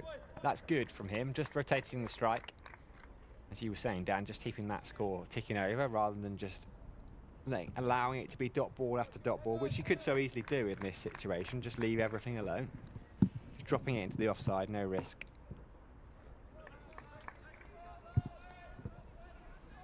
Still a long time to go today as well, so 57 overs after this one, so there's a lot of time in this game, even if we do lose Saturday, which the long-term forecast suggests we might struggle for much play. That's beaten backward point. Has he got the legs to get to the boundary before George Bartlett catches up with it? No, it doesn't. Does well there, Bartlett. Keeps it to 2. End of the over then, 132 for 5. Rob Keogh's got 17. Safe side has 19. What they really need now is a partnership. Northamptonshire, it's 15. How they would love to stick a 0 on the end of it. There's that scorecard. Vasconcelos to stand out. 78 from 104 balls. He batted beautifully. For Lewis Gregory got one just to nip back towards him to bowl him. Matt Henry, pick of the bowlers, through 14 overs now. Surely he's going to have a rest. 3 for 36. Lewis Gregory, 2 for 33. He's just come out of the attack. And that looks to me like the tall figure of Casey Aldridge, who's just bowled the 5 overs so far.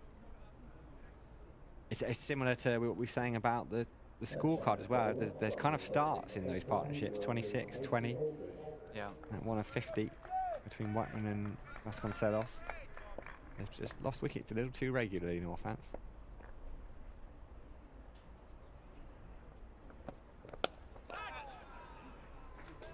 Starts with a boundary. Up his drive though, cries of catch it. It wasn't that close to Bartlett, but he wasn't in complete control of that. Keogh, he does move into the 20s though. Yeah, just pushed at it a little bit, didn't he? And fortunately, just wide of the fielder at point. But that scorecard, when you look at it and you see Vasconcelos on 78 and single figures, with the exception obviously of Rob Keogh, he's 17 not out at the moment. It's kind of paint quite a confusing picture, doesn't it? One looks as though they've kind of made real hay and the others have really struggled. Be interesting to see what Tom Abel and Somerset elect to do from the Lynn Wilson Centre, and whether they're going to continue with Matt Henry, who's bowled 14 overs so far, or still haven't seen Shoaib Bashir go through any looseness. Obviously, if he comes from this end to the right-hander, he's going to have the short boundary to contest with on the leg side. Craig Overton we're not convinced about, or is it going to be a change of ends for Lewis Gregory? Well, there's no indication. They're playing the poker hand pretty well here, because I can't see anybody limbering up. Craig Overton's in at second slip there next to Tom Abel, with Tom Lammonby on the right of him. Matt Henry, and I think Matt Henry might be at cover now actually. I think he is, isn't he? It's Gregory's at mid-off. There's Matt Henry. He'll be involved in the New Zealand White Ball Tour. September, ODIs, T20s. And they got a World Cup, haven't they? What? It's about 7 weeks that lasts for, isn't it? October and most of November, the 50 over World Cup. Yeah. Just the 10 teams in it though, aren't there?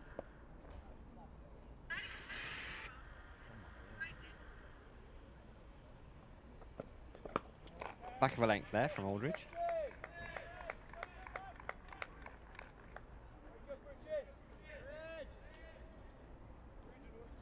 Might be the bowler that, if Northants want to try and take a few risks at some point, against Aldridge. If you can just get on top of him, and it just puts that doubt into Abel's mind. He wants to be able to rest and not use Overton and Gregory and Henry, or overuse them.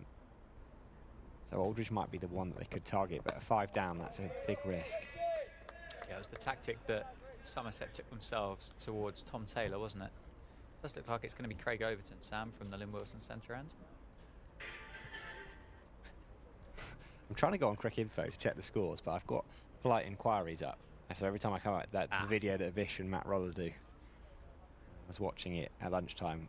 They had a very awkward moment where they were talking about James Anderson, and then James Anderson walked past with Stuart Broad, and he went, "Oh, why have you stopped?" And it's a bit awkward to talk about you when you're in earshot.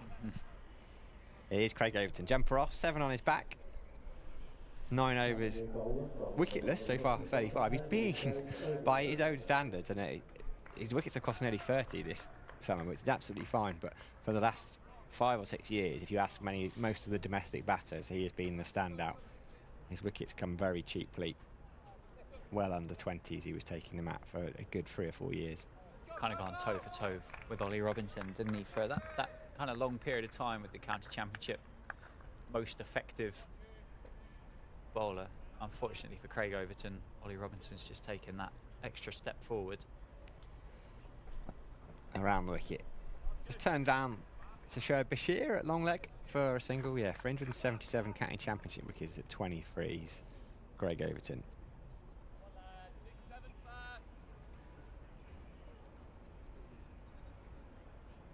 But if you go from 2017 onwards, they just cost 20 apiece.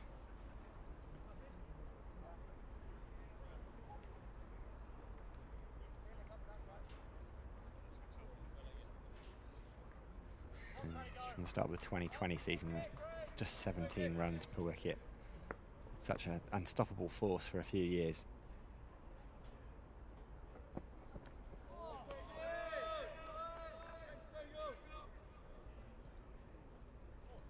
Rob Keogh, 21, batted nicely so far.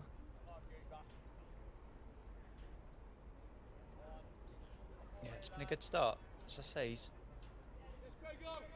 gone past 500 runs now for the year. That 100 against Kent, came pretty close against Kent again here last time out.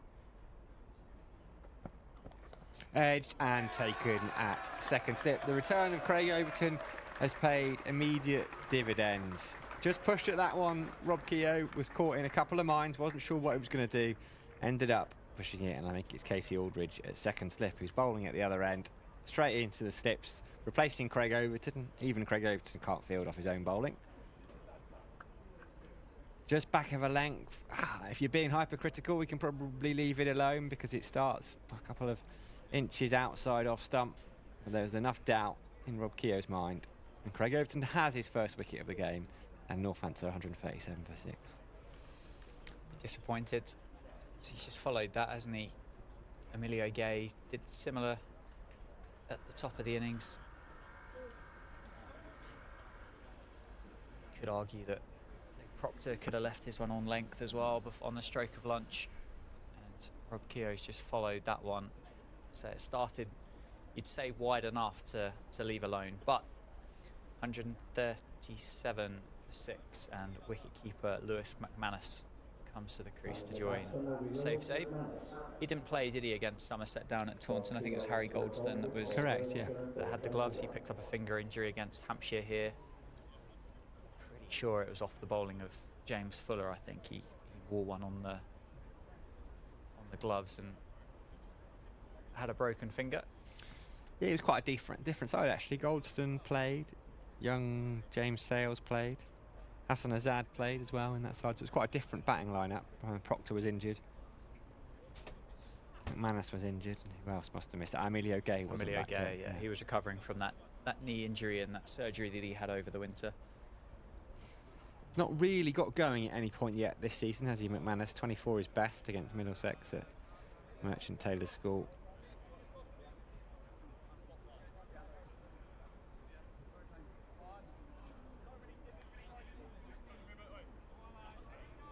Only a chatter out there from Somerset, that full slip will go back in.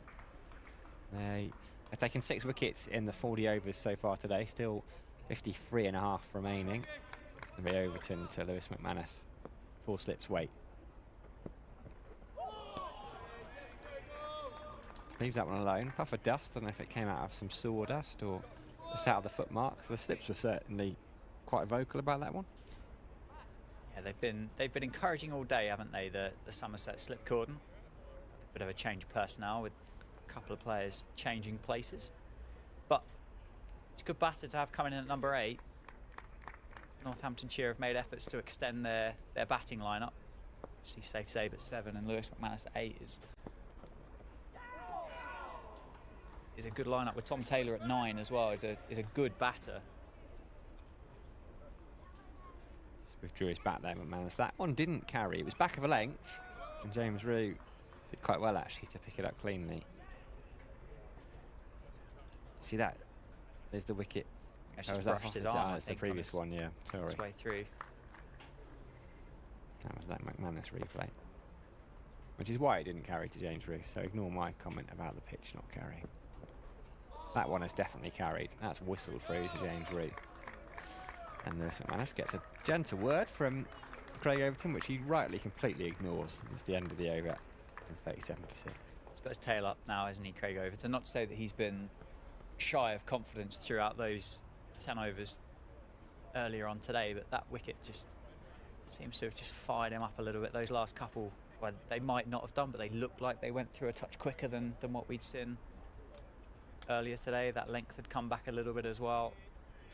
Going to be tough for McManus to start here against these two. They look to build a big partnership with Safe Zabe. Dan from Singapore has got back in contact to say that Cape Town is further from Northampton. There we Singapore. It just looks like it's a bit further on the map. Aldridge around the wicket to Zabe.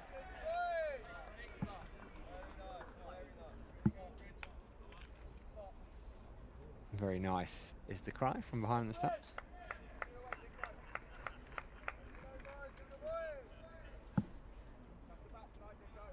Into double figures, Zabe. He's got 10. Needs to stick a 0 on the end of that, really. Someone here for Northampton has got to play a decent hand.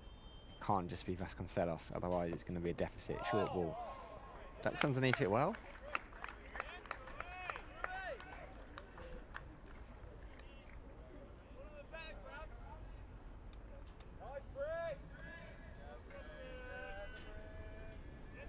James Rue taking a few plaudits for his take there. Looked fairly routine, but I think when your confidence is high as a fielding side, you tend to come up with a few more rogue kind of comments, don't you? The energy's up, the players are up. It's a good time to be out there. Some of those days in the county championship, I'd imagine from a fielding perspective, can feel quite long, and to have their opposition 6 down, still 214 behind, it's got every right to be up and about and enthusiastic. And the porridge, is that Casey Aldridge's nickname by any chance? I think it's just because they're, as you say, tucked into the leg side. They call him Ridge, so as you say, when they're buoyant like they are at the moment, come up with some absolute nonsense, don't you?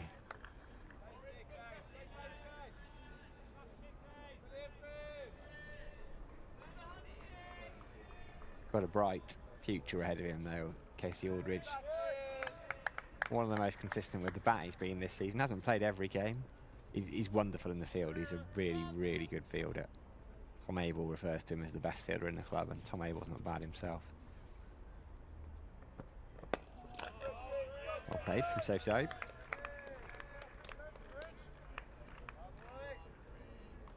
A lot of pressure on his shoulders now, isn't there?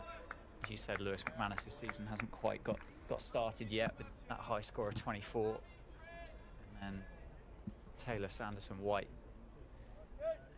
left to come for Northamptonshire. Safe's found himself in this position a couple of times already this year, so decent short ball there, Casey Aldridge, but Safe looks to play it quite well actually. He judges it pretty early, ducks underneath a couple of them, taking no risks. It's a maiden from Aldridge. 0 for 27 from his 7th. Another look at that. And bounce it. Straight underneath it. Thanks very much. Unflustered.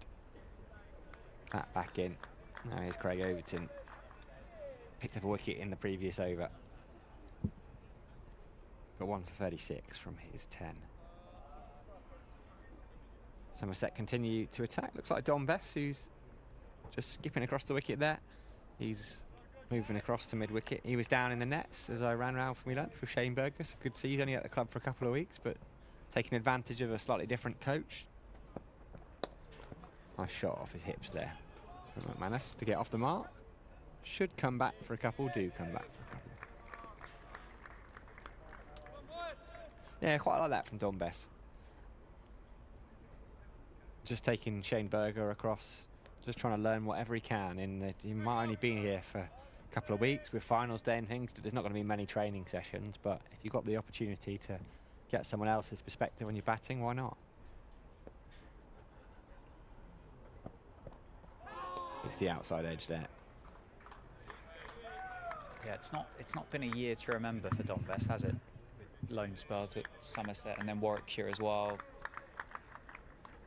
So yeah, any time that he can spend working on his trade, is so valuable. He's got another year left on his Yorkshire contract. They've had Moriarty from Surrey up there on loan. It's that time of year where there's a little bit of movement going on, isn't there? Ooh, and that, he was trying to leave it. It's lifted. I think he might have hit the bottom of his hands or the handle of his bat. Could have gone anywhere.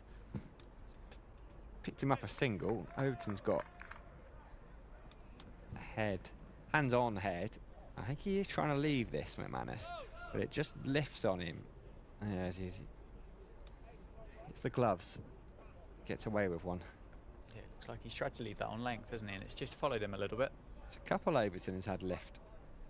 He's a big man, so he does get a little bit of extra bounce. He's not an out and out quick.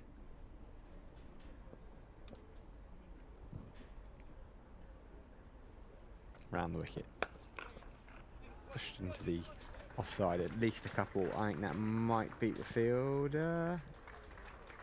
Does beat the fielder. Nice shot from safe side. Moves on to 14, just on the back foot, playing it over the bounce, gets on top of it. Yeah, we're in that time where there's a lot of moves being announced. I saw Rob Jones has signed for Worcestershire, having just got 100 at Lancashire, and they've left him out immediately. Yet they played Danny Lamb, who they sent out on loan. It's just odd how things work, isn't it? He's off to Sussex, isn't he, next year?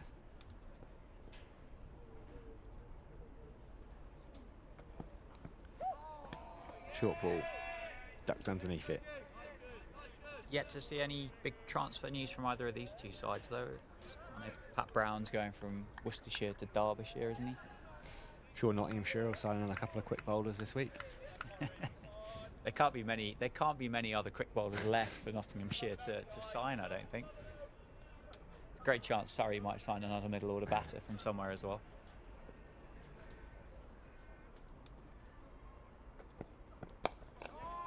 Push into the leg side for a single. I have to say, Dan Lawrence, right, since he's gone to Surrey, you're effectively handing in your notice, aren't you, when you don't sign a new contract, sign a new deal. But he has been magnificent for them, Dan Lawrence.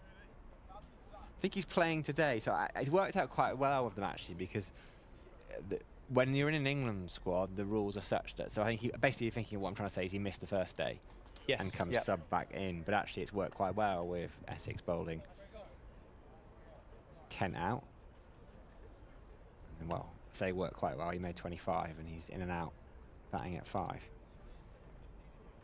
Well, they have pushed into the lead there, 238 for 4. That's a game that Northampton will have a keen eye on because Kent are the side immediately above them. Essex still pushing for a championship, you know, as Aldridge continues around the wicket.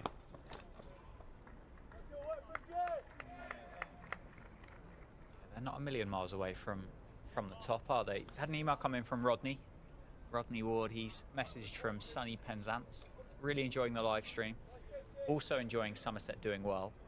couple of questions, one of which I think you're going to be the best qualified, well, maybe not the best qualified person, but you'll be the best qualified person here to answer. But the first one's going to be about, can you explain why so many sides give so many cheap runs away down to third man? Oh, don't start me on that. Don't mind seeing a batter deserve a 4 with a genuine cover drive, but so many edges go down there and batters get an undeserved boundary. A bowl from Casey Aldridge, well kept out by McManus. I think in this instance today, particularly if we're talking about this Northamptonshire innings with Somerset, I mean, they've had 3, if not 4 slips in most of the day. If they were going to have a fielder down at deep third as well, you'd almost be kind of saying, well, we don't trust the 4 slips to stop the ball in the first place. And a traditional, like, deep third would almost be kind of behind 4th slip. It would almost be a little bit of a wasted position. And that one that went through Sean Dixon at 4th slip, they'd just taken that step forward, hadn't they, because of that one that dropped short a couple of balls before. Yeah, it's a bone of contention for a lot of people, isn't it, that fielder down at deep third. I'm just having a look at the wagon wheel. So the 141 runs, 25 have come down there, 5 boundaries. Then there's quite a lot that have gone down to fine leg and been kept to singles. So that's one's tucked off the legs, but it's straight to the fielder, Sean Dixon, so it'll be no run. Yeah, I've said on multiple games before that you don't set a field for bad bowling. Bowlers shouldn't, yeah. It is frustrating, I think, as a bowler, if you bowl a decent delivery, find an outside edge, and suddenly they get a boundary from it. Actually, you shouldn't really be offering them too much down to fine leg, unless that's the plan, unless you've got a fine leg and a deep square leg. But I'm with Rodney on that one. Back of a leg, protecting to the leg side, but then you've only got 9 fielders, really, haven't you? You can't have someone everywhere. Yeah, say you take cover away, say you move them down to deep third. Instead of having that flashy drive that you're trying to beat the fielder at cover, you end up with a lean on it, that because you've got such a wide open space to work your way through. That then I think becomes a little bit easier to play rather than the throw your hands through the cover drive to beat the fielder. I'm moving fine leg across though. I'm saying to my bowler, okay, don't bowl there. If you bowl there, then we're not going to have much fun here because you're going to concede easy runs. You want your bowlers. It is tough. It is tough. Captain Sam Dowling. It's very tough to say it from up here, sat behind glass, not having to actually do it. Stream at Northamptonshire, powered by Dafabet. The second part of Rodney's email, so thanks Rodney for emailing in. He says, also with my Somerset hat on, Craig Overton must be due a recall to the England side. One of the best fielders in the country at either slip or in the outfield, and no mean bat. Keep up the good work. Best wishes, Rodney Ward. What's your thoughts on a potential recall for Craig Overton? His problem in the test team, as he has ball in hand and 4 slips waiting. Oh, he's got a wicket. There we go. It's as if Craig Overton was about to hear me saying he shouldn't get in the test side because he has cleaned up Lewis McManus. Off stump is out the ground. He has his second of the day. Northamptonshire are 7 down now and in a lot of trouble. They still need 104 runs to avoid the follow-on. If Tom Abel were to enforce it, let's have another look at that. Craig Overton wicket. Again, just pitches and moves slightly away from McManus. He plays down the wrong line, has a look, he's a bit confused. It was a beauty of a delivery from Craig Overton to start the over. Northants have lost their 7 wicket down. Yeah, it's starting to look pretty ugly, that scorecard for Northamptonshire, isn't it? It's just seemed away slightly from Lewis McManus. It hasn't done a massive amount, but just enough for Craig Overton to pick up his second. New man's going to be Tom Taylor. Again, no slouch with the cricket bat whatsoever. Tom Taylor. He's got 159 runs so far this season with a high score of 53, which came against Somerset, I think, in the reverse fixture down at Taunton. Yes, I think he did. He had a little bit of fun. Tommy Taylor. Look, on the Craig Overton point, there's too many people ahead of him at the moment. Maybe if Wokes and Anderson and Broad all retire relatively soon, as we see that wicket again, Overton, then he's probably next there and thereabouts. White ball cricket, I think he's actually at the very top of his game. He was brilliant in the Blast as a leader, and he's, as he said, wonderful in the field. 22 catches he took in the outfield in the Blast. That's the highest by any fielder, including wicket keepers, in any tournament. He just doesn't drop it. He's brilliant. He's often at long on. So often quick bowlers, the big tall men, are at long on, long off these days. But yeah, I can't see him getting back in the Test side, and that's not to necessarily say he wouldn't do well. His batting has fallen away a little bit. A couple of years ago, he started to take his batting a bit more seriously. I think I need to try and push my average up to be a genuine all-rounder, and it's just not quite had the numbers in the last couple of years. And Taylor is tucking that one off his hips for just a single to get off the mark.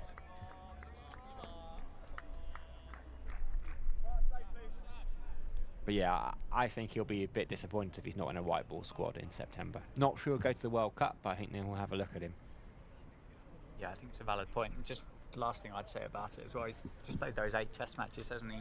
When you look at them, he's had 2 away in Australia, which for most English cricketers is you almost write your own certificate, don't you, when you tour Australia in an English Test squad. He had 2 away from home in that West Indies series, one of which was that game in, was it Antigua? Did he play the first one? He did, and that pitch was, well, absolute flat as pancakes, wasn't it? To go with the one in the second Test in Barbados. So he's had half of his Test matches away from home, 3 of which would have been in conditions and kind of facilities that really would not favour a guy that's going to bowl low 80s. Alone. It's the perfect point. It's that West End that you think, if you're going to give Craig Overton a go in the Test side, give him the new ball, the Duke's ball, in England in early summer. Don't send him to the West Indies and ask him to do a job that no seamer is really going to be able to do at that pace. Yeah, and he played 2 Test matches against India in 2021. Or sorry, against India in 2021. He picked up 8 wickets at an average of 21. So, yeah, it shows they're in the right conditions. But unfortunately for us, we only get about 4 months of summer in the UK, don't we? So you've got to be quite effective for the other 8 months when England are touring overseas. But he is really, in that current side, he's the Chris Woakes replacement. And who are you going to pick, Chris Woakes or Craig Overton? As much as I love Craig Overton, Woakes every time, and Woakes showing it with the wickets he's taken, and Woakes is batting as well. I was having a quick look. 2021, Craig Overton averaged nearly 27. Like, that's a kind of good number. Bearing in mind, Woakes was averaging in 30s, scoring quite a lot of hundreds in first-class cricket before we played Test cricket. But Craig Overton's career average is something like 21, 22. Helmet's on then, so I'd imagine it's George Bartlett who's gone in underneath it. Tom Craddock-Cadmor's at long leg. There's a deep square leg as well, just 3 slips. Double bluff, just pushes that one up outside off stump. Beats the outside edge. 149 for 7. Yeah, well, thank you, Rodney, for your email. Good talking points that spent a bit of time discussing on the stream. If you'd like to send any other questions in, you obviously can do, popping up on screen there. Twitter, NorthamptonCCC, email stream@nccc.co.uk. Grateful to all of you choosing to watch the live stream on day 2 here at Wantage Road, and obviously be grateful for your company if you elect to get in contact with us as well. Safe saves on 17 off 32.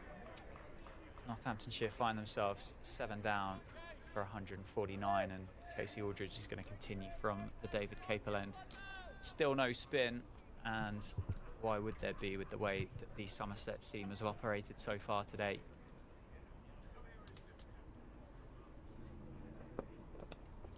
That is the outside edge. It's not carried, it's gone through the slip cordon. Safe save's going to pick up a single. Genuine edge though. It's 150 up for Northamptonshire, or 45.1 overs. 150 for 7. It's going to be the big question, isn't it? Firstly, can Northamptonshire get to that 202 mark to negate that decision for Tom Abel? If they can't, is there much of is there thought as to whether Tom Abel has a bat again, or just look to stick Northamptonshire back in again? You've got to have a proper think about it. He's had the opportunity to do so 7 times, Tom Abel, and he's always done it.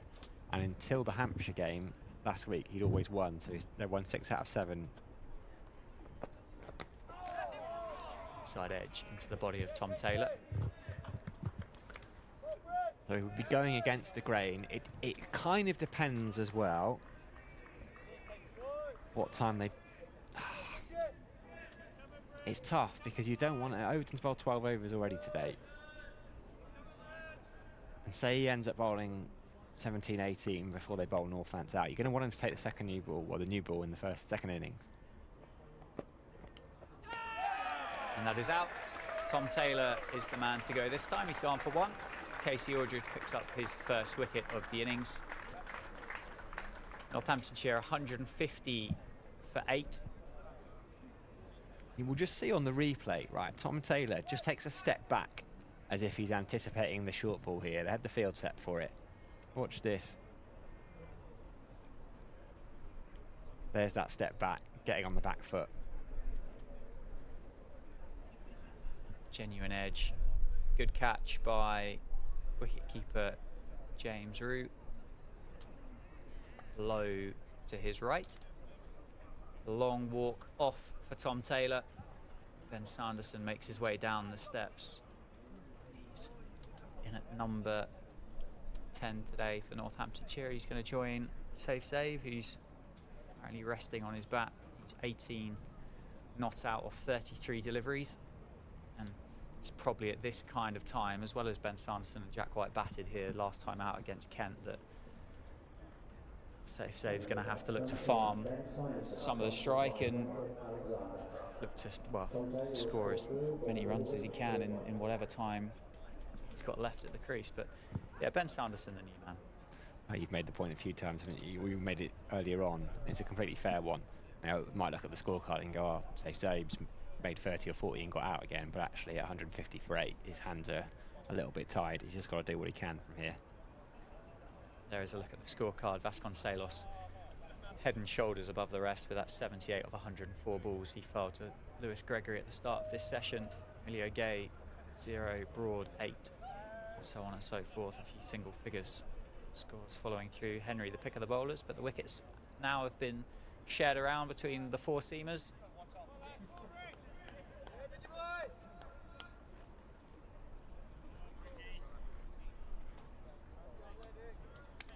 Short leg in place, 3 slips, catching mid-wicket. Is that Matt Henry at cover? Quite a short cover, just on the edge of the square. Casey Aldridge has got 3 balls left in this over. He's got Ben Sanderson on strike. Sanderson plays that one down the ground nicely, times it past Matt Henry, gives chase. It's going to be a bit of a teaser for the Kiwi. He's going to lose the race. So Ben Sanderson gets off the mark with a 4. If you talk to a lot of kids that play cricket. I was talking to the cricket kid's dad on Monday, and he was saying the kids are just interested in strike rates now, not interested about the runs. They just want to know the strike rates, and 400 strike rate for Ben Sanderson.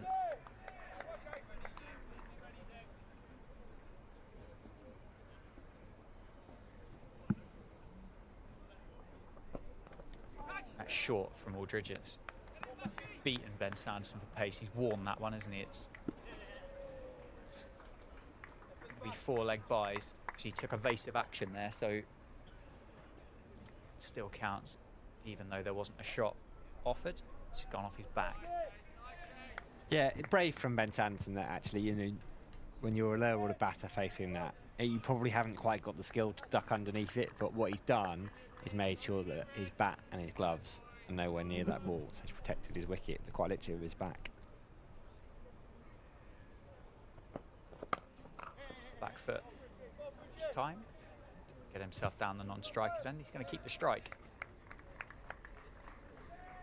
Takes 1 off the final ball. So a successful over for Casey Aldridge. 9 overs, 1 maiden, 1 for 35. Wicket of Tom Taylor falling in that over. Craig Overton going to carry on from the Lynn Wilson centre end. So he's going to have his first bowl at Ben Sanderson today. England are having a bit of fun up at Old Trafford. 90 for 1 in the 13 overs after lunch they were. So Sorry. steady sevens. If England in the 13 overs after lunch, 90 for 1. So 160 for 2 they are. Probably got an eye on the weather again. Yeah. Saturday's meant to be a washout. I got day 5 tickets, so I'm doing a little rain dance. Everything crossed, yeah. Absolutely. Did you want to, not right this second, but do you want to take us through a little trip around the county scene, see what's going on in the other fixtures around the country? Short from Craig Overton. 3 slips and a leg slip with a short leg for Ben Sanderson. Tom Kohler-Cadmore down at fine leg as well. Chris Wyborn, he's watching from Taunton. He's emailed in and he's said there's 80% chance of rain on Saturday. Needs to follow on if he, Tom Abel, wants a result, in my honest opinion, of course. And that is out. Outside edge from Ben Sanderson through to the wicketkeeper James Rood.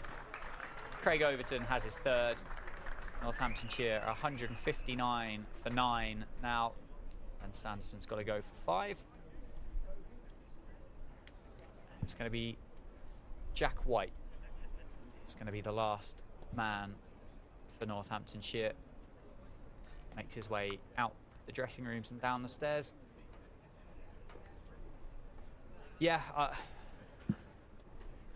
I think it would be absolutely the right thing to do for Tom Abel and Somerset to enforce the follow-on here.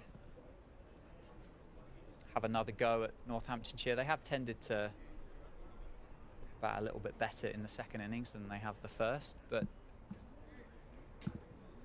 as Chris has got his eye on the weather forecast, I'm sure most of the Somerset management team have as well, and will be very aware that Saturday looks like it could be washed out. And I mean, what are they? There's still 192 runs in ascendancy here at Wantage Road, so plenty of time to play with. Well, quite. And if you've got to push home your advantage when it's there, and actually Northampton are going to be low on confidence. If they can get Vasconcelos early a second time, they'll get another new ball as well. And if they take this last wicket relatively soon, then you still only got 13, 14 overs out of Overton. Gregory's just bowled 11, Henry 14, so they're relatively fresh. Yeah, and as you said, I mean, Matt Henry hasn't bowled for a little bit, so he could take that second new ball. You mentioned about Lewis Gregory's taken the new ball quite regularly in his career as well, so they've got 2 new ball bowlers there if and when that happens. As I say, Jack White batted really nicely against Kent here the other week, so they're of course going to have to remove the number 11. 3 slips, leg slip, short leg in place. In the body, flicked off the hip, down to fine leg for 1. Off the mark straight away.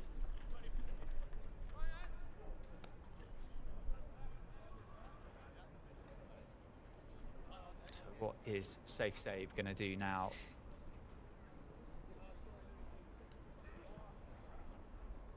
Stick with those 3 slips. The fielders are just dispersing, aren't they? Fine leg stayed out. Deep square's gone. Deep point is making his way out towards the signal box and the scoreboard. So there's singles on offer for Safe Sabe at the moment if he wants to take it. Turns that one into the leg side, into the pocket there, and he's definitely going to be able to come back for 2 at least. I think it'll only be 2, so he can keep the strike. Move himself to 20. Nicely played into that big gap on the leg side.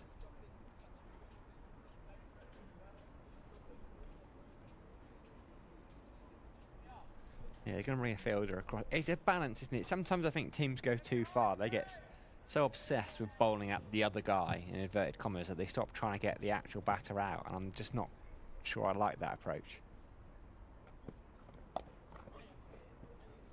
So there we go. It's going to leave Jack White 1 to face off Craig Overton's 13th over.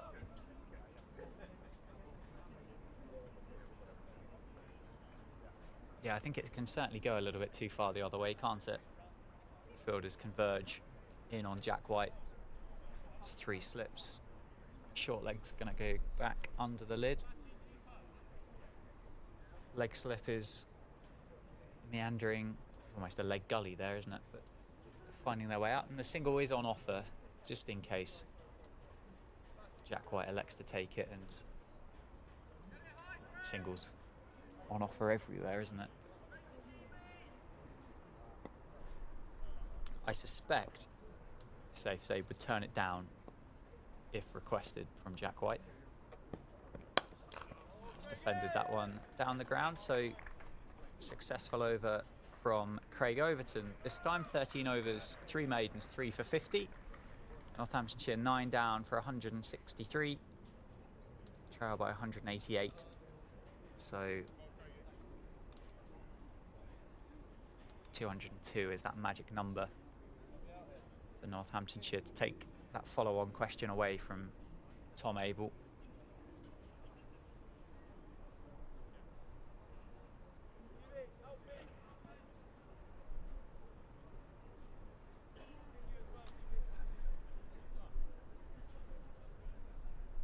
Must be incredibly tricky as well for the recognised batter to be batting with the 10, 11. I mean, you don't see it quite as much now because 9, 10, 11 tend to be able to bat, don't they? That's gone up, and that is massive. That is huge from Safe Save. That's out of the ground, over the Briggs and Forrester stand. That is 6. That is enormous, Sam. Yeah, it's a brilliant shot, wasn't it? It's just back of a length, and he is, quick as you like, swiveled on that, helped it on its way. He hasn't even really had to hit it that hard. He's just helped it on its way. Casey Aldridge just looks and goes, okay. Fair enough. And I think umpire Long will head off to retrieve a new ball because I'm not sure we're going to get that one back. I think that's probably in someone's back garden. I've had the pleasure of feeding the bowling machine to Safe Save, just as a bit of a.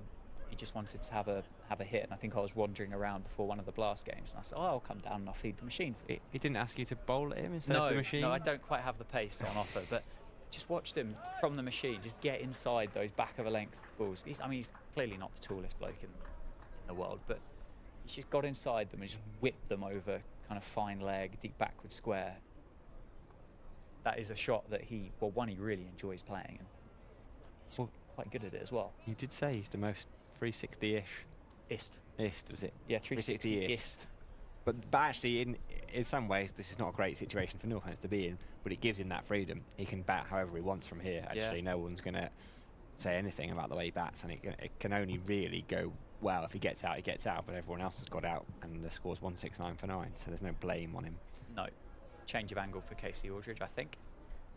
So he's noticed the fact that leg side boundary is quite short, isn't it? I don't think he's going to be offering that line to Safe Save again. Did indeed offer that line, but I think he took the pace off that one, didn't he? Slower ball from Casey Aldridge and just beat Safe Save, but he was eyeing that area up. Got fielders just changing. I think Lewis Gregory's moving to deep square leg, and I'm quite sure who that is with blue sunglasses on his head, but they're moving down towards kind of a fine-ish square. Width offered, cover drive. I think that's going to beat the man. That's 4 more for Safe Save. He moves to 31, powerfully struck through the offside this time. Northamptonshire 173 for 9. Yeah, he belted that. Fielder's out there at long off, but only 5 to 8 yards to his right, but nothing he could do at all. It's not much of a chance, did he, down at long off? Change of angle again from Casey Aldridge.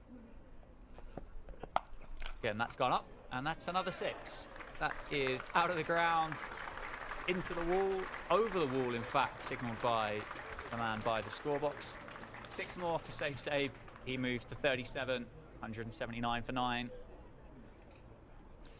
And this is sort of what I was getting at in the previous over. This is we might try and bounce him out top edge one, but give him one, like, concentrate on getting him out. Like, would they be doing this if Northants weren't 9 down? And if the answer is no, then it's perhaps not the right thing to do. Maybe they would, I don't know. I think particularly to Safe. I think he's been only second to Chris Lynn in the T20 Blast for Northants in the last 2 seasons in terms of run scorers. as I said, quite poorly, that he is Northampton's most 360-ist player on the books. It must be some kind of terminology, that, mustn't it? People kind of know what I'm trying to say. And for him to have the possession of all of those shots, then yeah, it's a dangerous man to have in this situation, almost like a caged tiger. On offer again. He's going to take a single off the 4th ball of the over.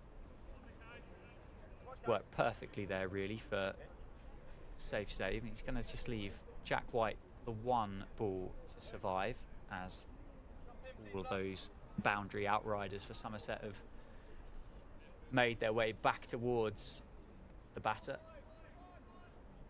And so now you're giving yourself 1 ball where you're trying to really take a wicket.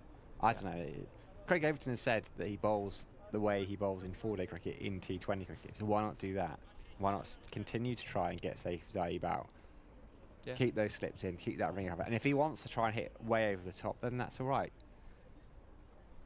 Yeah. It's difficult to be critical when they're taking 9 wickets in 48 overs. Well played in the end from Jack White. He just started to turn his back on it there, didn't he? And realised that might have been a little bit straighter than what he first thought. Successfully survived the end of the 48th over. He's looked to kind of duck that, hasn't he? And then realised that it potentially wasn't as short as what he first thought. You're right, he does quite well there, I think.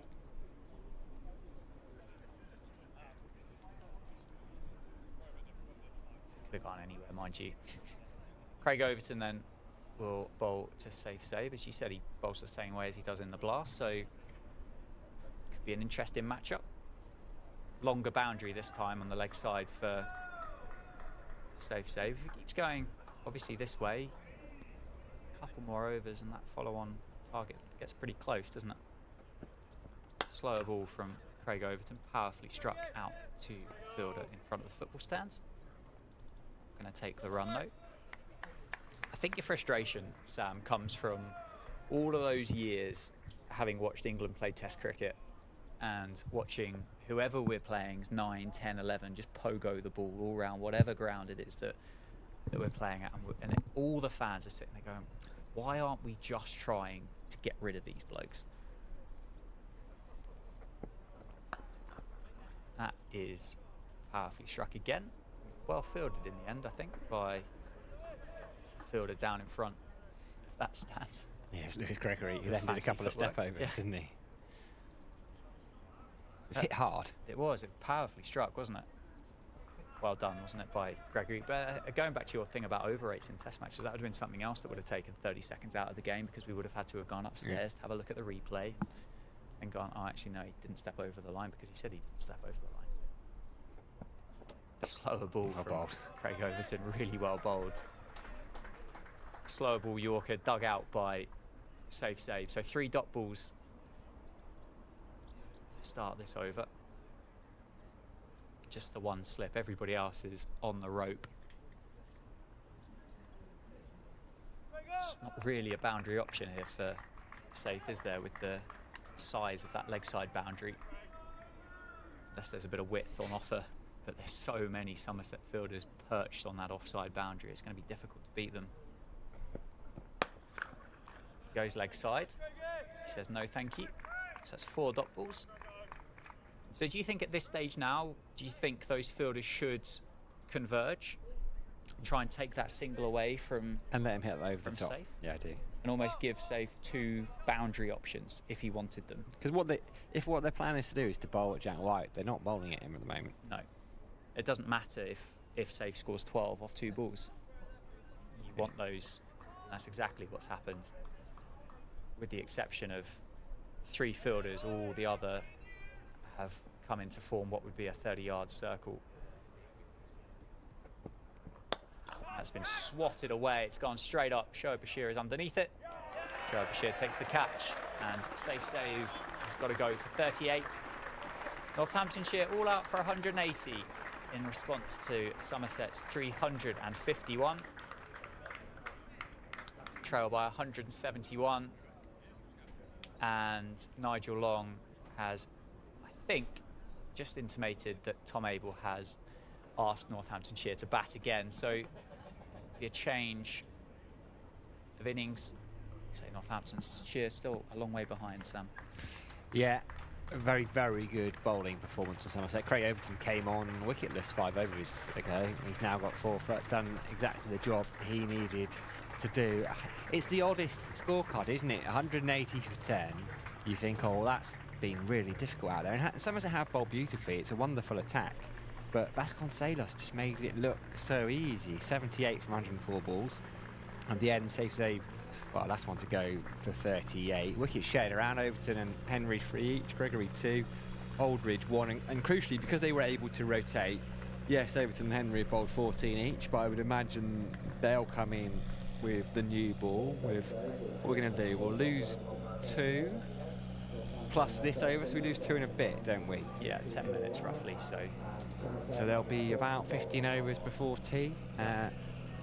Aldridge and Gregory both relatively fresh. I mean, it couldn't have gone much better from a Somerset perspective, really. No, they've been superb. As you said, it does make slightly strange reading when you look at that innings of Vasconcelos in comparison to the others, but Northamptonshire should take that innings of Vasconcelos into consideration and realise the fact that there is an ability to bat time and score runs out there and take this game as deep as they possibly can. So yeah, we'll take a 5-minute break, shall we, Sam, and we'll come back whilst the heavy rollers finish doing its job. We'll see you at about 3:20.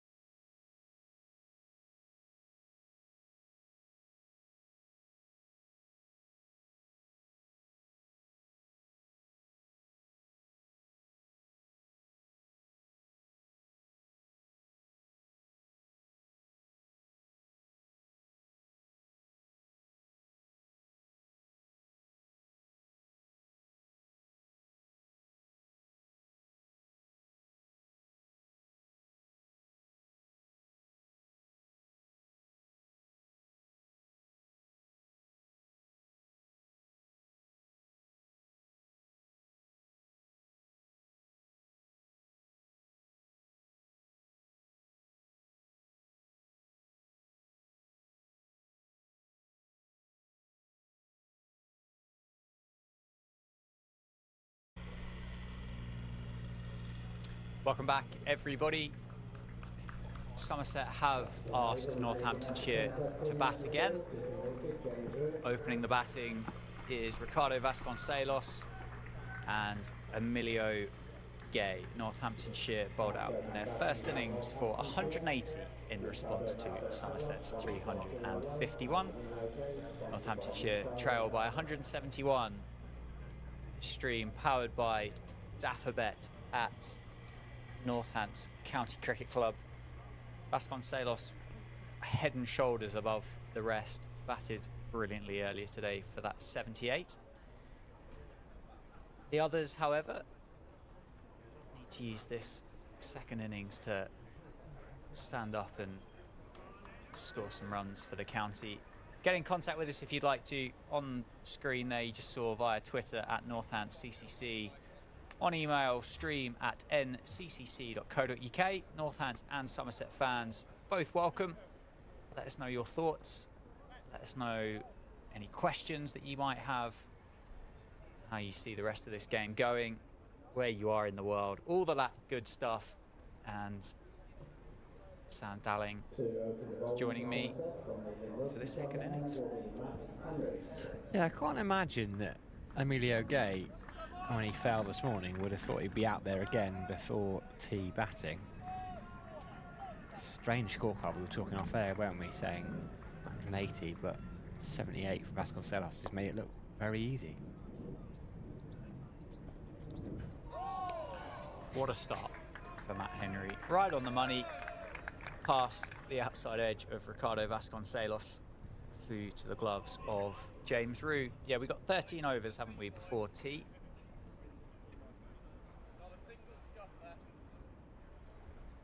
Comment from, not quite sure who that was, but not a single scuff, I think, was the comment. So Matt Henry hitting the seam straight away.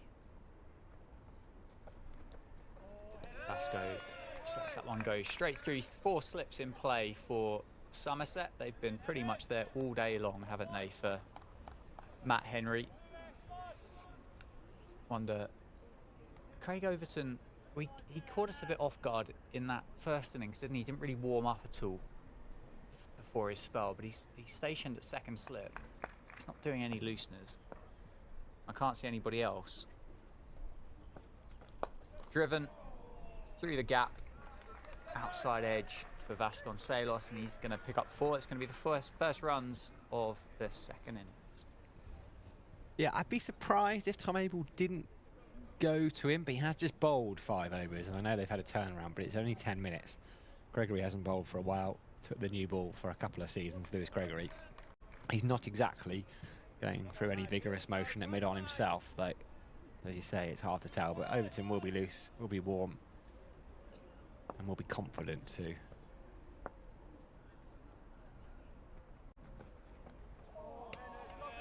Challenging that off stump of Vasconcelos. Matt Henry's been superb, isn't he? He's been brilliant to watch from a Somerset perspective, and from a cricket fan's perspective as well. He's been thoroughly enjoyable to watch. Not so much from a Northamptonshire perspective. But he's a high-class operator.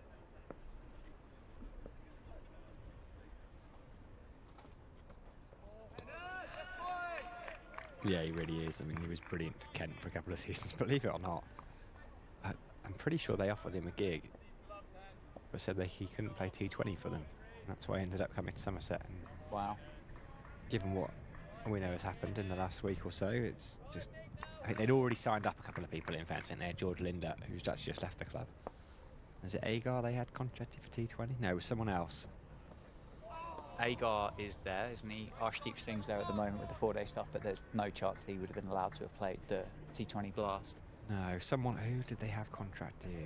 Was it Jai Richard? One of the Richardsons maybe they had? Jai or Kane? Possibly Kane? Yeah. I don't think Jai's been over. I don't know. But either way, there was basically no room for Matt Henry to play T20 cricket. He wanted to. He ended up winning it with 31 wickets himself. Lewis Gregory, go for the new ball. Yeah, well, just got to be careful with Craig having bowled 5. Well, Emilio Gay is on strike. Going to face his first ball of the second innings. just lasted 2, didn't he, in the first? He was caught by James Rue off the bowling of Matt Henry on a ball that argument that he didn't have to play at, but he's a busy cricketer, is Emilio. Enjoys feeling bat on ball. He scored 89 against Middlesex last week. And that one is a bit of a gift for Emilio. Lewis Gregory bowling one on the leg stump. Emilio Gay turning it around the corner. He gets off the mark with a 4. Sometimes takes, as I said earlier, Gregory, just a couple of overs to get that back loose. There's often a foot ball somewhere in that first over, which we saw this morning, didn't he? He went for 8 off his first over, I think. He did indeed.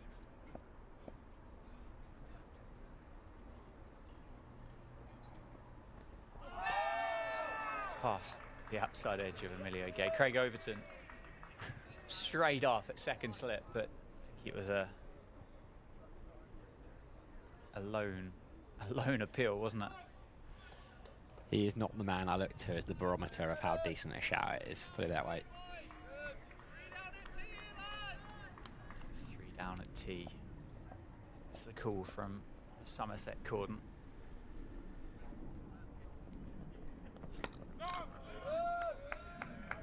Just got to put it out of their minds this morning and early afternoon, haven't they? Start again, forget about what's gone before in the previous 45 overs or so. Just think about what lies ahead. Yeah, well, unfortunately for Northamptonshire, they've found themselves in this position a couple of times, so it's not going to be unfamiliar to them. It's a testing division. It's a very high quality division. There are no real easy games in this league. Straight from Lewis Gregory. Worked so well for him in that first innings, didn't he? Just targeting the stumps. See why he's going to change that at all from the David Capel end this afternoon session. Yeah, testing period of time for Northamptonshire to negotiate. Left well alone. It'll be about an hour, won't it? Those 13 overs, just under. Yes, he scheduled for the later of, basically 3:40, and when there's 32 overs remaining in the day. Apart from on the final day where we're on set times. So yes, it's going to be nearly 4:30, I think, by the time they have tea.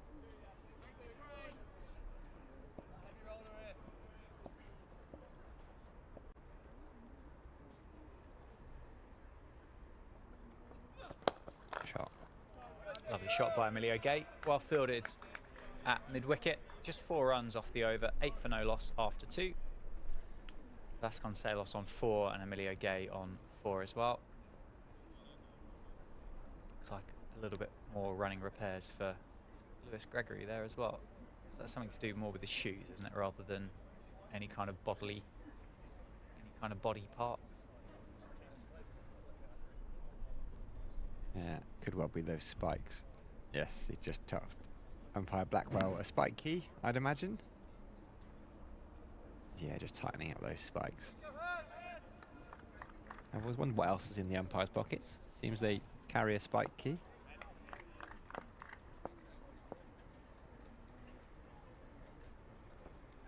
Oh, one absolute beauty from Matt Henry. It's gone almost through Vasconcelos there. He looks at Emilio Gay and can't quite believe what's happened, I don't think.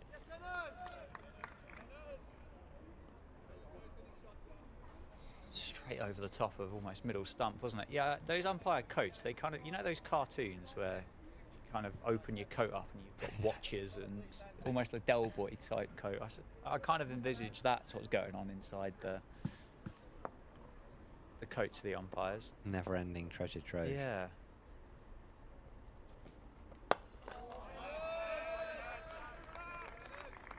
Out on ball this time for Vasconcelos. Say it wasn't as easy for him against Matt Henry, was it, as what it was against Craig Overton earlier on today.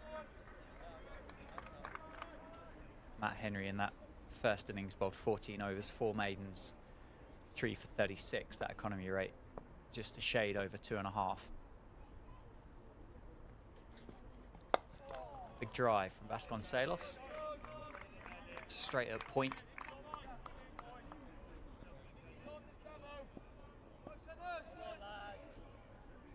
They won't mind that at all, Somerset, those kind of drives.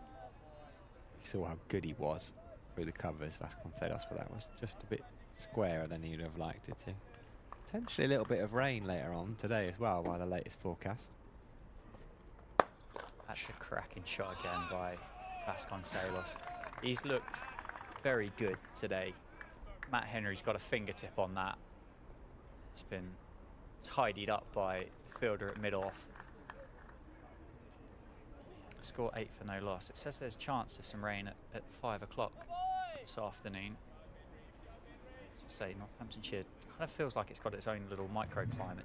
It changes quite quickly, so there's no real guarantee that that's going to find its way over the ground. But so I was talking to Alex. There was one. It was the game against Hampshire. I'm sure it was. There was similar to that. There was just 1 hour worth of rain, and it was quite biblical to the point that there were like ducks and geese landing on the outfield.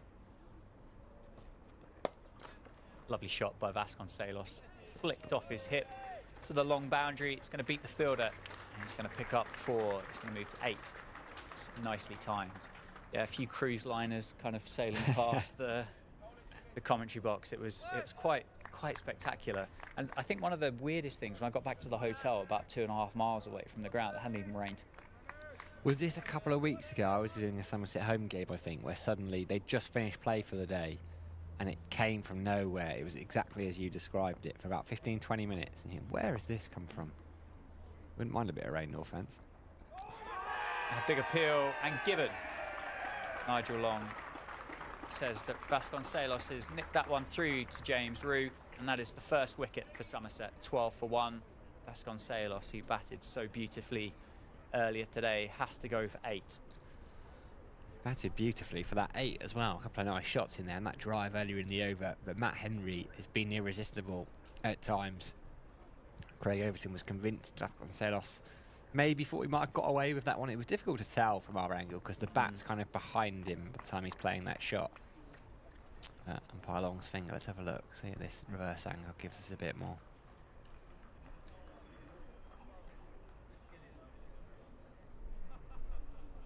Still really difficult to tell, isn't it? The umpires have changed ends, but he isn't going to be the first batter to have been adjudged to be caught behind from the Lynn Wilson centre end, to have just hung around a little bit longer than what they might have done. Justin Broad then in at 3. 12 for 1 is the score. Matt Henry has the first wicket of this second innings.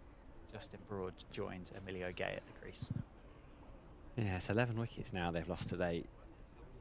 Northants. They just need a couple of partnerships to even, at the moment, don't want to be overly critical, but it's getting a little bit embarrassing to lose 11 wickets this quickly. 50 overs or so. Just need a little bit of application. There's all the talent out there. It's a shame. I would have enjoyed watching Vasconcelos for a little bit longer. Maybe it'll be Emilio Gay's turn. They just need a couple of guys to stick around. It's hard. It's not easy. You've got Overton, Henry, Gregory coming at you. All of whom have played international cricket. All of whom probably suit these conditions, actually. A bit of cloud around, new ball in hand.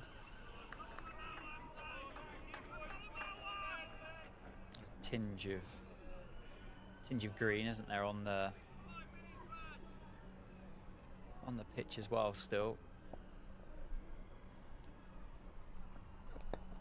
Lewis Gregory squares up Emilio Gay, but that's gone down off the outside edge. 3 Somerset fielders go for the big chase. Emilio Gay picks up 3. Justin Broad will face up against Lewis Gregory for his first ball of this second innings.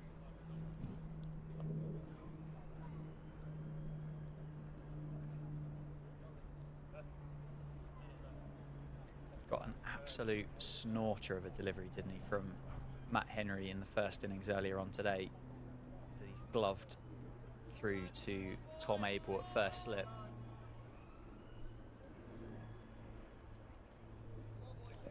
There wasn't much he could do with that, was there? Had a little bit of a spike on the effects mic there. I think a few of the Somerset slip cordon might have heard that same noise, but it's gone through to James Rew, and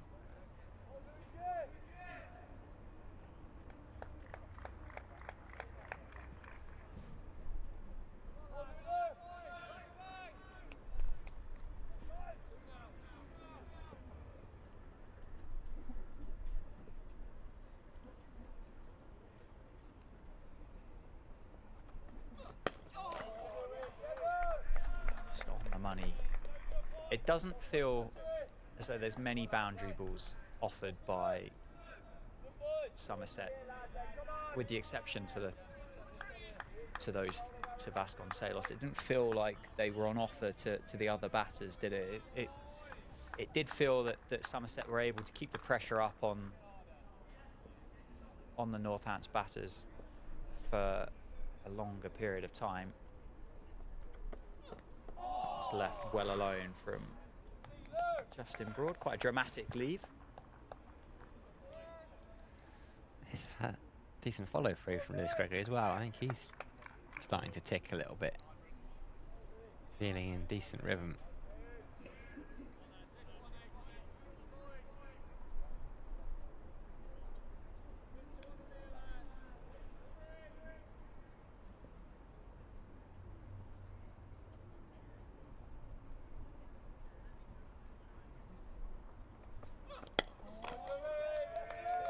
Solid defence by Justin Broad. Just in a period of the game here that it's awkward, isn't it? It's an awkward kind of 45, 60 minutes through to what will be tea at that point where those 32 overs are remaining. It's equally awkward that Northamptonshire find themselves 156 runs still behind. It's almost a case of you've just got to bat normally at this point. Just take almost every external factor out of the equation. The 156 obviously is relevant, but it almost needs to be irrelevant. The fact that there's 9 overs through to tea needs to become irrelevant. The fact that they're bowled out for inside 40 odd overs needs to become irrelevant. It's almost just need to go again, almost starting. Essentially, you need to take the mindset, I think, of those innings of those first two just didn't even happen, I think. Yeah, absolutely. There's got to be some application, and they just need a couple of partnerships. And they say that yes, you've got to have one eye on the deficit, but actually, if you're there for long enough, that deficit will reduce. It's not huge, is it? 150 is not a massive amount of runs. If they can't lift themselves out of this rut, no offence, then they're in danger of it being over tonight, or all bar over tonight. And that would lead to questions being asked, I think, in a day.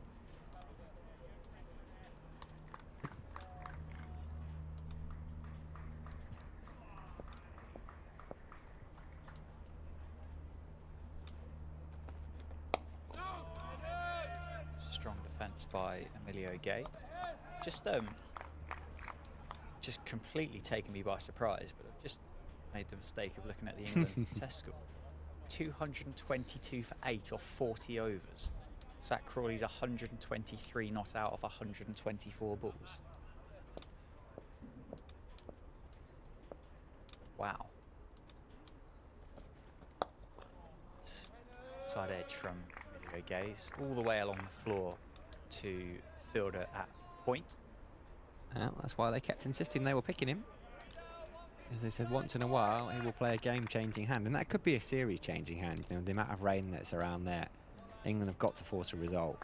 Australia can just hang around for the draw. Maybe will they regret not picking a spinner? Travis Head playing rather than Todd. Well, he's not playing rather than Todd Murphy.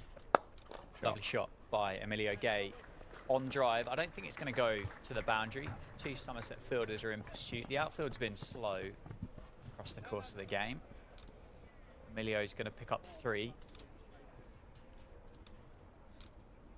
He's going to move to 10. 18 for 1. Justin Broad will have 3 balls from Matt Henry. We were going to go around the grounds down, and then that kind of 9th wicket fell, so we thought we'd better stick with this one. But I'll do a couple of updates if that's all right. We'll go to Lords first. Middlesex 47 for 3 in response to Surrey's 4-3-3. So that's a game that Northants will have an eye on. Abbott, Jamie Overton and Jordan Clark taking the wickets. So Stoneman, Milan and Robson all going for scores in between 10 and 20.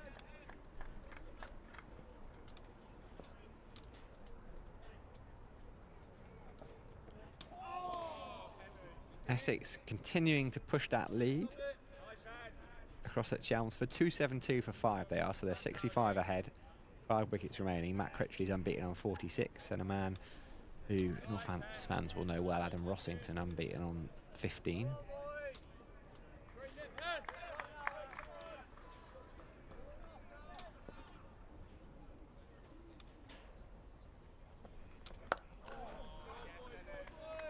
They're off for rain. Edgbaston with Warwickshire 43 for 2. Will Rhodes unbeaten on 27 against Lancashire. Lancashire fringe in 27.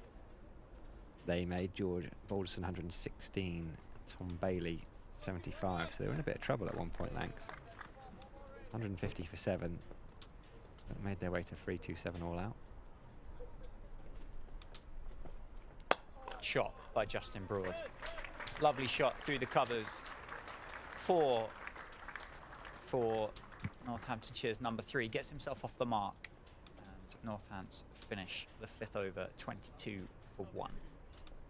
Just looking out the window, and those clouds are certainly starting to bubble up. Certainly towards the west. I know we're not quite in line with Birmingham, but interesting to hear that they're off for rain at Edgbaston. And so you look that way and there's a fair bit of cloud cover coming over. The interesting thing is the forecast says that there's a shower at 5 o'clock, but the radar says there is no rain. So on the same website. On the same website, yeah. So. But as I say, you look out that window, it doesn't look. To be fair, it also says it's not raining in Birmingham either. But what do we know? Past the outside edge of Emilio Gate. Draws the shot. Lewis Gregory. Reverse swing with the Newey was the call there. I do really enjoy the effects, Mike. I love the. You wouldn't as well with the one that we've got here. Looking at it, you wouldn't think it would be able to pick up quite so clear the chat that's coming in from the middle. But it gives you a real insight as to the vibe, as to what's going on. Left alone this time. It's just swung back in towards Emilio Gayes. It's gone past the stumps, and James Drew's taken that nicely to low to his right. It's almost like a stump, Mike. Is that clear? I think Northants are going to have to be watchful here. They have to be watchful anyway, but this just has the feeling of a Lewis Gregory masterclass in the next 3 or 4 overs. This new ball is just hooping around a bit. James Ruse had to move to his right. This is going to take some good batting to get out of this. Nicely played by Emilio Gate. Between backward point and the slip cordon. It's not going to go for 4. Well fielded by Somerset, and Emilio Gay adds another 3 to his tally. I think Craig Overton might be about to nip off as well for a little bit. I think he gave a substitute signal before the previous delivery. I suppose they'll be encouraged with the way that Lewis Gregory's bowled in these opening 2.5 overs, that maybe there won't be the reliance to go to Craig Overton maybe quite as early as what the option could have been. Yes, unless he's changing boots. Sometimes if he's bowling, he's wearing a different pair of boots to his fielding. Big appeal and given. LBW, Justin Broad has to go for 4. 25 for 2. Lewis Gregory picks up his first wicket. He's got 1 for 10 off 2.5 overs. Justin Broad's been given out. LBW. Sam did just say that this could be the start of a spell. That looks fairly adjacent to me. It had the feeling of an appeal where he was just asking for confirmation as opposed to genuinely asking a question with any doubt in it. It's just been hooping around. You could sometimes get a sense with Gregory when he's kind of, the way he's moving and his kind of follow through and just his general body language, you can tell he senses something. Yeah, Justin Broad has to go for 4, and I think, if my eyes aren't mistaken, I think that might be Safe Zabe coming out to bat number 4 for Northamptonshire. It is indeed. So pumped up the order. Safe Zabe is going to join Emilio Gay at the crease for Northamptonshire.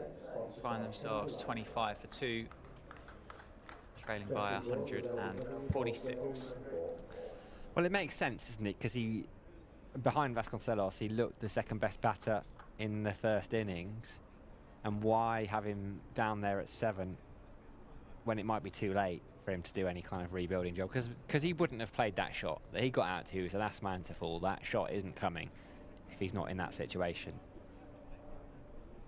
So I quite like that from Luke Proctor. It's positive. Yeah, and I'm sure Safe will relish the opportunity to be a bit higher up the order as well. So it's going to be tough though. Second new ball, only 5.5 overs old, and it's doing plenty, isn't it, for Matt Henry and Lewis Gregory. It looks like Craig Overton has gone off because Casey Aldridge is in at second, Lammonby's at third, Don Bess is at short mid-wicket. 3 slips and a gully, no? Well, yeah. 3 slips and a gully, but could well be 4th or 5th slip. Defended solidly by Safe Zabe.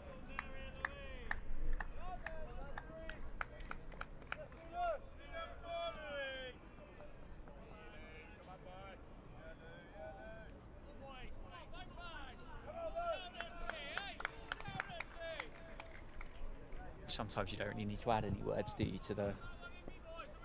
Just let the players do it for you.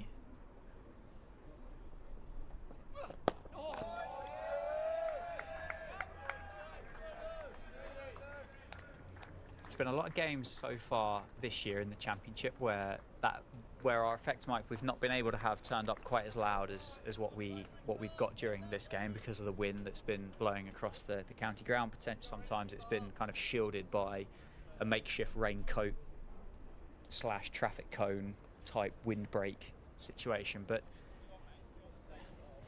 hard to think of a Championship team that's been any louder than Somerset up here at Wantage Road. Does help when you take 12 overs in 12 wickets in 54 overs, doesn't it? There's going to be a buoyancy. Fresh off a trophy at the weekend as well. Matt Henry's going to carry on. 3 overs, 1 for 15.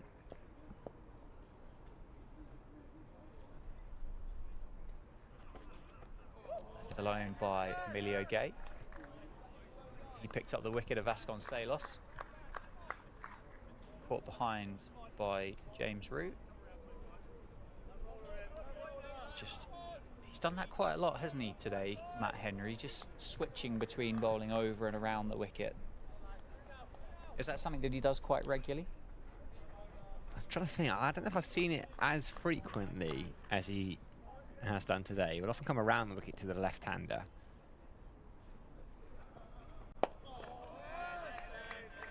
We've seen him from this end, hasn't he?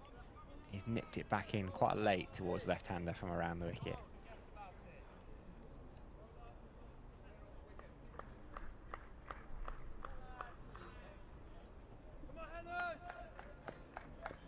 Craig Overton back out there already.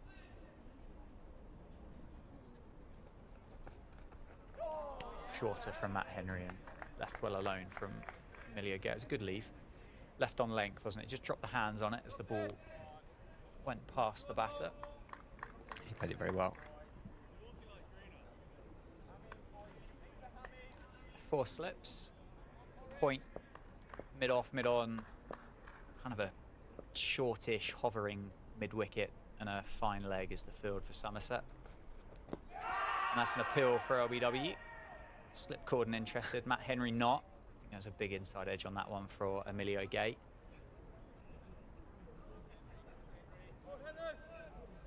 Certainly sounded that way, didn't it? And Bowler not interested in the slightest.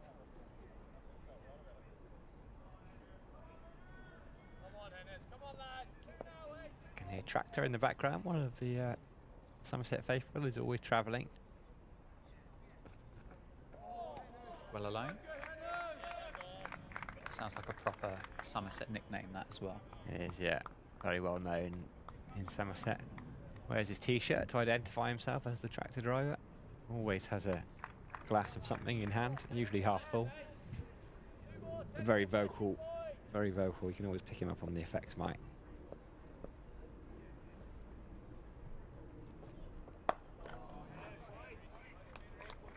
Maiden over for Matt Henry. 4 overs, 1 maiden, 1 for 15. 25 for 2. Emilio Gay on 13 and safe save, having faced just the 2 balls yet to get off the mark. Lewis Gregory is going to continue from the David Capel end. Yeah, it looks like Abel and Henry just in conversation, which is probably the decision to be made as to whether Craig Overton comes back on. I suppose that is the disadvantage of enforcing the follow-on, is that workload of those seamers is going to have to be managed slightly more actively in Northampton's second innings than what it would do in a more traditional, you have a bat, I'll have a bat, we'll have a bat again, and you guys can bat the 4th innings kind of game. Yes and no, but just because of the short duration of the Northampton innings, like Somerset would have probably expected to have been out there fielding for the majority of today. 96 overs, so they only did 50. Had the beauty of effectively, because of the change of innings, another new ball after only 50 overs. So we get 94 overs max in the day because we lost a couple. Change over. Off the back foot, safe save, just drops that ball at his feet. I think that one kept a little bit low, didn't it? Didn't quite get up quite as much as what he was expecting off Lewis Gregory. It's not the quickest nor the tallest of seamers on show, but that one certainly looked like it hit the bottom half of that Gray Nichols cricket bat that Safe Save is using.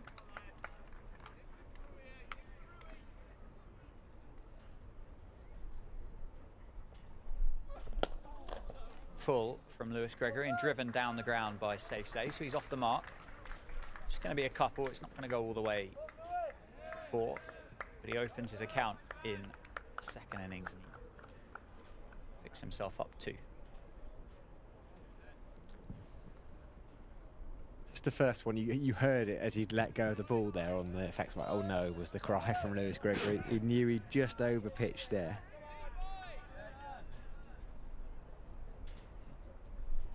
He won't mind too much.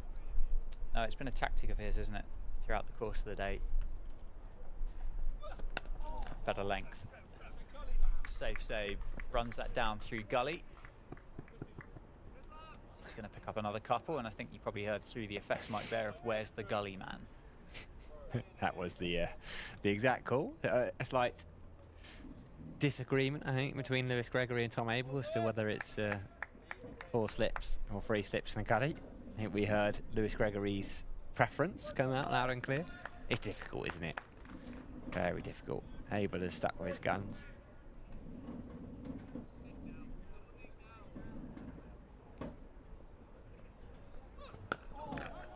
Money again. Dot ball this time. Yeah, it's exactly what you said about Gregory as well. Like that, his modus operandi is to push it up there. Like he won't get cut and pulled too often. Like he does throw the short ball in there, and he tends to bend that newish back of his, so he can still push it up. Because when he first burst onto the scene, we're talking 2010-11 here, he was proper high 80s. He was very quick, Lewis Gregory. He's not bowled like that for many years. And a dot ball to finish his 4th over. 4 overs, no maidens, 1 for 14. Somerset 29 for 2, off of 8. Following on, still trail by 142. Matt Henry is going to have another one. He's got his cap off, he's got his jumper off, and he's got a big smile on his face as he passes it to Nigel Long. 1 for 15 off for overs so far, Henry, so he's going to get another one. I suspect Gregory will as well. Abel won't want to take him out when he's kind of in the full flow, because again his back can stiffen up, so getting it loose again. 5 overs left until tee. Henry around the wicket, 4 slips, wait. Really okay, leave that one alone. That one moved away, it was very late. It was almost through to James Rew before we saw that late movement, but it was the other way. Most of Matt Henry's deliveries from there have gone back in to what would be James Rew, the wicketkeeper's right. That one Rew took to the left of him, almost next to Tom Abel.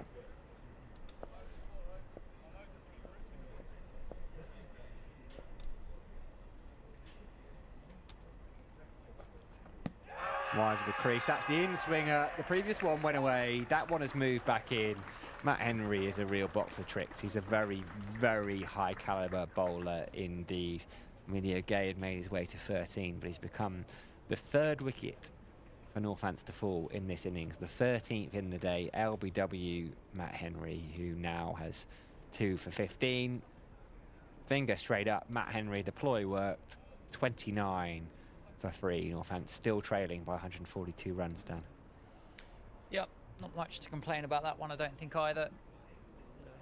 Emilio Gay's disappointing day continues. 2-ball duck in the first innings, 13 runs in the second, and the Northampton opener makes his way back up the steps. Luke Proctor in at 5, so not sure whether Sam Whiteman notice any kind of injury for Sam Whiteman, but potentially if Save got promoted up the order, I was expecting everybody else just to shuffle down one, but yeah, no word of Sam Whiteman as yet. But Luke Proctor's made his way out, and as you said, he's kind of a gritty character, didn't you, in that first innings, the way he goes about his business. And I mentioned about the lead from the front example that he has, and the way that the players and his teammates look up to him because of that mentality. He's going to have to do exactly that, isn't he, now? Yeah, it's real back to the wall stuff, this. Not ideal. But he's got to put it out of his mind. Would he have 48.5 overs plus another 8.2, so 56.5 overs. He lost 13 wickets. Remarkably, still the standout performance of the day is Vasconcelos' 78. Matt Henry's now got 5 for the day. It's around the wicket to Proctor. He's flicking to the leg side. It was a nice shot, but George Bartlett is there at mid-wicket for exactly that. Henry's got 5 for 51 in 18.3 overs today. I think the thing that makes Vasconcelos' innings in that first dig for Northamptonshire just a little bit more perplexing is I think he was probably better than the Somerset counterparts on day one as well. I dare say he was. When I didn't see the Somerset innings, as Henry is around the wicket looking for the Yorker, dug out by Proctor, but I find it very difficult to imagine anyone batting better than Vasconcelos. It was beautiful to watch, and it was so easy. That's the weird thing about it. In a day where everyone else seemed to find it difficult, and it's a high caliber attack, this, right? And you know, Somerset blew Nottinghamshire away in a session to beat them by an innings, and having been bowled out for 150 odd, no, can't be by an innings, but it was a heavy win. So that one goes through to the keeper. They beat Middlesex at Lords. Like, when you've got Henry, Overton and Gregory all together, like, that is about as good as it comes in county cricket. Yeah, apart from maybe those early season games when Broad, Anderson, Wokes, Stone, etc. are kicking around the counties, then yeah, at this present moment in time, it so that one just flicks the pad, it goes into the legs. Well, even there, you know, Somerset won at Lords when you had those 3, Siddle and Leach were your 5. Yeah, true. Yeah, Nottinghamshire early season. even though it's been brilliant to see Brett Hutton. End of the over, 29 for free, 9 gone. That's a wicket maiden for Matt Henry. Brett Hutton and Chris Rushworth leading the wicket-taking stance. But yeah, Nottinghamshire did have some serious firepower with their bowling, didn't they? Whereas they're all injured.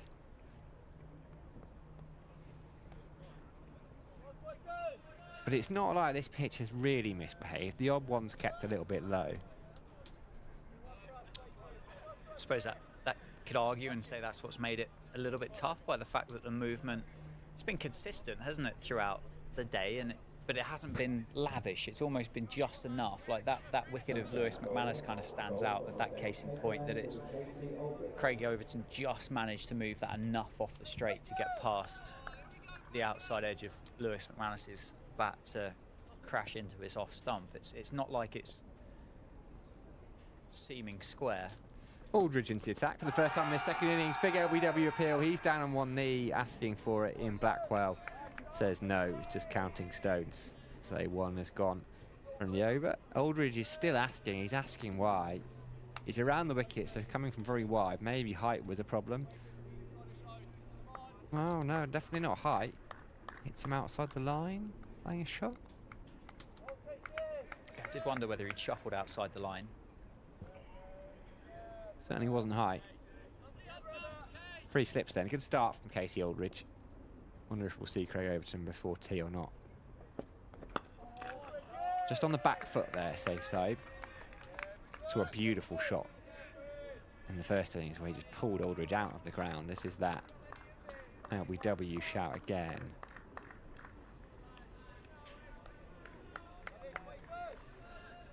Close, that. Very close, I would say. Couple of 12s, the bat there from safe side in his hand. Gets himself ready. Oh, that's not where he meant to place that. He was looking towards mid-wicket. It squirted out to Bashir at backward point.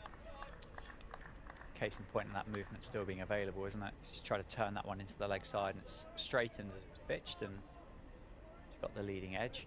Luckily for safe, it's not carried to backward point.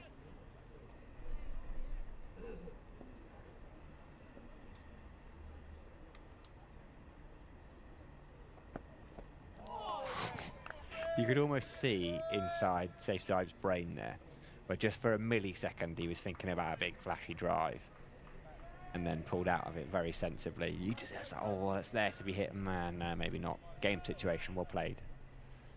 Just that. He's always positive, actually. His initial movement is always positive. I think it's a good decision. If you're going to be flashy driving now, you're only going to draw criticism if it goes wrong.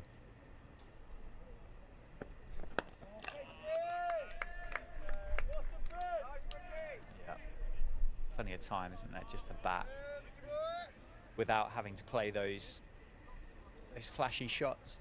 That pressure will build, though, if the score doesn't tick along. What is there? 3.1 overs to go before tea, so about 10 past, quarter past 4. It's a decent nut from Casey Aldridge. Good start to him.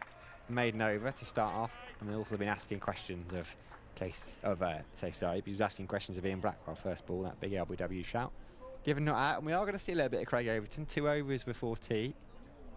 They'll go through to 32 overs remaining if you're just tuning in and wondering why it's 4 o'clock and we're still playing, haven't had tea. It's the later of 32 overs remaining on 3:40. Got 3 overs remaining here on this Northants live stream powered by Daffabet. Day 2 it is. County Championship match between Northants and Somerset. Visitors very much in the driving seat here. They've taken 13 wickets already today, and there's still 35 overs remaining. Craig Overton, who didn't pick up a wicket early doors in the first innings, but came back for 5 overs at the back end and claimed the last 4 to fall. He's got 4 slips. And Luke Proctor to bowl that. Plays that well, Proctor. Took one hand off the bat, made sure it went down into the ground and takes a single.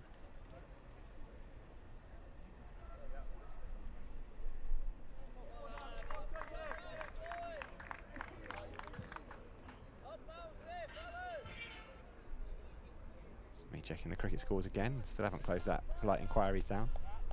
Zach Crawley, wow, what a knock that was. Bit wayward from Craig Overton, that. James Rue puts in a tumble. It's harsh, that, isn't it? 4 byes. That's quite tough. I mean, that started down the leg side, isn't it? And then just carried on going. It's a 1 day wide to start with. It's swing though, isn't it? Rather than seam. That cloud cover, I say the weather forecast has changed again. The rain's not on the radar anymore, but the cloud cover's certainly come over. It's almost blanketing the sky, isn't it, above the county ground now. Round the wicket, solid in defence. So whether there is any more lateral movement on offer for these Somerset seamers, as well as the seam movement that we've seen so far, it's going to be as good a time as any to bowl and see whether there is any swing out there for them. That breeze blowing across the ground as well.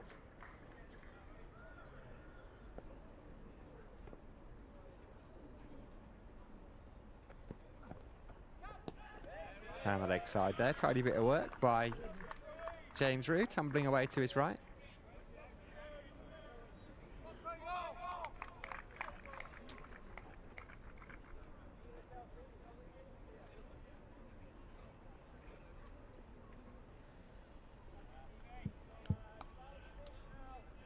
Two balls left in this first Craig Overton over of the Northants' second innings. Shot that. Just over pitch, driven nicely.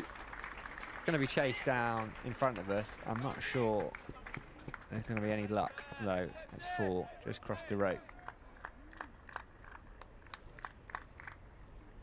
Tom Kohler-Cadmore chased it all the way. It never looked like it was going to be stopped. That it did just slow up a little bit, but it looked like 4 and it deserved 4, that stroke.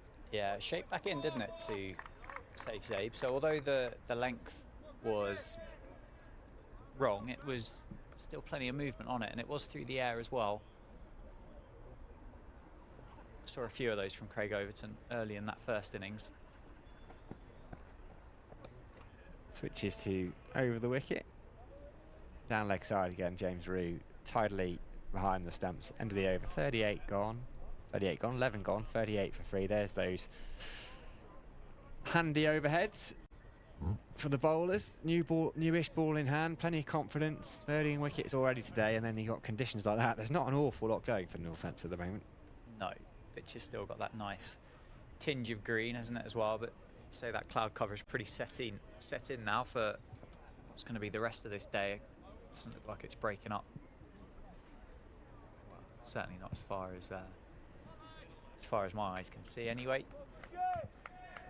2 big overs for Northamptonshire to negotiate here before the tea interval. Aldridge around the wicket. Proctor crouching. Jumping on the back foot. Somerset field is enjoying that one. There's much they haven't enjoyed so far at Northampton today.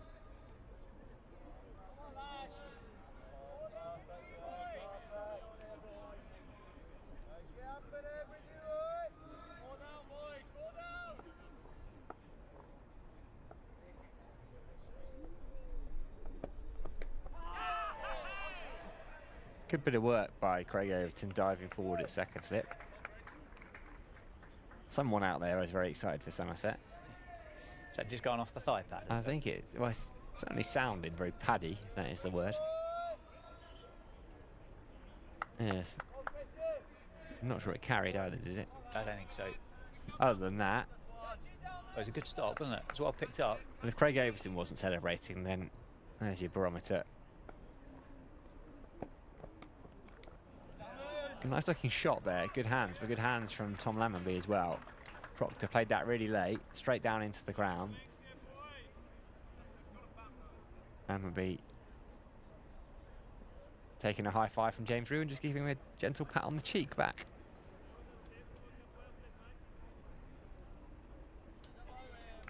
I'm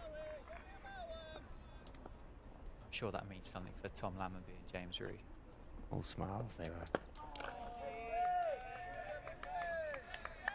Good from Casey Aldridge, yet to concede a run from his 1.4 overs so far. Coming around the wicket to left-handers. Not played in particularly well yet.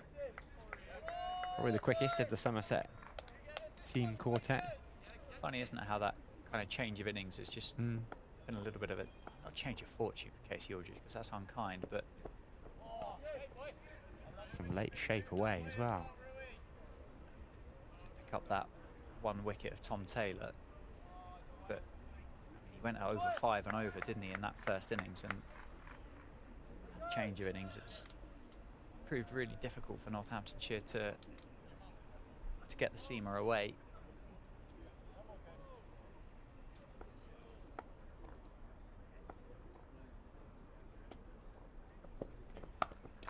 That's a nice looking shot though. It just sat up nicely to be cut. Back of a length, which is Casey Aldridge's natural length. Proctor, who played one decent stroke early in the over, didn't get any runs from it because Tom Lammonby was there doing the fielding. That one's gone wide of Shoaib Bashir, who hasn't yet had to bowl today in either innings. He has had to chase that one to the boundary. Proctor moves on to 5. That's the end of the over. So just one more over before tea here at Wantage Road. In a Somerset day so far, 13 wickets they've taken for just 222 runs. Craig Overton, man on your screen, chatting to Matt Henry. They've had a big hand in it between the pair of them. Henry's got 5 across the 2 innings. Overton 4 in the first innings. And in just his second over of this second innings, we'll be looking to pick up one before tea. Keeping Rue busy down that leg side. Yeah, keeping the young man on his toes. Looks like there's going to be a slight change in the field. Someone's going into a leg. I'm not quite sure where they're going to finish up, but leg slip, leg gully kind of area. 5 balls before tea. I mean, hard to say could they be more attacking, but is there an option here in this over?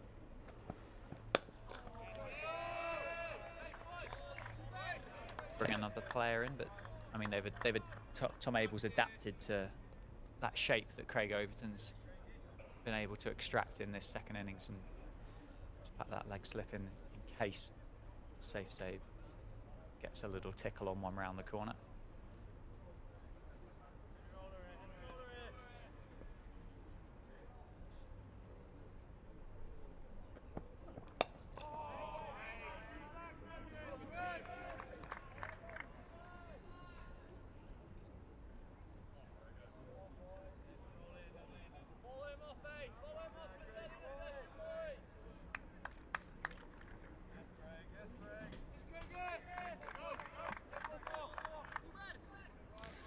Shout there. Basically 1 short of 10 in the session there. That's quite a number already.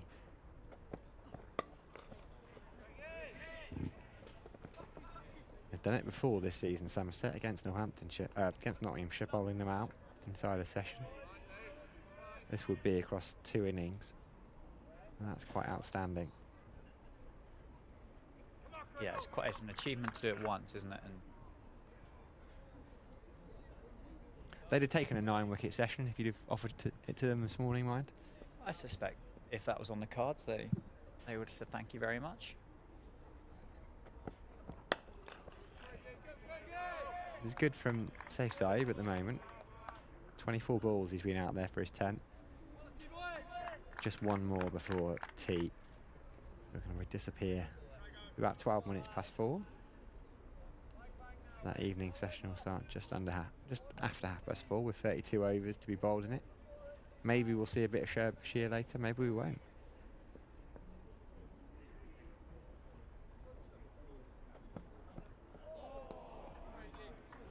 Well, there we have it. That's tea. Northamptonshire walk off at tea 44 for 3, having lost the wickets of Vasconcelos, Emilio Gay and Justin Broad. Matt Henry with 2, Lewis Gregory with 1. Tom Abel, about 50 minutes ago, enforced the follow-on, and Northamptonshire trail by 127 with 7 wickets remaining. We'll go away for 20 minutes and we'll see you for the evening session.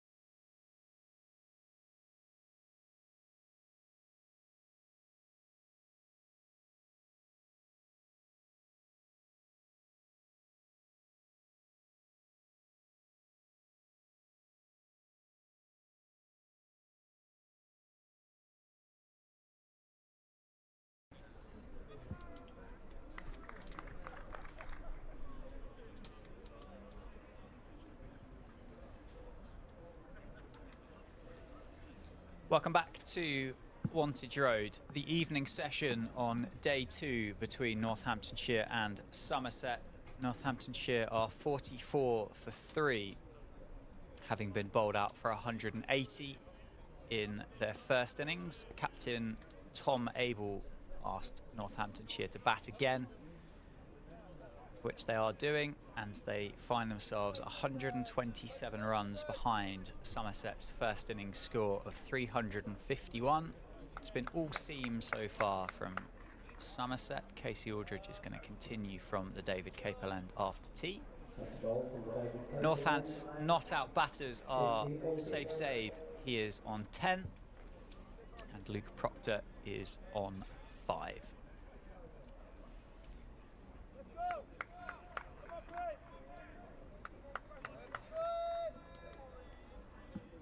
You make of the evening session, Sam? Northants have to be careful here. Somerset will fancy their chances of rolling through them tonight, really, and having a couple of days off. 9 wickets in the previous session.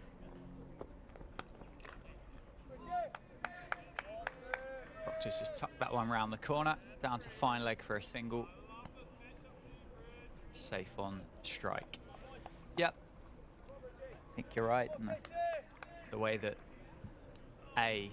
Somerset have bowled today, and the way that Northants have batted, there'd be a fair bit of evidence to suggest that that would be entirely possible for Somerset to do so today as well.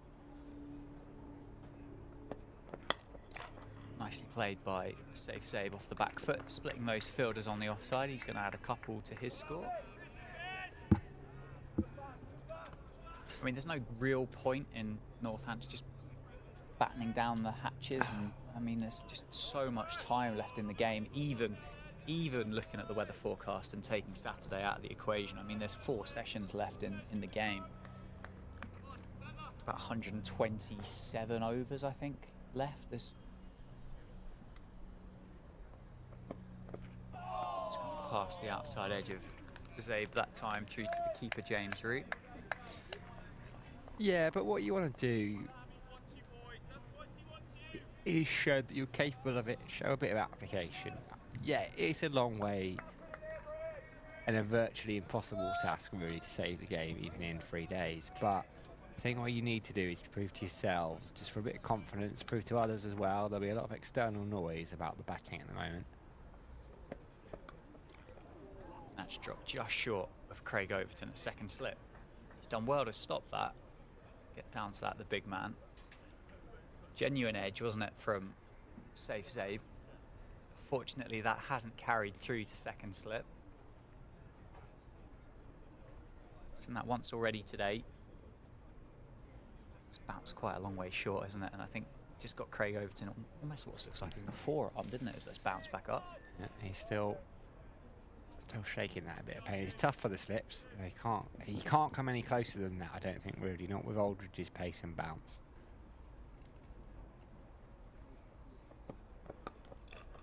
Straying on line that time, Aldridge. Safe Zabe's turned it round the corner, he picks up a single.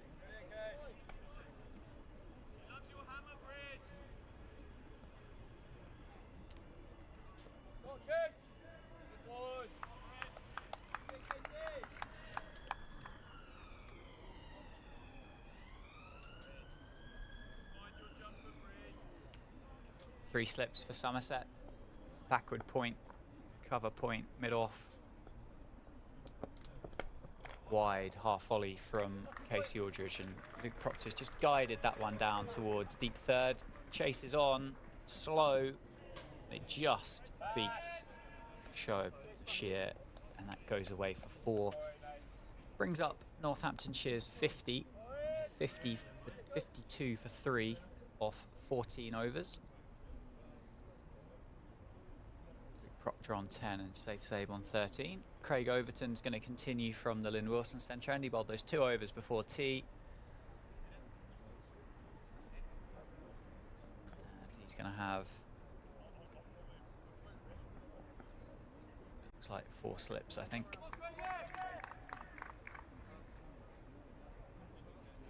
Well, 3 slips and a leg slip by the looks of it.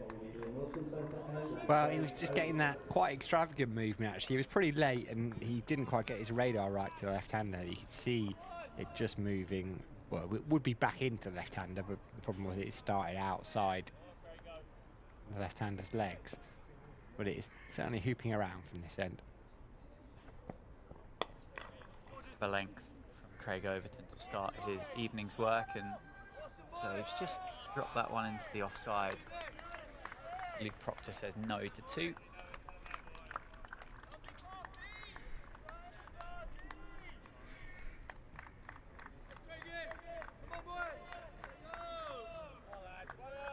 Got to assume that Tom Abel and Somerset are going to stick with these seamers for as long as he possibly can this evening, and possibly not even see sheer bowl at all.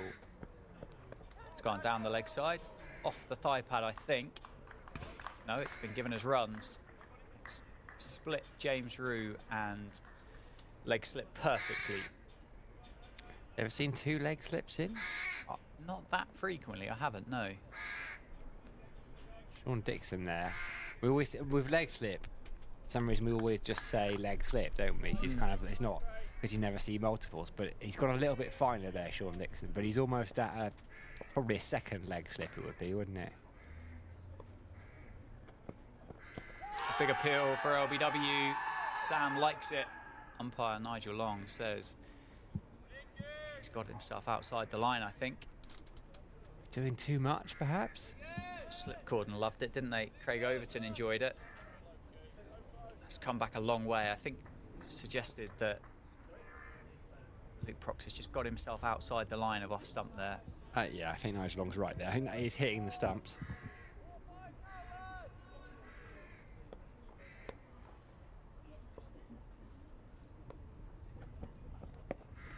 That one, I think, has come off the pad and it's gone past the fielder, who gives a bit of a shrug as he's just been moved from that second or third leg slip to be a bit straighter.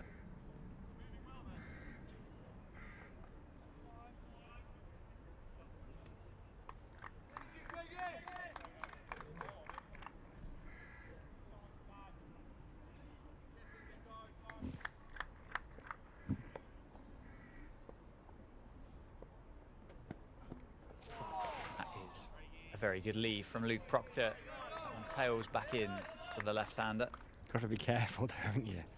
That ball from this Liam Wilson end is hooping around. It has been all day. Matt Henry had a lot of success early on from this end. Craig Overton came back and took 4 wickets from this end. Probably the majority of wickets, actually.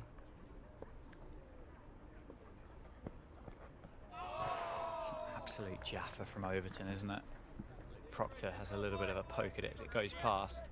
59 for 3 after 15 overs. 30 overs remain in the day here at Wantage Road. If you are in the area, as with every championship game here at Northamptonshire, it's free after tea.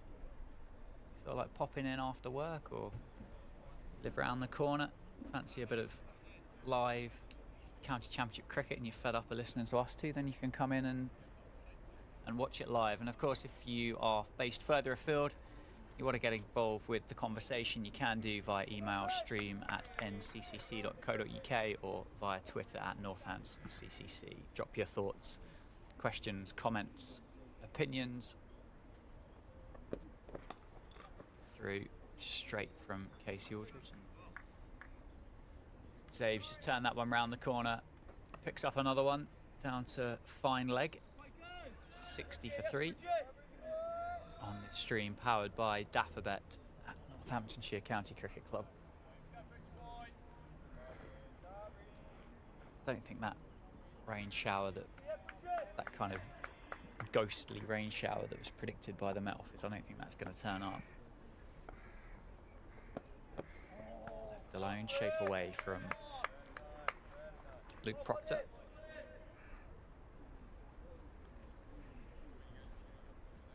So those clouds fairly set in over towards the western side of the ground.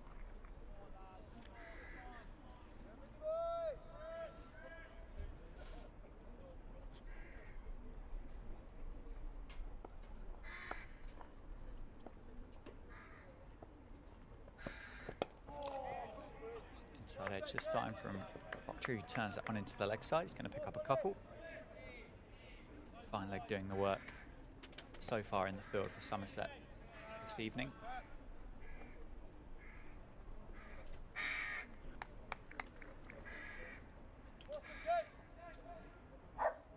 15 and 16 for save and Luke Proctor. What are you giggling at? It's like a zoo at the moment, isn't it? They're crowing, a couple of woofs.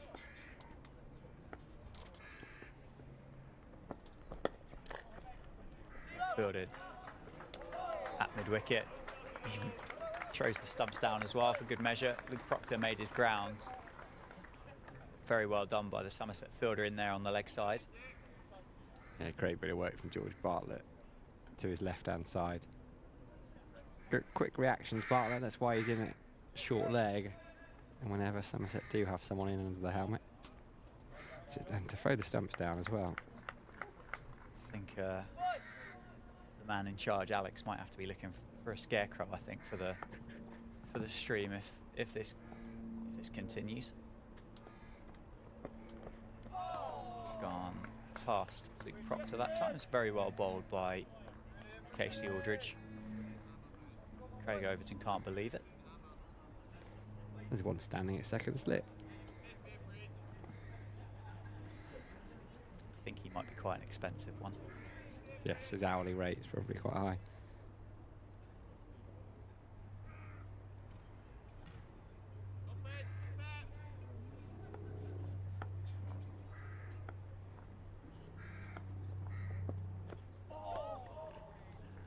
Left alone off Casey Aldridge's final ball of his fourth over. He's bowled 4 overs, 1 maiden, none for 15. 62 for 3 the score. But the conversation is between Luke Proctor and Safe there in the middle from a Northamptonshire perspective. Is it as simple as just bat? Don't know whether you look. I suppose the next target is that 109 runs to ensure that Somerset have to bat again.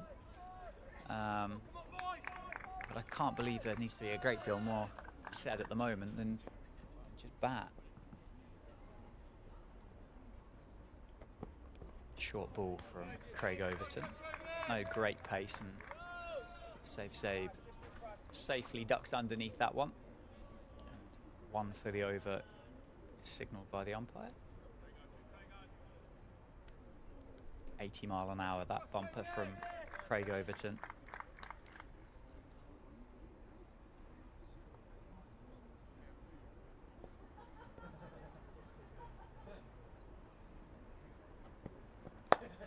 Just Yorker length from Overton in reply to that bumper. Well fielded off his own bowling as well. Dug out from Sabe. Just to let you know, Sam, Zach Crawley's currently 166 not out. He's having a decent day then, isn't he? It's an absolutely outrageous day. I'd be quite curious as to... I wonder where that puts him on the... Nicely played by Sabe. Just opens the face up and runs that down to deep third. It's a long chase down there. He's going to pick up 4. So nicely played by Sabe. He moves to 19. Played it through the vacant area between third slip and point. These two just starting to bat quite nicely. Nothing too flashy. Just playing every ball on its merits. That was a nice shot from Sabe. Showing a good bit of touch, quite deft. And suddenly he's got 19. Proctor's got 16. Partnership's 37, and just give themselves some time to rebuild. Well bowled from Craig Overton. Good comeback, wasn't it? Dragged the length back a touch. Got the ball moving back into the body of Sabe, and he's worn that one.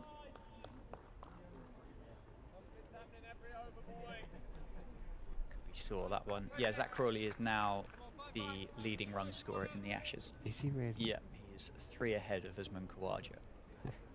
362 runs to Usman's 359. No one's ever questioned his position in the team, though, have they? Not to my knowledge. It was inevitable, wasn't it? It was going to happen at some point. Yeah, I mean, if you want to continue to be cynical, it's what do they say about clocks? Twice a day. Are you saying that about clocks, just for the record? Yeah, I love that conversation about clocks.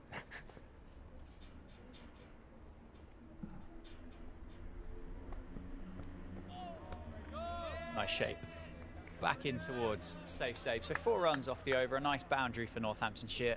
66 for 3. There's been a couple in those last couple of overs that haven't gone quite cleanly into James Rue's gloves. It does tend to wobble a little bit as the ball goes past the stumps here at Wantage Road.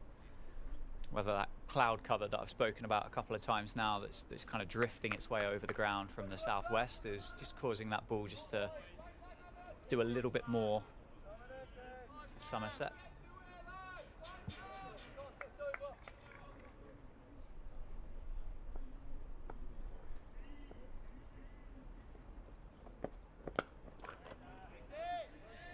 Defended by Luke Proctor. Pitched up by Casey Aldridge. So when there's as much lateral movement out there as what there has been across the course of the game so far, give it chance, as they say.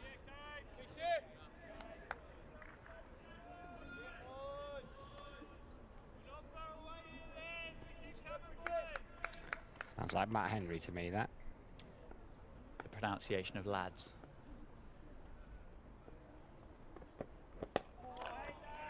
Nicely played again by Proctor.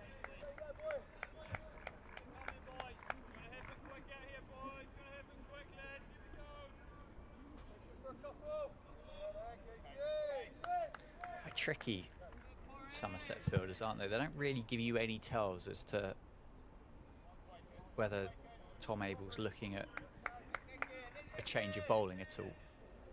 Nobody really seems to go through any particular form of stretching before they have a trundle. No, another over to Nor Gregory, and particularly limbered up. Matt Henry's getting those vocals. He's getting those vocal cords warm at the moment. Just reminding Captain Luke Proctor of the position Northamptonshire find themselves in today. 3 slips still in place for Somerset.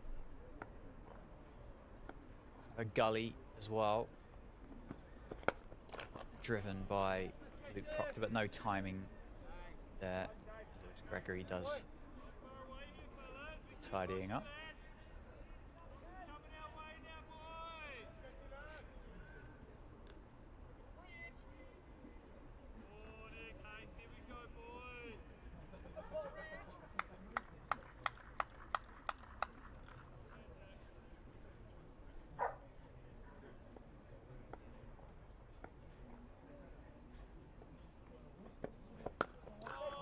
Nicely bowled by Aldridge. 5 dot balls in this over. He's been pretty good in this second innings, Aldridge. Keeping the pressure on.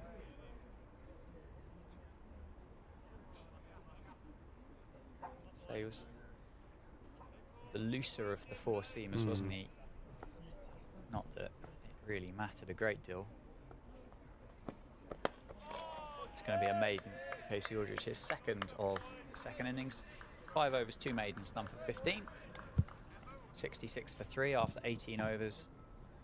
Northamptonshire following on here this evening. Craig Overton to continue from the Lynn Wilson centre end.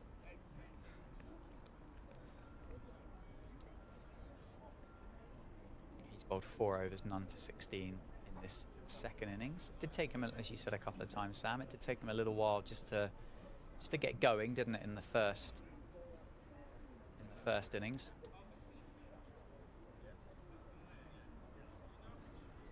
Three slips and a leg slip for Craig Overton.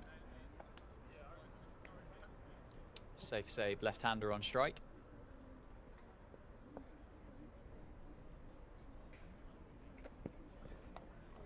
He's played that one, and on the second attempt, that has been caught in the cordon. Safe saves, just squared up a touch there, hasn't he? He's got a genuine edge on it. Craig Overton picks up his first wicket in the second innings. Safe save has to go for 19. Northamptonshire are 66 for 4. Yeah, it's Tom Lammonby in there, I think, at third slip. Just stepped across Casey Aldridge, palmed it up in the air. It's a strong palm. There we go, the two almost colliding. There he goes. Takes it in front of James Root. Cleaned it up himself. Claims to catch. It's a good thing someone held hold of it, because there'd have been some Craig Overton chuntering otherwise. But yeah, it's been a testing spell from Craig Overton around the wicket, getting a lot of swing from this Lynn Wilson end. I tell you what, must be, what have we had, 14 wickets today? A decent chunk of them from this end. Overton's got 5 from this end. Henry got 3 in his opening spell from this end as well. Did he come back at the other end, Henry? He did, yeah. But Rob Keogh then. Still no Sam Whiteman. In at 6? No Sam Whiteman as yet. That has to be injury based now, surely. I would have thought so. There's been no communication through, but yeah, Rob Keogh in at 6. He's going to join his captain Luke Proctor at the crease. These two in a similar-ish situation, batted really well together against Kent a couple of weeks ago here in that county championship fixture. They found themselves up against it after Kent's quite mammoth innings of 600 odd runs. They batted well together. They kind of bore a brunt of high quality bowling from Kent, stream powered by Daffabet.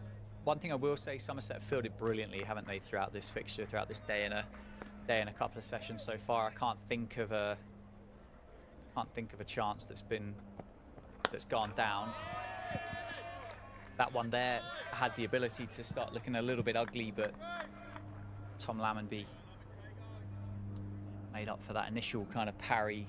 I don't think you really call it a mistake, could you? But that initial parried slip catch, he made up for it. Yeah, there was the Vasconcelos one that went past Sean Dixon when he was on, was it 9, I think, at 78. So relatively costly in the context of this game, but I don't think we're too worried about that right now.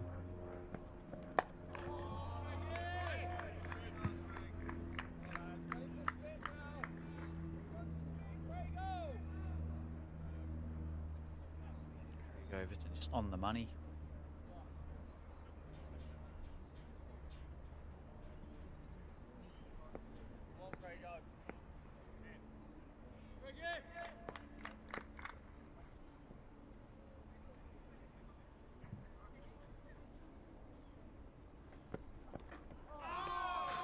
Yeah, pokes at that one as the ball goes past the off stump. This one's just seamed away.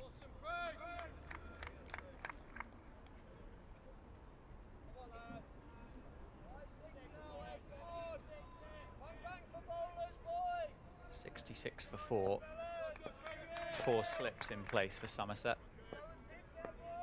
Backward point, short mid off and a short mid on, and mid wicket and a fine leg. Seen back in to Rob Keogh this time. So when you've got somebody of Craig Overton's quality, the ability to stand that seam up and nip it both ways, becomes a big challenge. That deficit's still 105.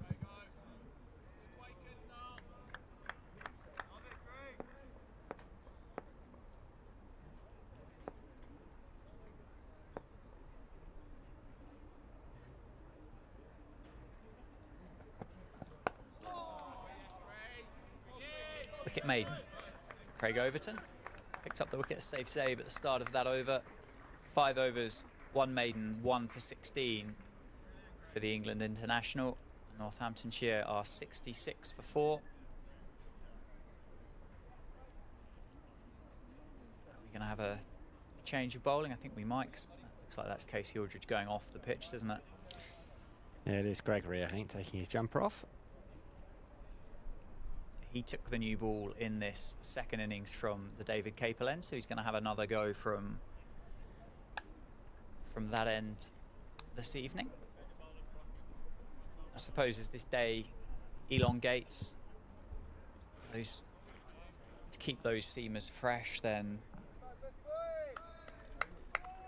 potentially those spells that were 6, 7 overs suddenly become 4, maybe 5, and you look to rotate them round a little bit more than what maybe you would like to in an ideal situation. 3 slips for Lewis Gregory, Luke Proctor on strike, and a big stare from Lewis Gregory in the end.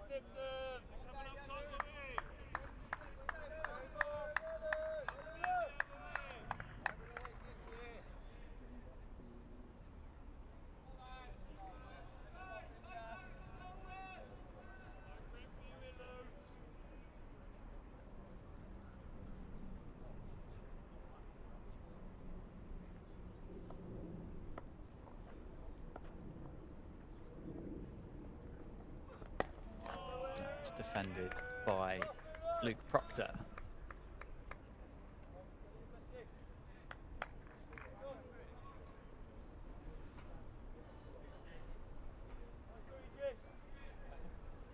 Update with regards to Sam Dalling.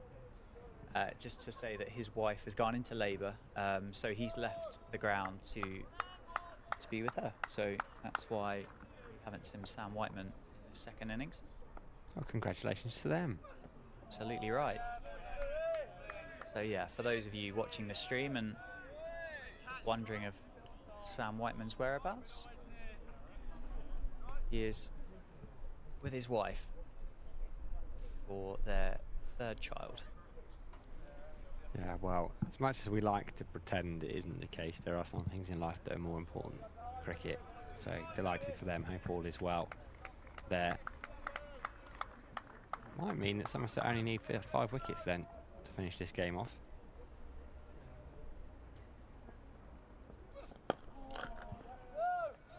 Lewis Gregory on the money, isn't he? Just challenging those stumps like he has done throughout the course of the day so far. Bowling very straight.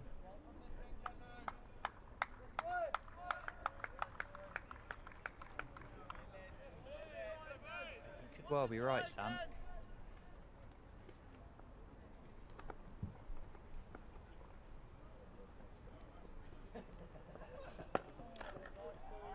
Solid by Luke Proctor in defence, and that's going to be a no ball bowled by Lewis Gregory. I did see Ian Blackwell before tea, I think, just have a little bit of a step around that front line whilst Gregory was bowling, so he's actually got his eye on his foot there. Yeah, well, of all the Somerset bowlers, the one with the propensity to overstep is Lewis Gregory, particularly at home. Flicked into the leg side. It's going to be at least 2. I don't think there's going to be any urgency to turn that 2 into a 3. It is just 2. Luke Proctor settles on 2 runs. He moves his tally to 18 and Northamptonshire move to 70. Those bonus points obviously have been settled now that we're into the 3rd innings of this game. Somerset picking up 6 points. Northamptonshire picking up the 3. That was coming in that first innings when they bowled Somerset out for 351.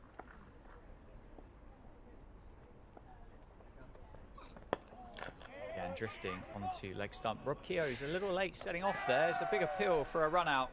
Nigel Long says no.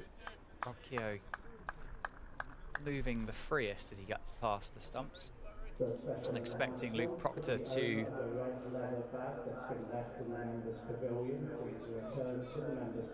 direct hit would have had him there, I think. I think it would have been very close. We've seen a few of those, haven't we, across the course of the day? Sam Whiteman in particular with a couple, and, well, Luke Proctor himself with that cover drive off Vasconcelos. Yeah, Rob Keogh, a little bit slow to set off. 71 for 4 after 20 overs, 25 remain in the day.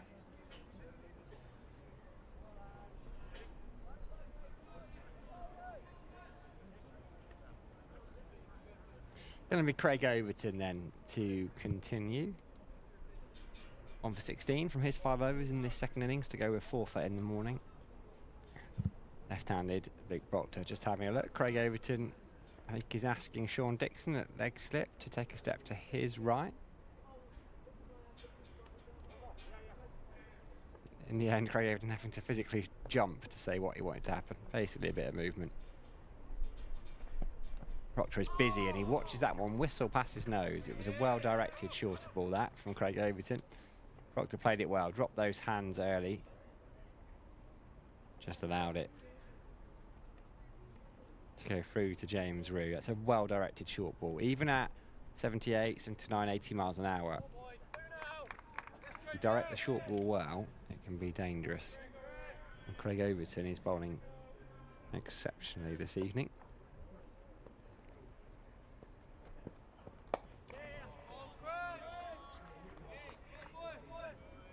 Pushed into the offside. It's hard work being quick bowler. I remember interviewing Craig and him saying that he's, in the summer he's kind of on about 4,500 calories a day. It's a bit like a kind of rower style feed.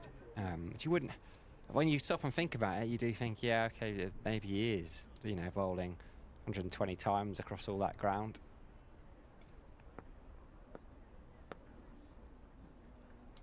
Four slips weight then, Keogh yet to get off the mark. He's that one alone, and that's good carry through to James Rue, who's had to jump and take that actually, hands down, but almost by his chest. Just lifted on him. Too late for him to turn those hands around. That single off the previous delivery means Northampton now trail by a single figure score. Fortunately for them, they are in their second innings and they're 4 down, with Sam Whiteman attending the birth of his third child, may be unable to bat.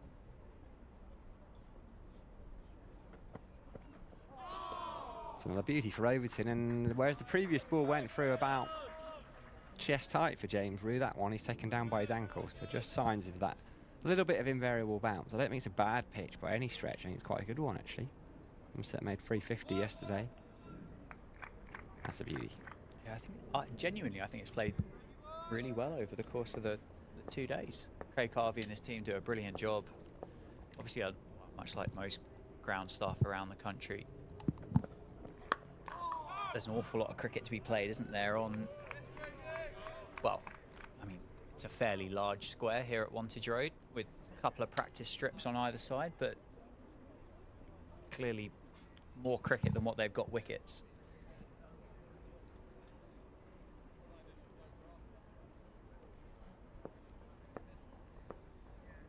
It's a tough life in the summer for the ground staff. They work very, very long hours.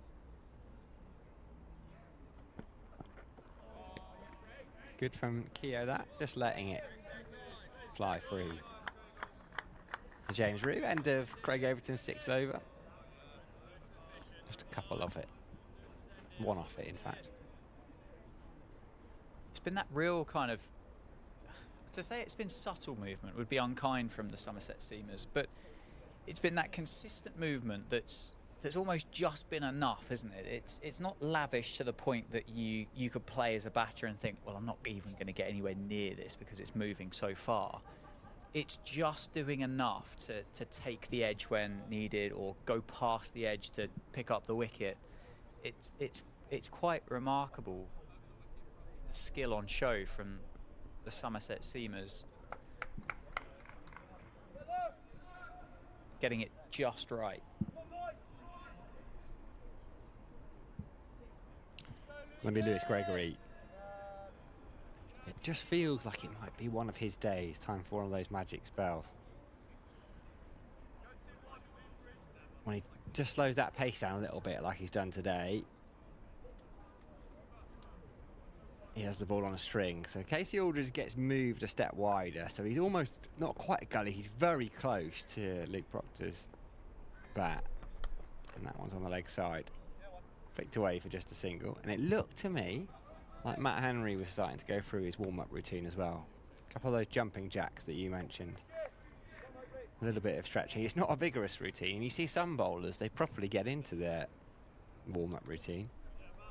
Yeah, I wouldn't be at all surprised. Overton would have bowled 4, wouldn't he, after tea? Can't suspect he'll have many more than one extra, and it's hardly like you're weakening the attack by Fair swapping miss. him out for Henry. Need to leave that one alone, Kia. Well, quite. I think what they would like to do with 23 overs left after this one, so what have we got? A dozen overs from the end we're sat.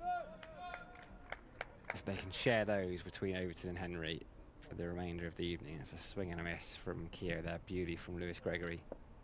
Maybe Shoaib Bashir won't get a ball, but they will fancy if they can get a dozen overs from this end between Henry and Overton, they will be very close to winning this game, if not having won it. Another beauty. Keogh stops and looks at the pitch. Lost his balance there. That one I think he did almost have to play. He was in so much doubt. Just pushed at that. There's plenty on offer. It's every ball, isn't it, as well? It's just that kind of, just enough movement to cause quite a big indecision from the batters so far today.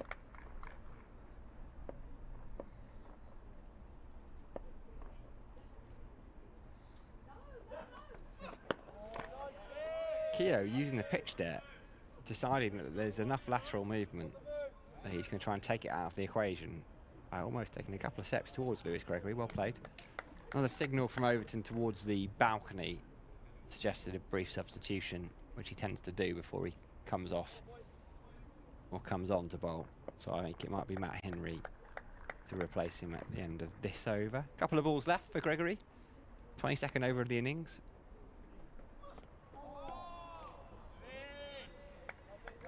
Henry's circling his arms a little bit. I think we've put the clues together. Doesn't exactly make us master detectives. I think Craig Overton is going to be replaced by Matt Henry. And as you said, Dan, there's certainly no weakening of the attack. No, that wouldn't be the hardest clue in a Northamptonshire escape room, would it? As to who was going to bowl next, having watched Matt Henry go through those fairly rigorous warm-ups. Flicked to the leg side, nice looking shot there. Shoaib Bashir is down at long leg, so he's going to cut it off.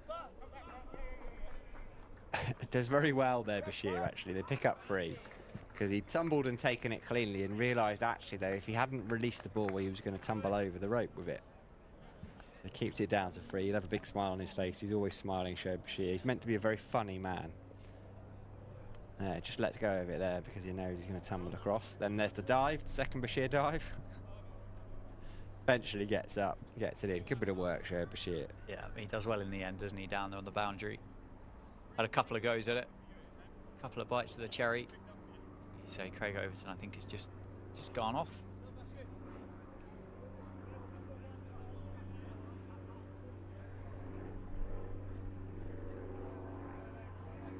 I still can't quite get my head around this Ashes score, Sam. Where are we now? Crawley still going? Yeah, 323 for 2. So they're ahead now. We lead by 6 after 55 overs. Zach Crawley is 185 not out off 176 balls, including 21 4s and 3 6s. Joe Root is 69 not out off 75 balls himself, 8 4s and 1 6. It's almost like someone's playing a video game and they've just turned the difficulty down a little bit. Matt Henry into the attack. Tom Kohler-Cadmore doing the fielding at mid-on here. That is quite special. It's one of those innings that occasionally happens where you make a wonderful score at a decent rate and it's completely overshadowed. Remember Daniel Bell-Drummond doing it in an England Lions game 6 or 7 years ago now. Made about 170 in a List A game, which is pretty good.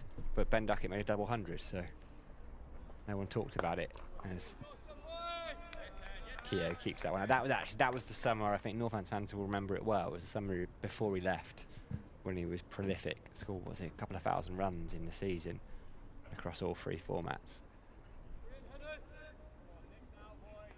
Fantastic player and been rewarded with that England call, isn't he?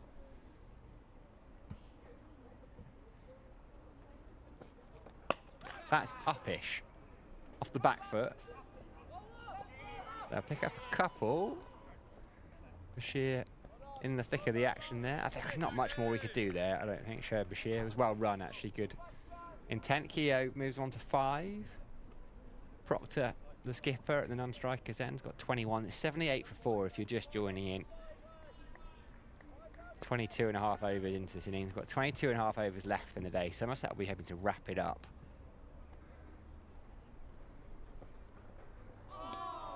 It's a beauty from Matt Henry.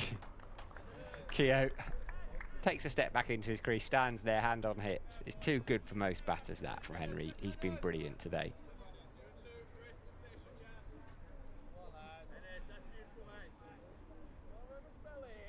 What can you do with that? Yeah. It's not a lot. It's again, it's kind of tailed in, isn't it? And then just seamed away from Rob Keogh.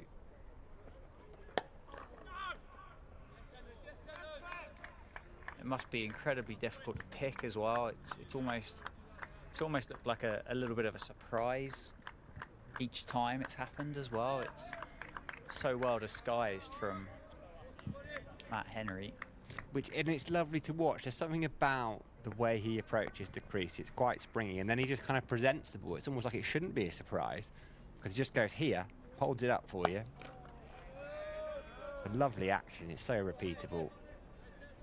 Sun's peeking through. Hopefully we're going to avoid the rain. There's still a little bit of wind around the Northampton and Somerset flags, respectively.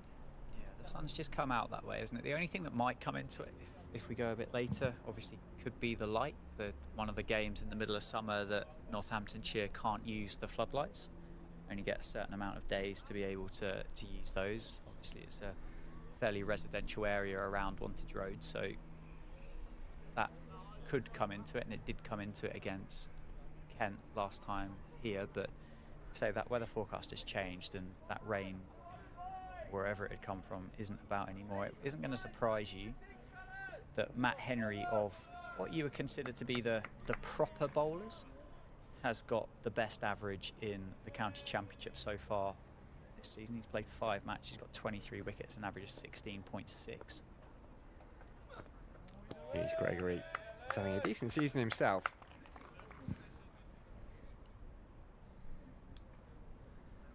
I spoke earlier today with you, Sam, about Chris Tremaine and the impact that he had at Northamptonshire. Yeah. He's sat just behind Matt Henry, as, again, respectfully to Nick Gubbins, Paul Walter and John Turner at Hampshire and Essex, what you would consider to be the proper bowlers. He picked up 13 wickets at an average of 17.9. How many's Turner got then? Just the 2. Yes. He's bowled 11 overs for Hampshire this year, so I don't want to do him a discredit. He's obviously a bowler, but hasn't put in the shift and the number of overs and deliveries that Henry and Tremaine have. Not that Rushworth's average is bad at 18.26 either, and he's picked up, what's he got now?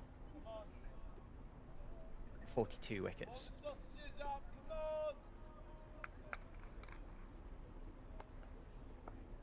Gregory around the wicket. Couple of slips. And Lammonby, I think he's at gully, really.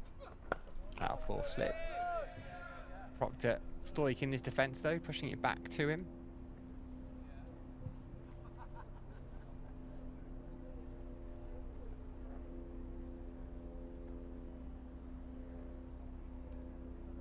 Still, in theory, an hour and a half play left, but it is already 5:15.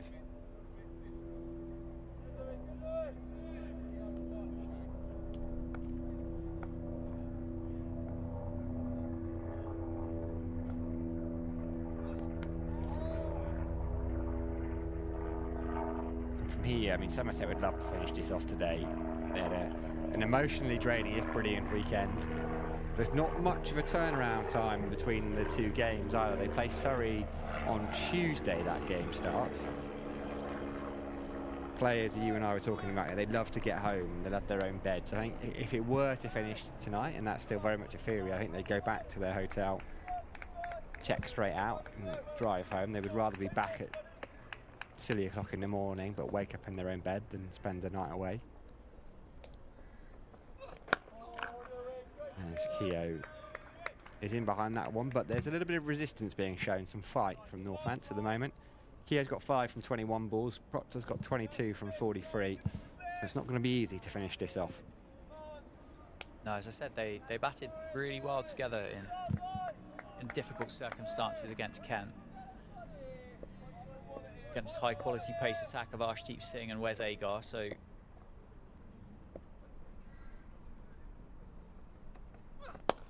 Takes a step towards Lewis Gregory. Again, he's done that a few times now, Keogh. Surprised that the Northamptonshire batters haven't employed that tactic a little bit more. Sean Dixon was quite key, or quite proactive in his desire to walk down the track, and I mean, I've seen that an awful lot here at Wantage Road this year, particularly against Jack White and Ben Sanderson, with the seam movement and the swing that they are able to extract from, or with that Duke's cricket ball. You take a couple of, or take a foot outside of your crease. I know it potentially, wicketkeeper comes up to the stumps, but it does negate that movement a touch. Whether it's not possible against Henry and Overton, where they're a touch quicker than Sanderson and White, I'm not sure, but against Gregory, I would have thought he would be prime candidate to bat outside your crease. Yeah, I wonder. Yeah, Gregory, you're right. Overton and Henry, I wonder if they just fear the short ball. You can see the speeds there, Gregory. Just operating in the mid-70s, but he's quite happy with that because he can offer real control. Henry continues. Proctor was perhaps playing for a little more bounce than he got there. Yeah, he's done well so far, hasn't he, the captain? 22 off 44 this evening. So he got out earlier today on the stroke of lunch, which would have really downheartened that team. And I've just seen Sam down at fine leg, Shoaib Bashir. That's a beauty again from Henry. Keeps low, goes through to James Ree. Just doing a little bit of shadow bowling down in front of the Spencer Lounge. So whether we are going to see a bit of spin for the first time from Somerset, potentially replacing Lewis Gregory from the David Caper end.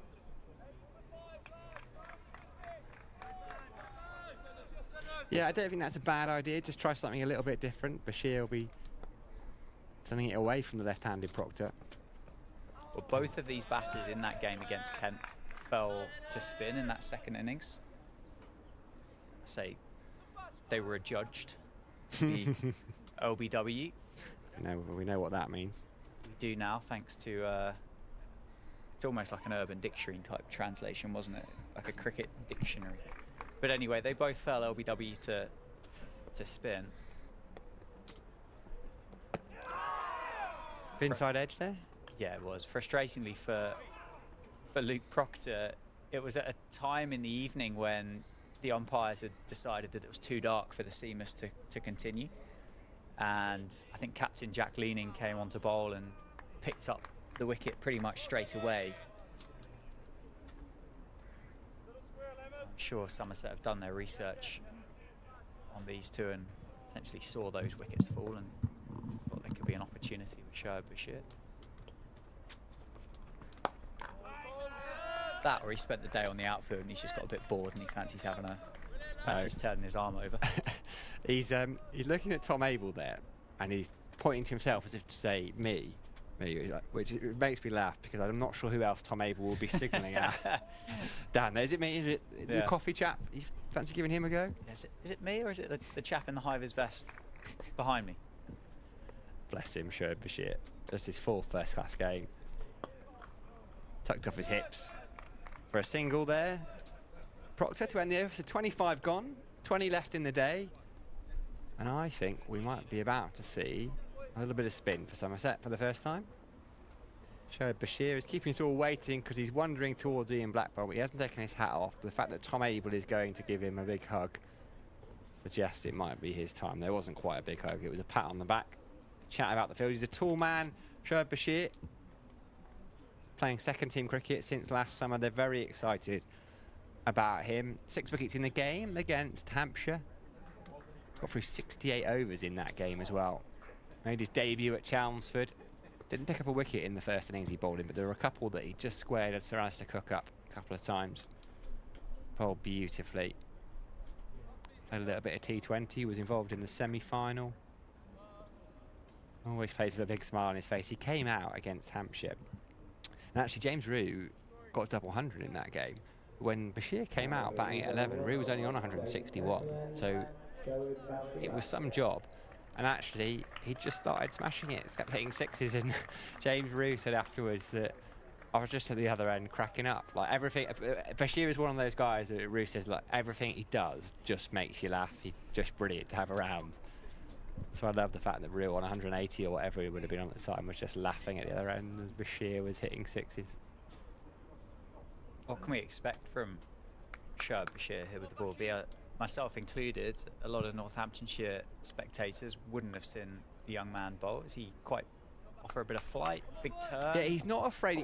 He does turn it a little bit. He's not afraid to vary his pace up. He chucked a couple above the eye line. He starts with a flatter one that Proctor goes down to sweep. He gets that little bit of extra bounce from the height, really. He's 6 foot plenty, which for an off spinner is quite tall. He's got huge hands, so he can really grip the ball, gets it to turn.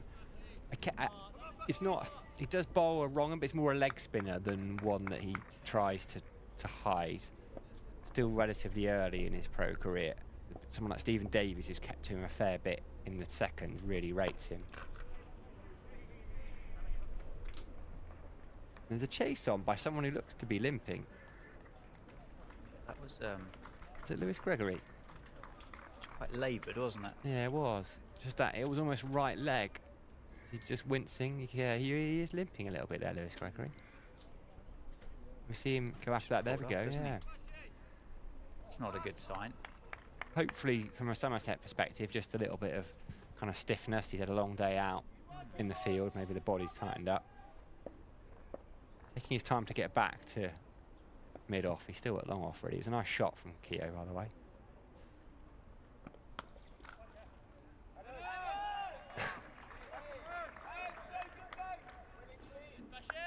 I think the other... What's he doing? Just holding...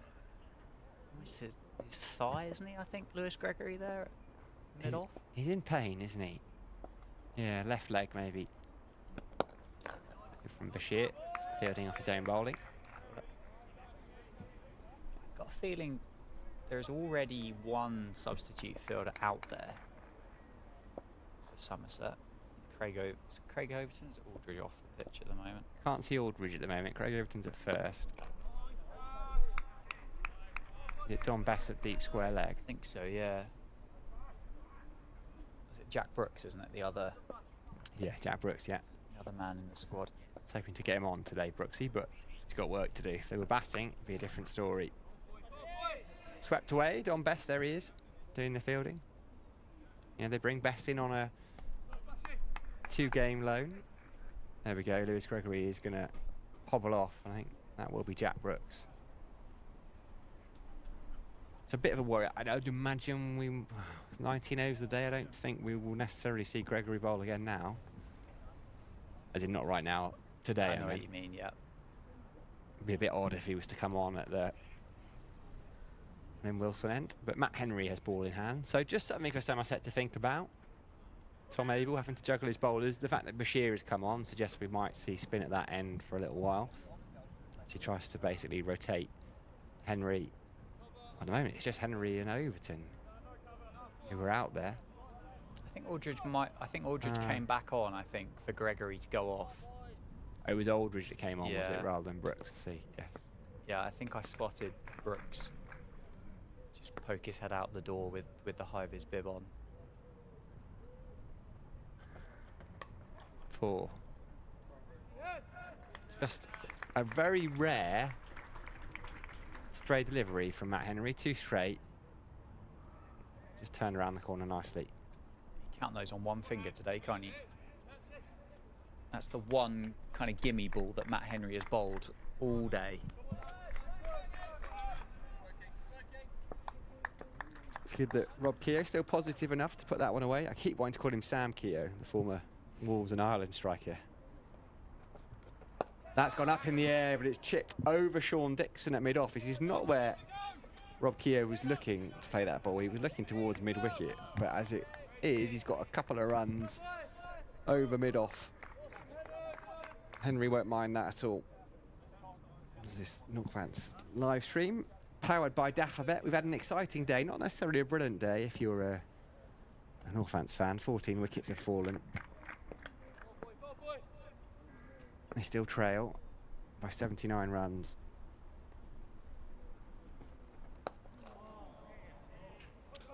Another false stroke from Keogh, just picking up a single this time. If you're watching, Somerset fans, Northampton fans, just neutrals as well, you can join in the conversation. Email us at stream@nccc.co.uk or use the Twitter handle @NorthamptonCCC. Myself, Sam and Dan, here for the next hour or so, we reckon, if the light holds. Yeah, so I think it's always really difficult to see when you look through these glass windows as to how kind of dark or gloomy it is, but it still looks okay at the moment, doesn't it? Shorter ball from Henry down the leg side. Got to be a bit careful, Luke Proctor, because there is a leg slip in. Tom Lammonby. There are no shadows being cast across the grounds from any form of sunlight, so it's obviously fairly overcast the whole way around. If required, is there another spinner out there for Somerset? Oh, Tom Lammonby bowled left arm spin in the last game. And into the leg side. Should just be one, but she is quick to it. It'll be George Bartlett potentially, might bowl a bit of off spin. Yeah. I think Sean Dixon bowls a little bit of part-time spin as well. News from the test is Zach Crawley's been bowled by Cam Green for 189. So England are 338 for 3. So imagine being 330 odd for 2 as an opposition and then going, oh, Harry Brooks next, then Ben Stokes, then Johnny Bairstow. It's a platform, isn't it? Then Chris Wokes. Punch off the back foot. This is good from Northants. This partnership now into the 30s. I think that's going to go all the way to the boundary. Sean Dixon's going to give that up relatively soon. Just for the first time today, a period of a little bit of serenity where the batters are starting to get on top. Yes, Vasconcelos was on top, but the chap at the other end never was. And that was the issue. But Keogh and Proctor both going along nicely. Yeah, very positive against Bashir, weren't they, in his first over? I suppose there could be a conversation going on in the middle there between Luke Proctor and Rob Keogh to kind of say, if we can get after Shoaib Bashir today. Lewis Gregory's just wandered off with what looked like to be a bit of a muscle strain. Craig Overton, as we've spoken about, probably wouldn't want to bowl many more than 16, 17, 18 overs in a day. Matt Henry's had a big day. Casey Aldridge has been on and off the field as well. Would create a bit of a problem, and that kind of positivity then extended into that Matt Henry over. They gave him that gift, didn't they, down the leg side from Rob Keogh, but there were a couple of other shots in there. That leading edge that chipped over mid-off, that other big drive off the inside edge that picked up a couple of runs for it. Almost that kind of positivity just carried over in towards, or in that Matt Henry over, but you can see there his speeds are slightly down as his day's getting longer. Sheer around the wicket to Proctor, a slip and a leg slip in. Tom Lammonby under the helmet, I think it is, at leg slip. No, it's not. It's George Bartlett, I reckon. Tom Lammonby's at mid-wicket. Tom Abel's at kind of catching cover position. Using the feet there, Proctor. Thought for a second he was going to beat the outside edge. Bashir just sticking his bat out at the very last moment. Proctor, he needed to there. He's just seen him coming there, isn't he? I think Shoaib Bashir, and adapted and just dropped that ball in a little bit shorter, and Proctor in the end has done well to see that and just defend that one into the offside. You're right though, intent shown against Bashir, and it's exactly that. Henry's bowled 22 in the day now, Overton's bowled 20.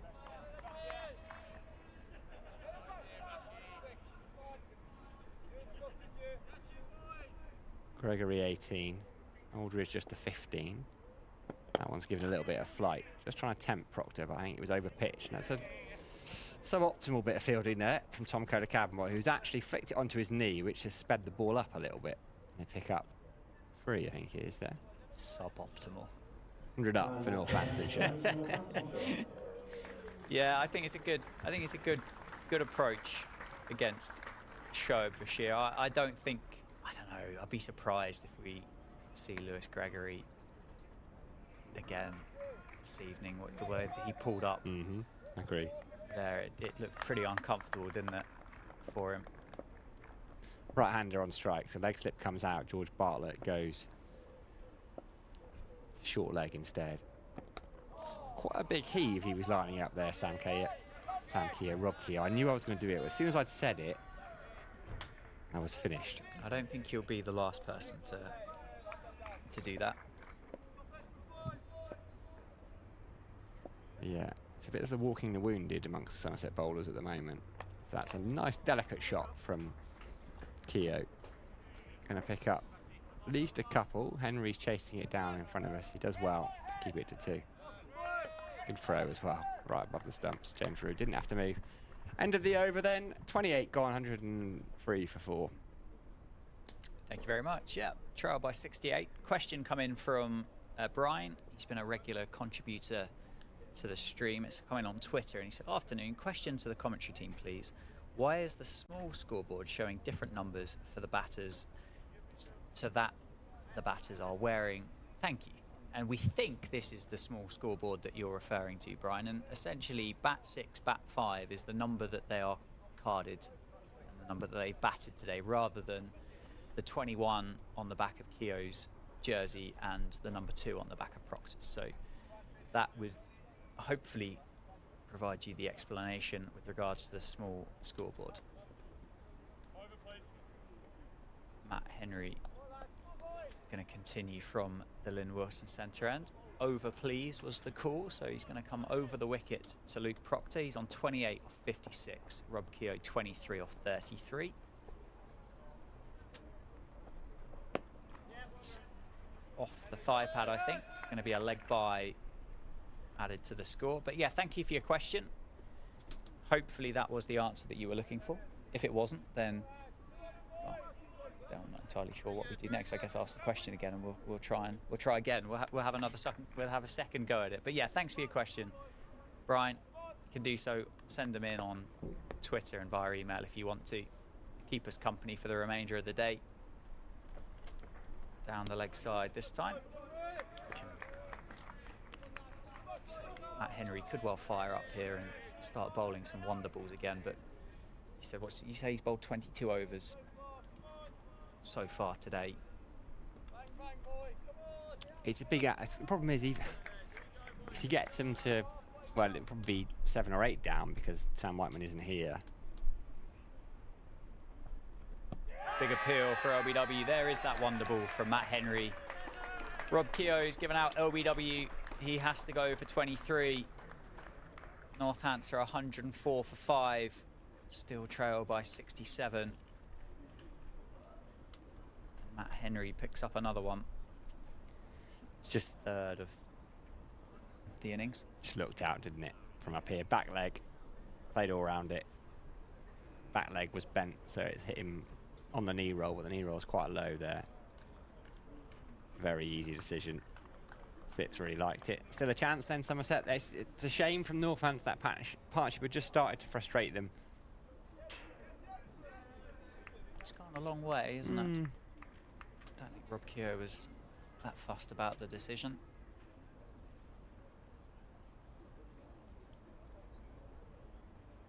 Lewis McManus. He expected that, didn't he? Yeah, Lewis McManus, the next man to the crease for Northamptonshire. Just the 4 runs in the first innings. He was bowled by Craig Overton with a ball that seamed and just shaped away from the right-hander. And the wicket-keeper will join his captain, who is 29, not out. 16.3 overs remain in the day.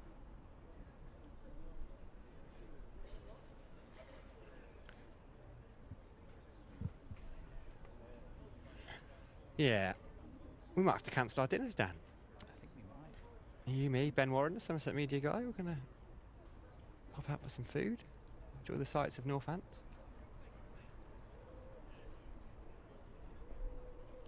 It's been a tough day, isn't it, for Northamptonshire? I'm just a bit confused as to how Vasconcelos has made it look so easy. I'm having the benefit of looking at that again. Quite a lot of off-stump on show. It might have been umpire's call if there was a DRS, but Yep. Like Keogh was happy enough to wander up. He didn't really look back.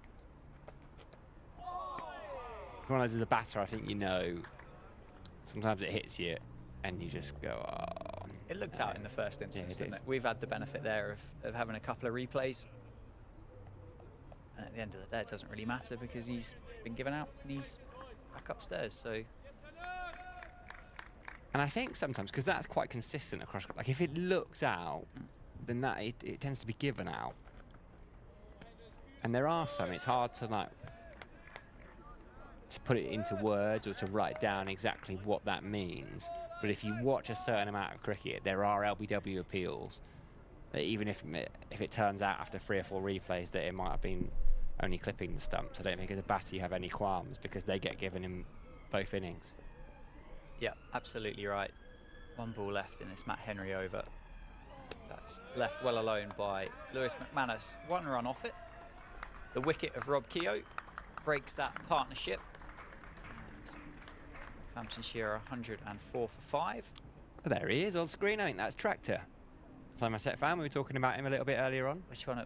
The man in the red hat? The man in the red hat, there he is. Maintaining some social distancing down there as well, aren't they? They're quite... Not maintaining a tan on his legs particularly, is he? No, you know what? I didn't spot those. He has been retired for almost as long as I've been alive. I think he was in IT at the right time. So in the old Norwich Union League days, the 45 over at one day used to be Sundays. He used to write a piece for the programme, and I thought he was an old man then. But I don't think he is. I think he had a birthday. I think he maybe had quite a big birthday relatively recently. But what a life he's led, following Somerset around. He'll have found the finest pub in Northampton, I'm sure, for the last couple of nights. Might be cancelling his final night, though.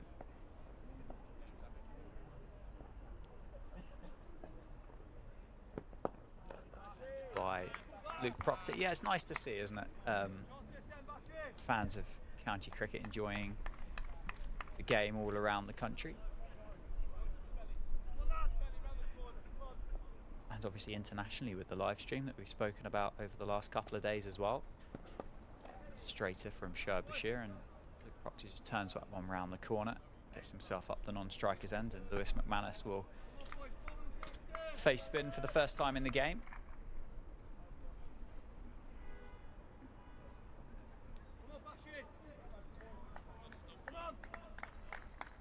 105 for 5. Short leg in, and a first slip as well.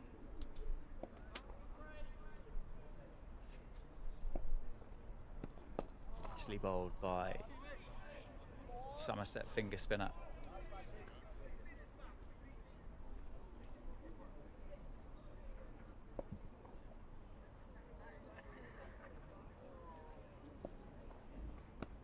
Down the ground from McManus. What a shot that is. Nicely played, and that's gone all the way for 6. Nonchalant, in fact, over long on. Beautiful shot. Yeah, not a bad way to get off the mark. It's a low-risk shot, that, isn't it, these days? Perhaps it's not turning so much. He got to the pitch of the ball. It was there in his slot to be hit, and I think you have to keep playing that way. Yeah, he's not overhit it, has he? Just timed it, really, down the ground. As you say, no fielder anywhere near that area of the ground. 111 for 5. A quick look at the ball, make sure it's still a cricket ball. Man has stayed down on the boundary though, having seen that one shot from Lewis McManus. Gets an outside edge, goes past Craig Overton at first slip, and he's going to pick up a couple. It's not going to go. Just 2. It's a flock of pigeons disperse. Just a bit like the red arrows, that, wasn't it? A few more of them, but as long as you're not underneath them when they release whatever kind of coloured smoke or powder that might come out the back of them. You can tell it's late in the day.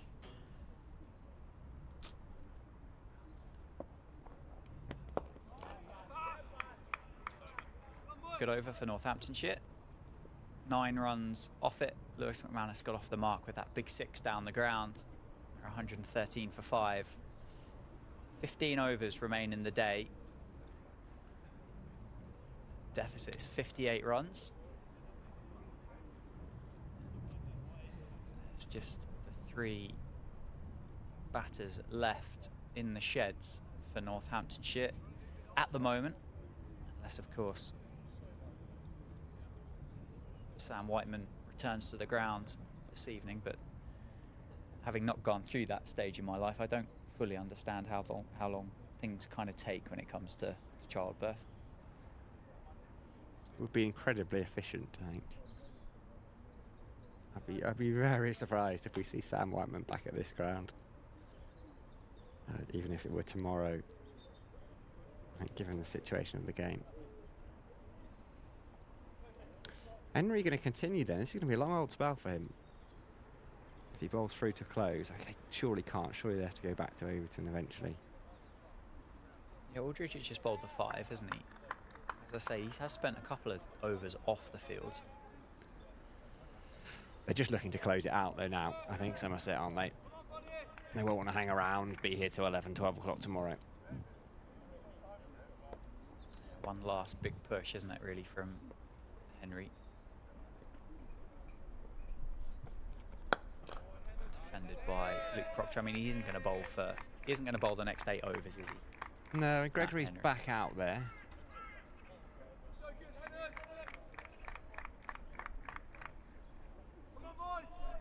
I think Gregory sometimes just needs a bit of WD-40 applied after a spell.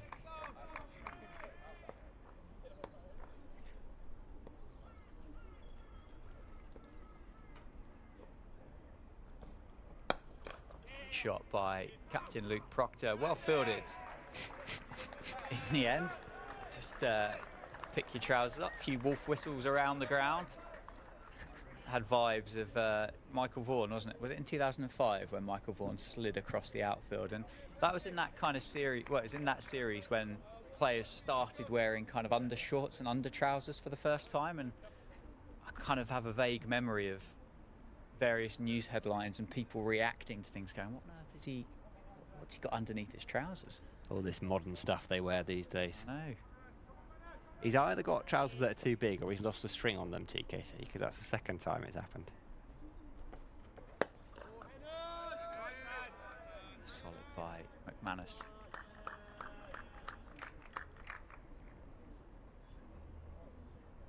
There's every chance he's wearing someone else's. I think he's that kind of bloke. There's no real idea where any of his kit is at any point. There's one of those people in everybody's cricket team. Yeah. Nice shot from McManus. That's going to be 4. Short boundary on the leg side. Just flicked off his pads through square leg. Pick up his second boundary. Moves himself into double figures. 118 for 5. Yeah, he started positively, McManus. He's at a stage now where there's kind of not much pressure on him. He's in a no-lose situation, really. Well, except that they will probably lose.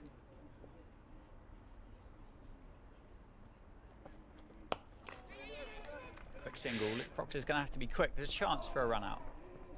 It's just missed the stumps. So Luke Proctor gets through. There's been some very proactive running from Northamptonshire across the course of the day.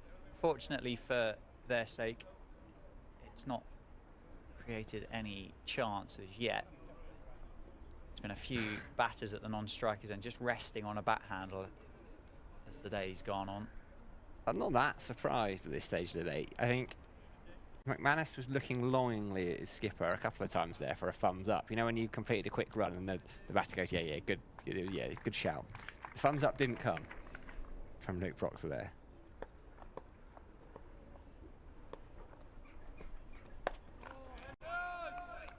He's been solid in defence, hasn't he?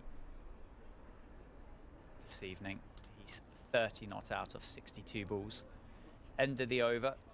Matt Henry's now bowled 10 overs, 3 maidens, 3 for 36. I think that's 6 wickets in the game for Matt Henry to go with his 3 for that he picked up earlier today in the first innings. 119 for 5. Northamptonshire trailed by 52. 14 overs remain in the day, and I think for the first time, Sam, I would say it's possibly starting to look a little bit dim out there.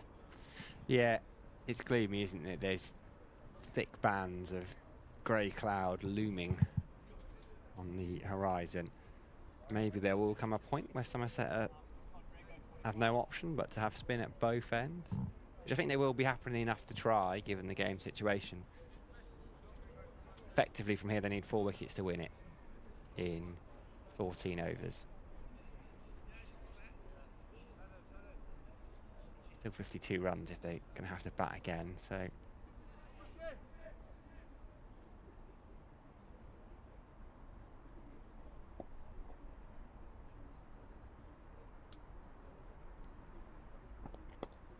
Not far away from short leg there.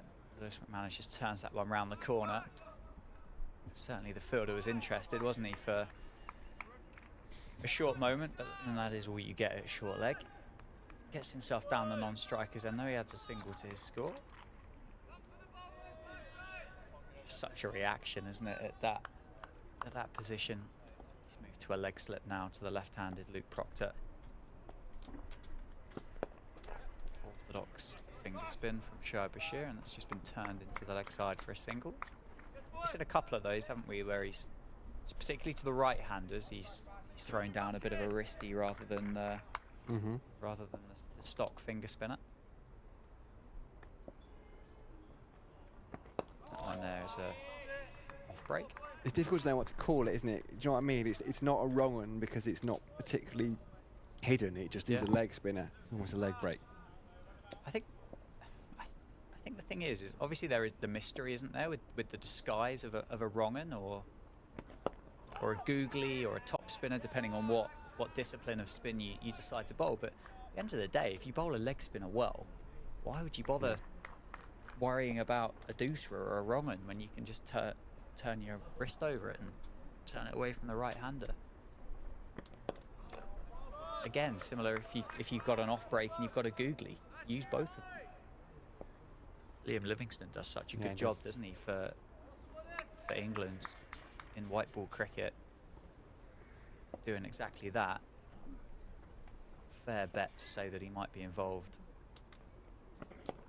in England's tour to India over the winter as well. 2 runs off the over. Shoaib Bashir 4 overs, none for 22, 121 for 5, and cameraman Ben is just showing you there that skyline over Northampton towards the city centre. That thick band of cloud. It's still good enough for the seamers at the moment, as Craig Overton's going to replace Matt Henry from the Lynn Wilson centre end. Overton, so far, 6 overs, 1 maiden, 1 for 17.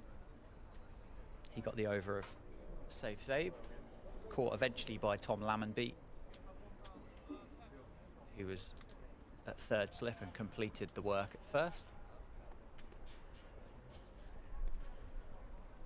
13 overs remain in the day.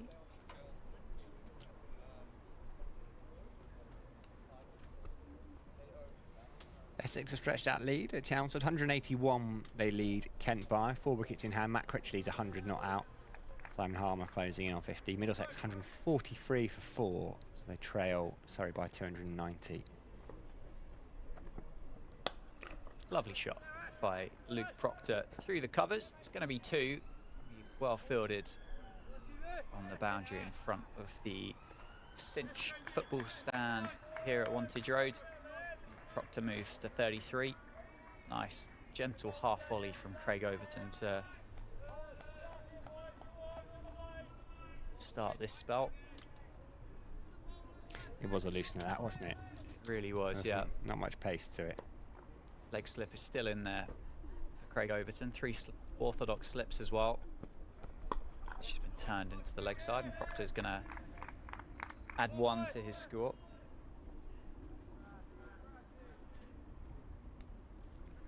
We will see another change of bowling if the day does go the distance. Again, Craig Overton, I'd be surprised if he's going to bowl 7 overs from the Lynn Wilson centre end. I do think the light's going to have a question.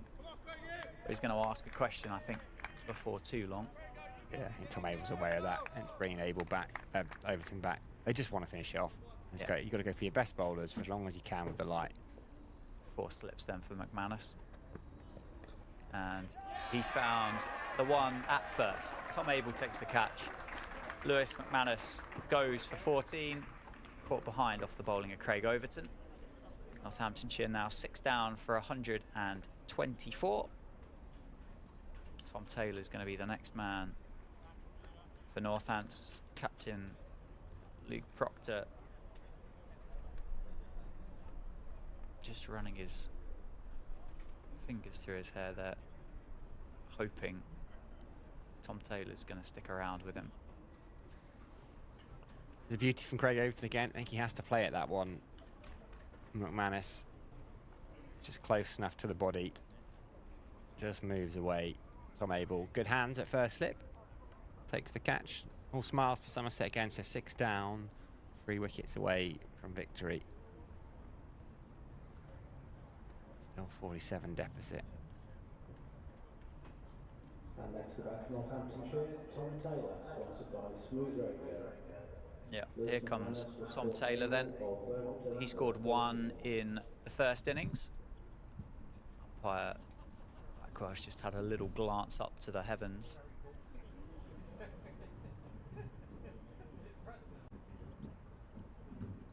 He's going to join his captain in the middle.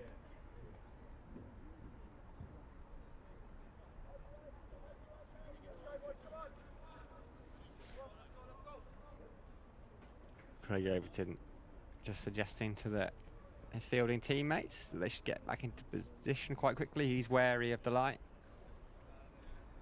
Just having a chat with Nigel Long. I thought it might have been about the light, but instead I think he was trying to get some fielding tips from Nigel Long. Something. Basically playing a stroke that involves a batter hitting him over deep mid-wicket. It was just angled in, wasn't it, to Lewis McManus. Just seamed away slightly, as you said. Had to play at it. 4 slips in then for Tom Taylor. Short leg as well. Backward point. Mid on, mid off, and gonna have a leg slip in play. Takes a step forwards, and that is driven in the air past Matt Henry at mid off. It wasn't far away, was it? Tom Taylor's going to get 2 off his first ball. Very close to the Somerset fielder there.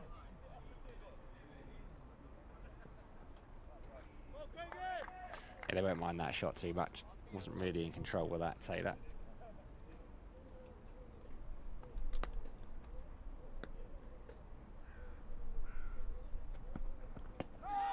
Appeal for LBW. Tom Taylor's just taken a step down the pitch for that one. Just sliding down the leg side as well. Not much interest was there from the fielders out there. Still plenty of noise from the Somerset fielders as well.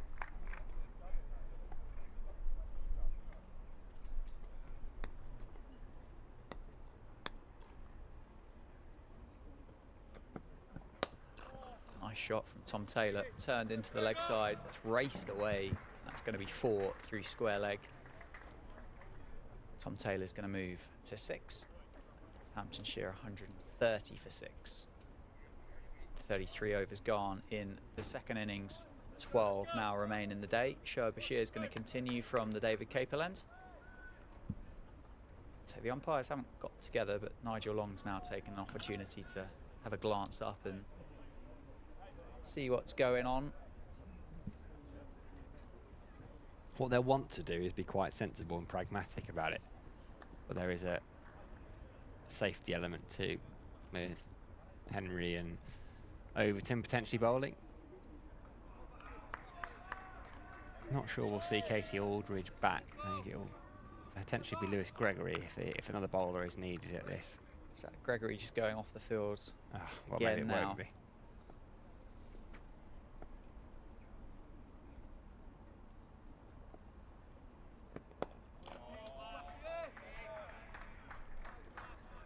Might be wrong, but I think it might have been the Somerset all-rounder just making his way up the stairs. Swept by Luke Proctor out to the fielder on the leg side. It's going to be 1 more added to Luke Proctor's tally. He moves to 35 off 67. Tom Taylor face Shoaib Bashir for the first time. Craig Overton at first slip. Man in under the helmet at short leg. There's 2 catches, one at mid-wicket and one at cover. It's a long on. Deep square. Down the ground straight away. Tom Taylor plays one down to that fielder at long on.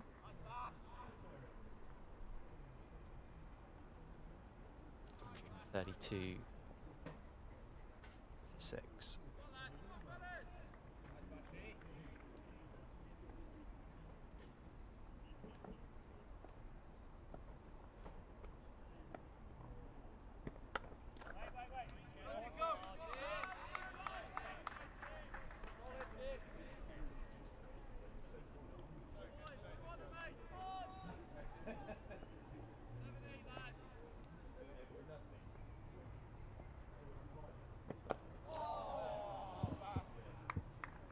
The leg side. That time I think Luke Proctor was shaping up for a sweep shot and potentially a little bit fuller than maybe what he needed it to be. He gets one more. Fielder at deep point makes his way up in towards that ring field. Tom Taylor 7 off 4. Nicely played through the offside and well fielded by that man at point. Tom Taylor picks up a single. Is that Matt Henry sprawled out across the field there at point? That ball, if it is, it's certainly followed him all day, hasn't it? Yeah, hug from George Bartlett. Been nothing but committed in the field, Matt Henry. Saw the variations of pace on screen there from Shoaib Bashir. I just turned my head at the last second to see it. I think there was almost a 10-mile-per-hour variation. I think there's one at 56 and one at 47. Just shows. Does mix it up there, it comes back up. Look, nearly 57 miles an hour. Yeah. 47.1. Just trying something different. Happy to just float that one up above the eye line, just see what happens. That was the one that Tom Taylor came down the track to, wasn't it? Big inside edge as Tom Taylor comes down the track, this time to Craig Overton. Inside edge into his own boot. That ball just drops out on the offside. I mean, Tom Taylor can certainly clear the rope with the cricket bat. Certainly seems to be the intent from Northants batter this evening.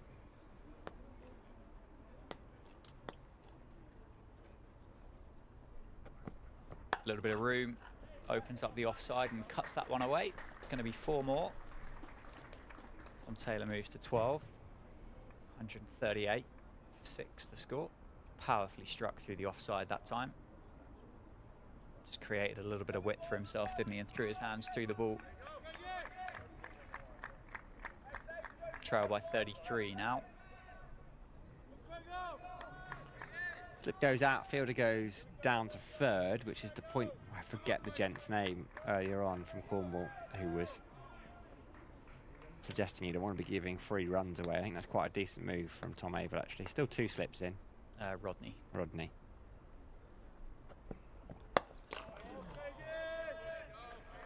Fuller from Overton in reply.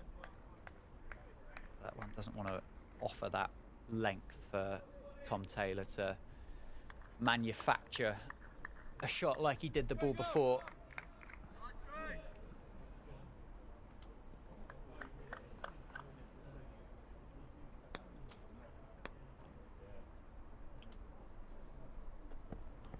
Short through to James Rew. Bit of a appeal from the cordon.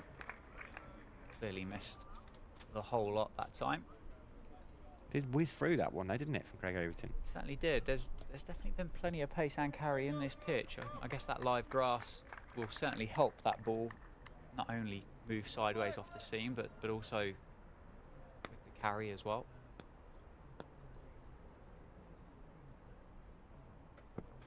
Down the ground, just past the fielder at mid-on. It's going to be 4. Powerfully struck by Tom Taylor that time, using his feet. Went down the ground against Craig Overton. He picks up another boundary, moves to 16. Well, if it is a little bit dark out there, Tom Taylor's seeing it all right. He's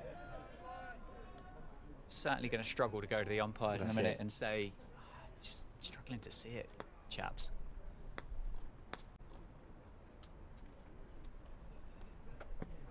Bit of room again.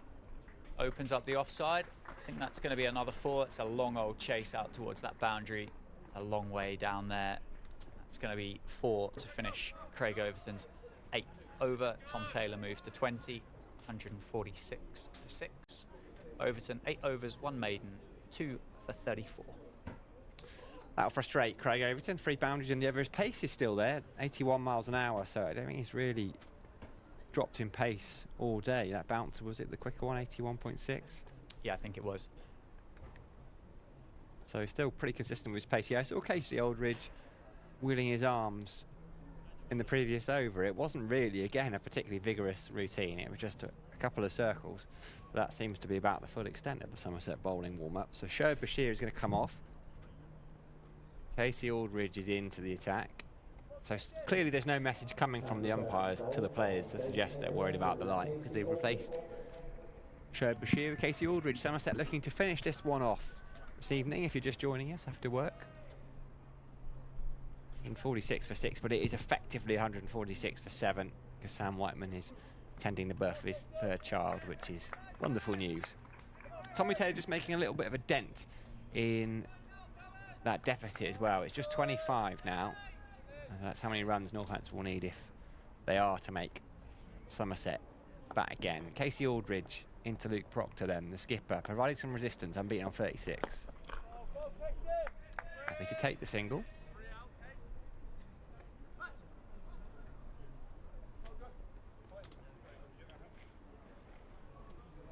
Taylor's got 20 off 11.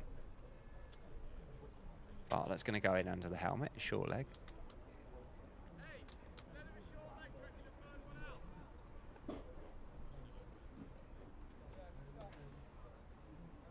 He's no slouch with the bat, Tom Taylor. You can see that kind of in the field placements. Sweepers out on both sides, aren't they? One at deep square and one at deep point. George Bartlett was about to go in his short leg, and you just heard Tom Kohler-Cadmore shout Abes instead of a short leg. Why not a 3rd one out? So they've got deep mid wicket, deep square leg, fine leg, and a deep point. I think Bashir's that, is he? It's a short ball, flat batted. Yeah, it's Bashir at deep point. I think there's a fine leg down there as well, isn't there? I think so. That's the 3rd one. Can't quite see around the corner. Even stood up. Hang on. Yeah, there is. Get up. There is. There's a Somerset fielder lurking down at fine leg. I think it's George Bartlett. No, it's not. He's at cover. Short ball hit directly down into the ground.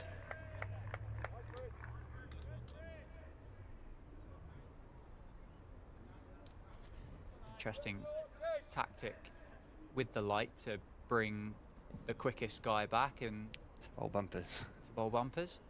Nigel Long just having a stretch.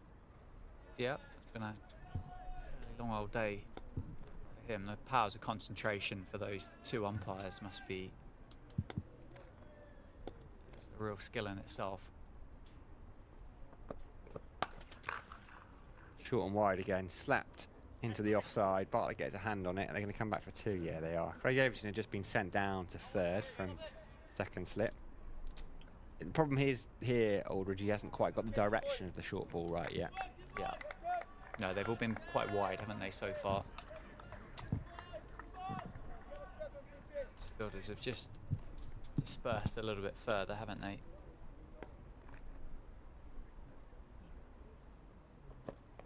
It's a better short ball. Wasn't that comfortable, Taylor. He's turned it into the leg side in the air, but the fielders are so far away. It's a long boundary up there.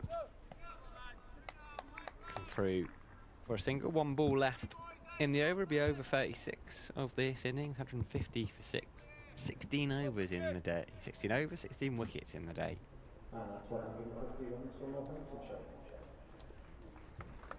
That's the 150 up for Northants. So they scored 330 runs in the day. They've not scored at a bad run rate. Problem is, loss of wickets.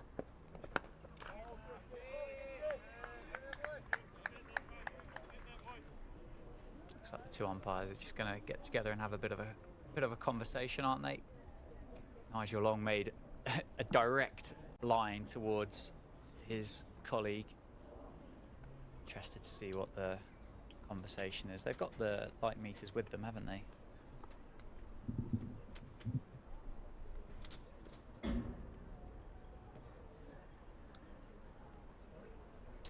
Somerset just waiting to see what the result of that conversation is. Can only be about the light, can't it? Can't be anything else. You wouldn't have thought so unless it was social. There's that scorecard on screen. Luke Proctor, a bit of resistance, 37. Craig Overton, who's got ball in hand and is going to continue. He's got a couple of wickets. Matt Henry's got 3. Whether we have to see Shoaib Bashir back into the attack sooner rather than later. Somerset are going to try and finish this off. Field still spreads. Fielder at third. Deep point. Fine leg, deep square, deep mid wicket. Might be a couple of short balls in here.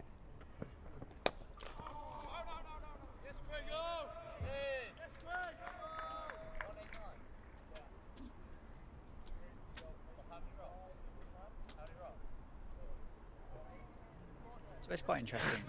So We've gone.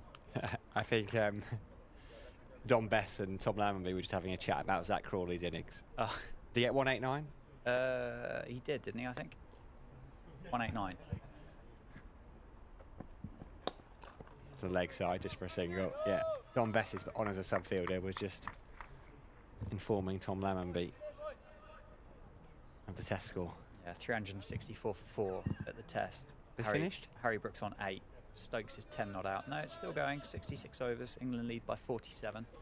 Umpires coming together again now. I'm sure that clearly they're going to make the right decision here for the course of the game. But I mean, I'd be curious as to almost be a fly on the wall in that conversation. As to, is it the batters that? Well, there we go. They're going to take us off. It's why is that any different to 2 balls ago? That's what I was about to say. Yeah. I'm curious as to know, is it the batter that says, oh, actually, I'm struggling to see it? Have they don't appear to, unless they've had the conversation with Tom Abel that we've not spotted, to kind of say, would you like the opportunity to bowl your spinners? And maybe Tom Abel, off camera, has turned around and said, no, I don't want to. Or after Tom Taylor's just absolutely smoked that one into the leg side, they've decided that the light is in fact not playable. I mean, it is gloomy out there, and it has been for probably the last 10 or 15 minutes or so. That darker patch of cloud there that you can see out, well, that we can see out of our windows, just loitered, isn't it, over the ground? But just taking a reading at the moment. It feels unlikely they'll come back today, and if you're able, you've got to be a little bit cautious. You know, you put on, okay, Bashir's a front line spinner, but you put on a part-time spinner. These two get their eye in. Suddenly, Northants get into a little lead, and then it only needs a little bit of a building of the partnerships. Suddenly, they're 100 ahead, 150 ahead, and it becomes a tricky little chase just because you want to finish it on day 2. Whereas actually, if you wait till the morning with Matt Henry and Craig Overton fresh, you might well finish it off. So I can see, while it would be disappointing to some extent, they still had a great day, Somerset. Yeah, well, absolutely. 16 wickets in the day is a fantastic effort. I mean, they may well have Sam Whiteman to contest with if, of course, the game goes through to tomorrow. I'd be incredibly surprised if the players are back out, just kind of keeping an eye on the umpires. I have a chat with the ground staff. Head groundsman Craig Harvey's on his way out. I think they're just gesticulating that the cloud is going to come over from the west. But, well, as it stands, the game is set at 151 for 6. The not-out batters are Luke Proctor on 37, Tom Taylor on 24. Northamptonshire were asked to follow on in reply to Somerset's 351. They made 180 in the first innings. They currently trail by 20, I believe. Currently trail by 20 with 4 wickets remaining here at Wantage Road. They're off a bad light at the moment. And I think, Sam, what would seem like a pretty sensible thing for us to do, looking out the window, is we'll come back if, of course, the players make their way back out of the dressing rooms. But if, of course, they don't, I will see you tomorrow at 11 o'clock for day 3. And Sam, of course, we may well come back for these 8.4 overs, but if we don't, it's been an absolute pleasure to have your company throughout day 2 here at Northampton. Enjoy to be here. Tick this one off the list, and it certainly won't be the last time I come. Beautiful, beautiful place to watch cricket.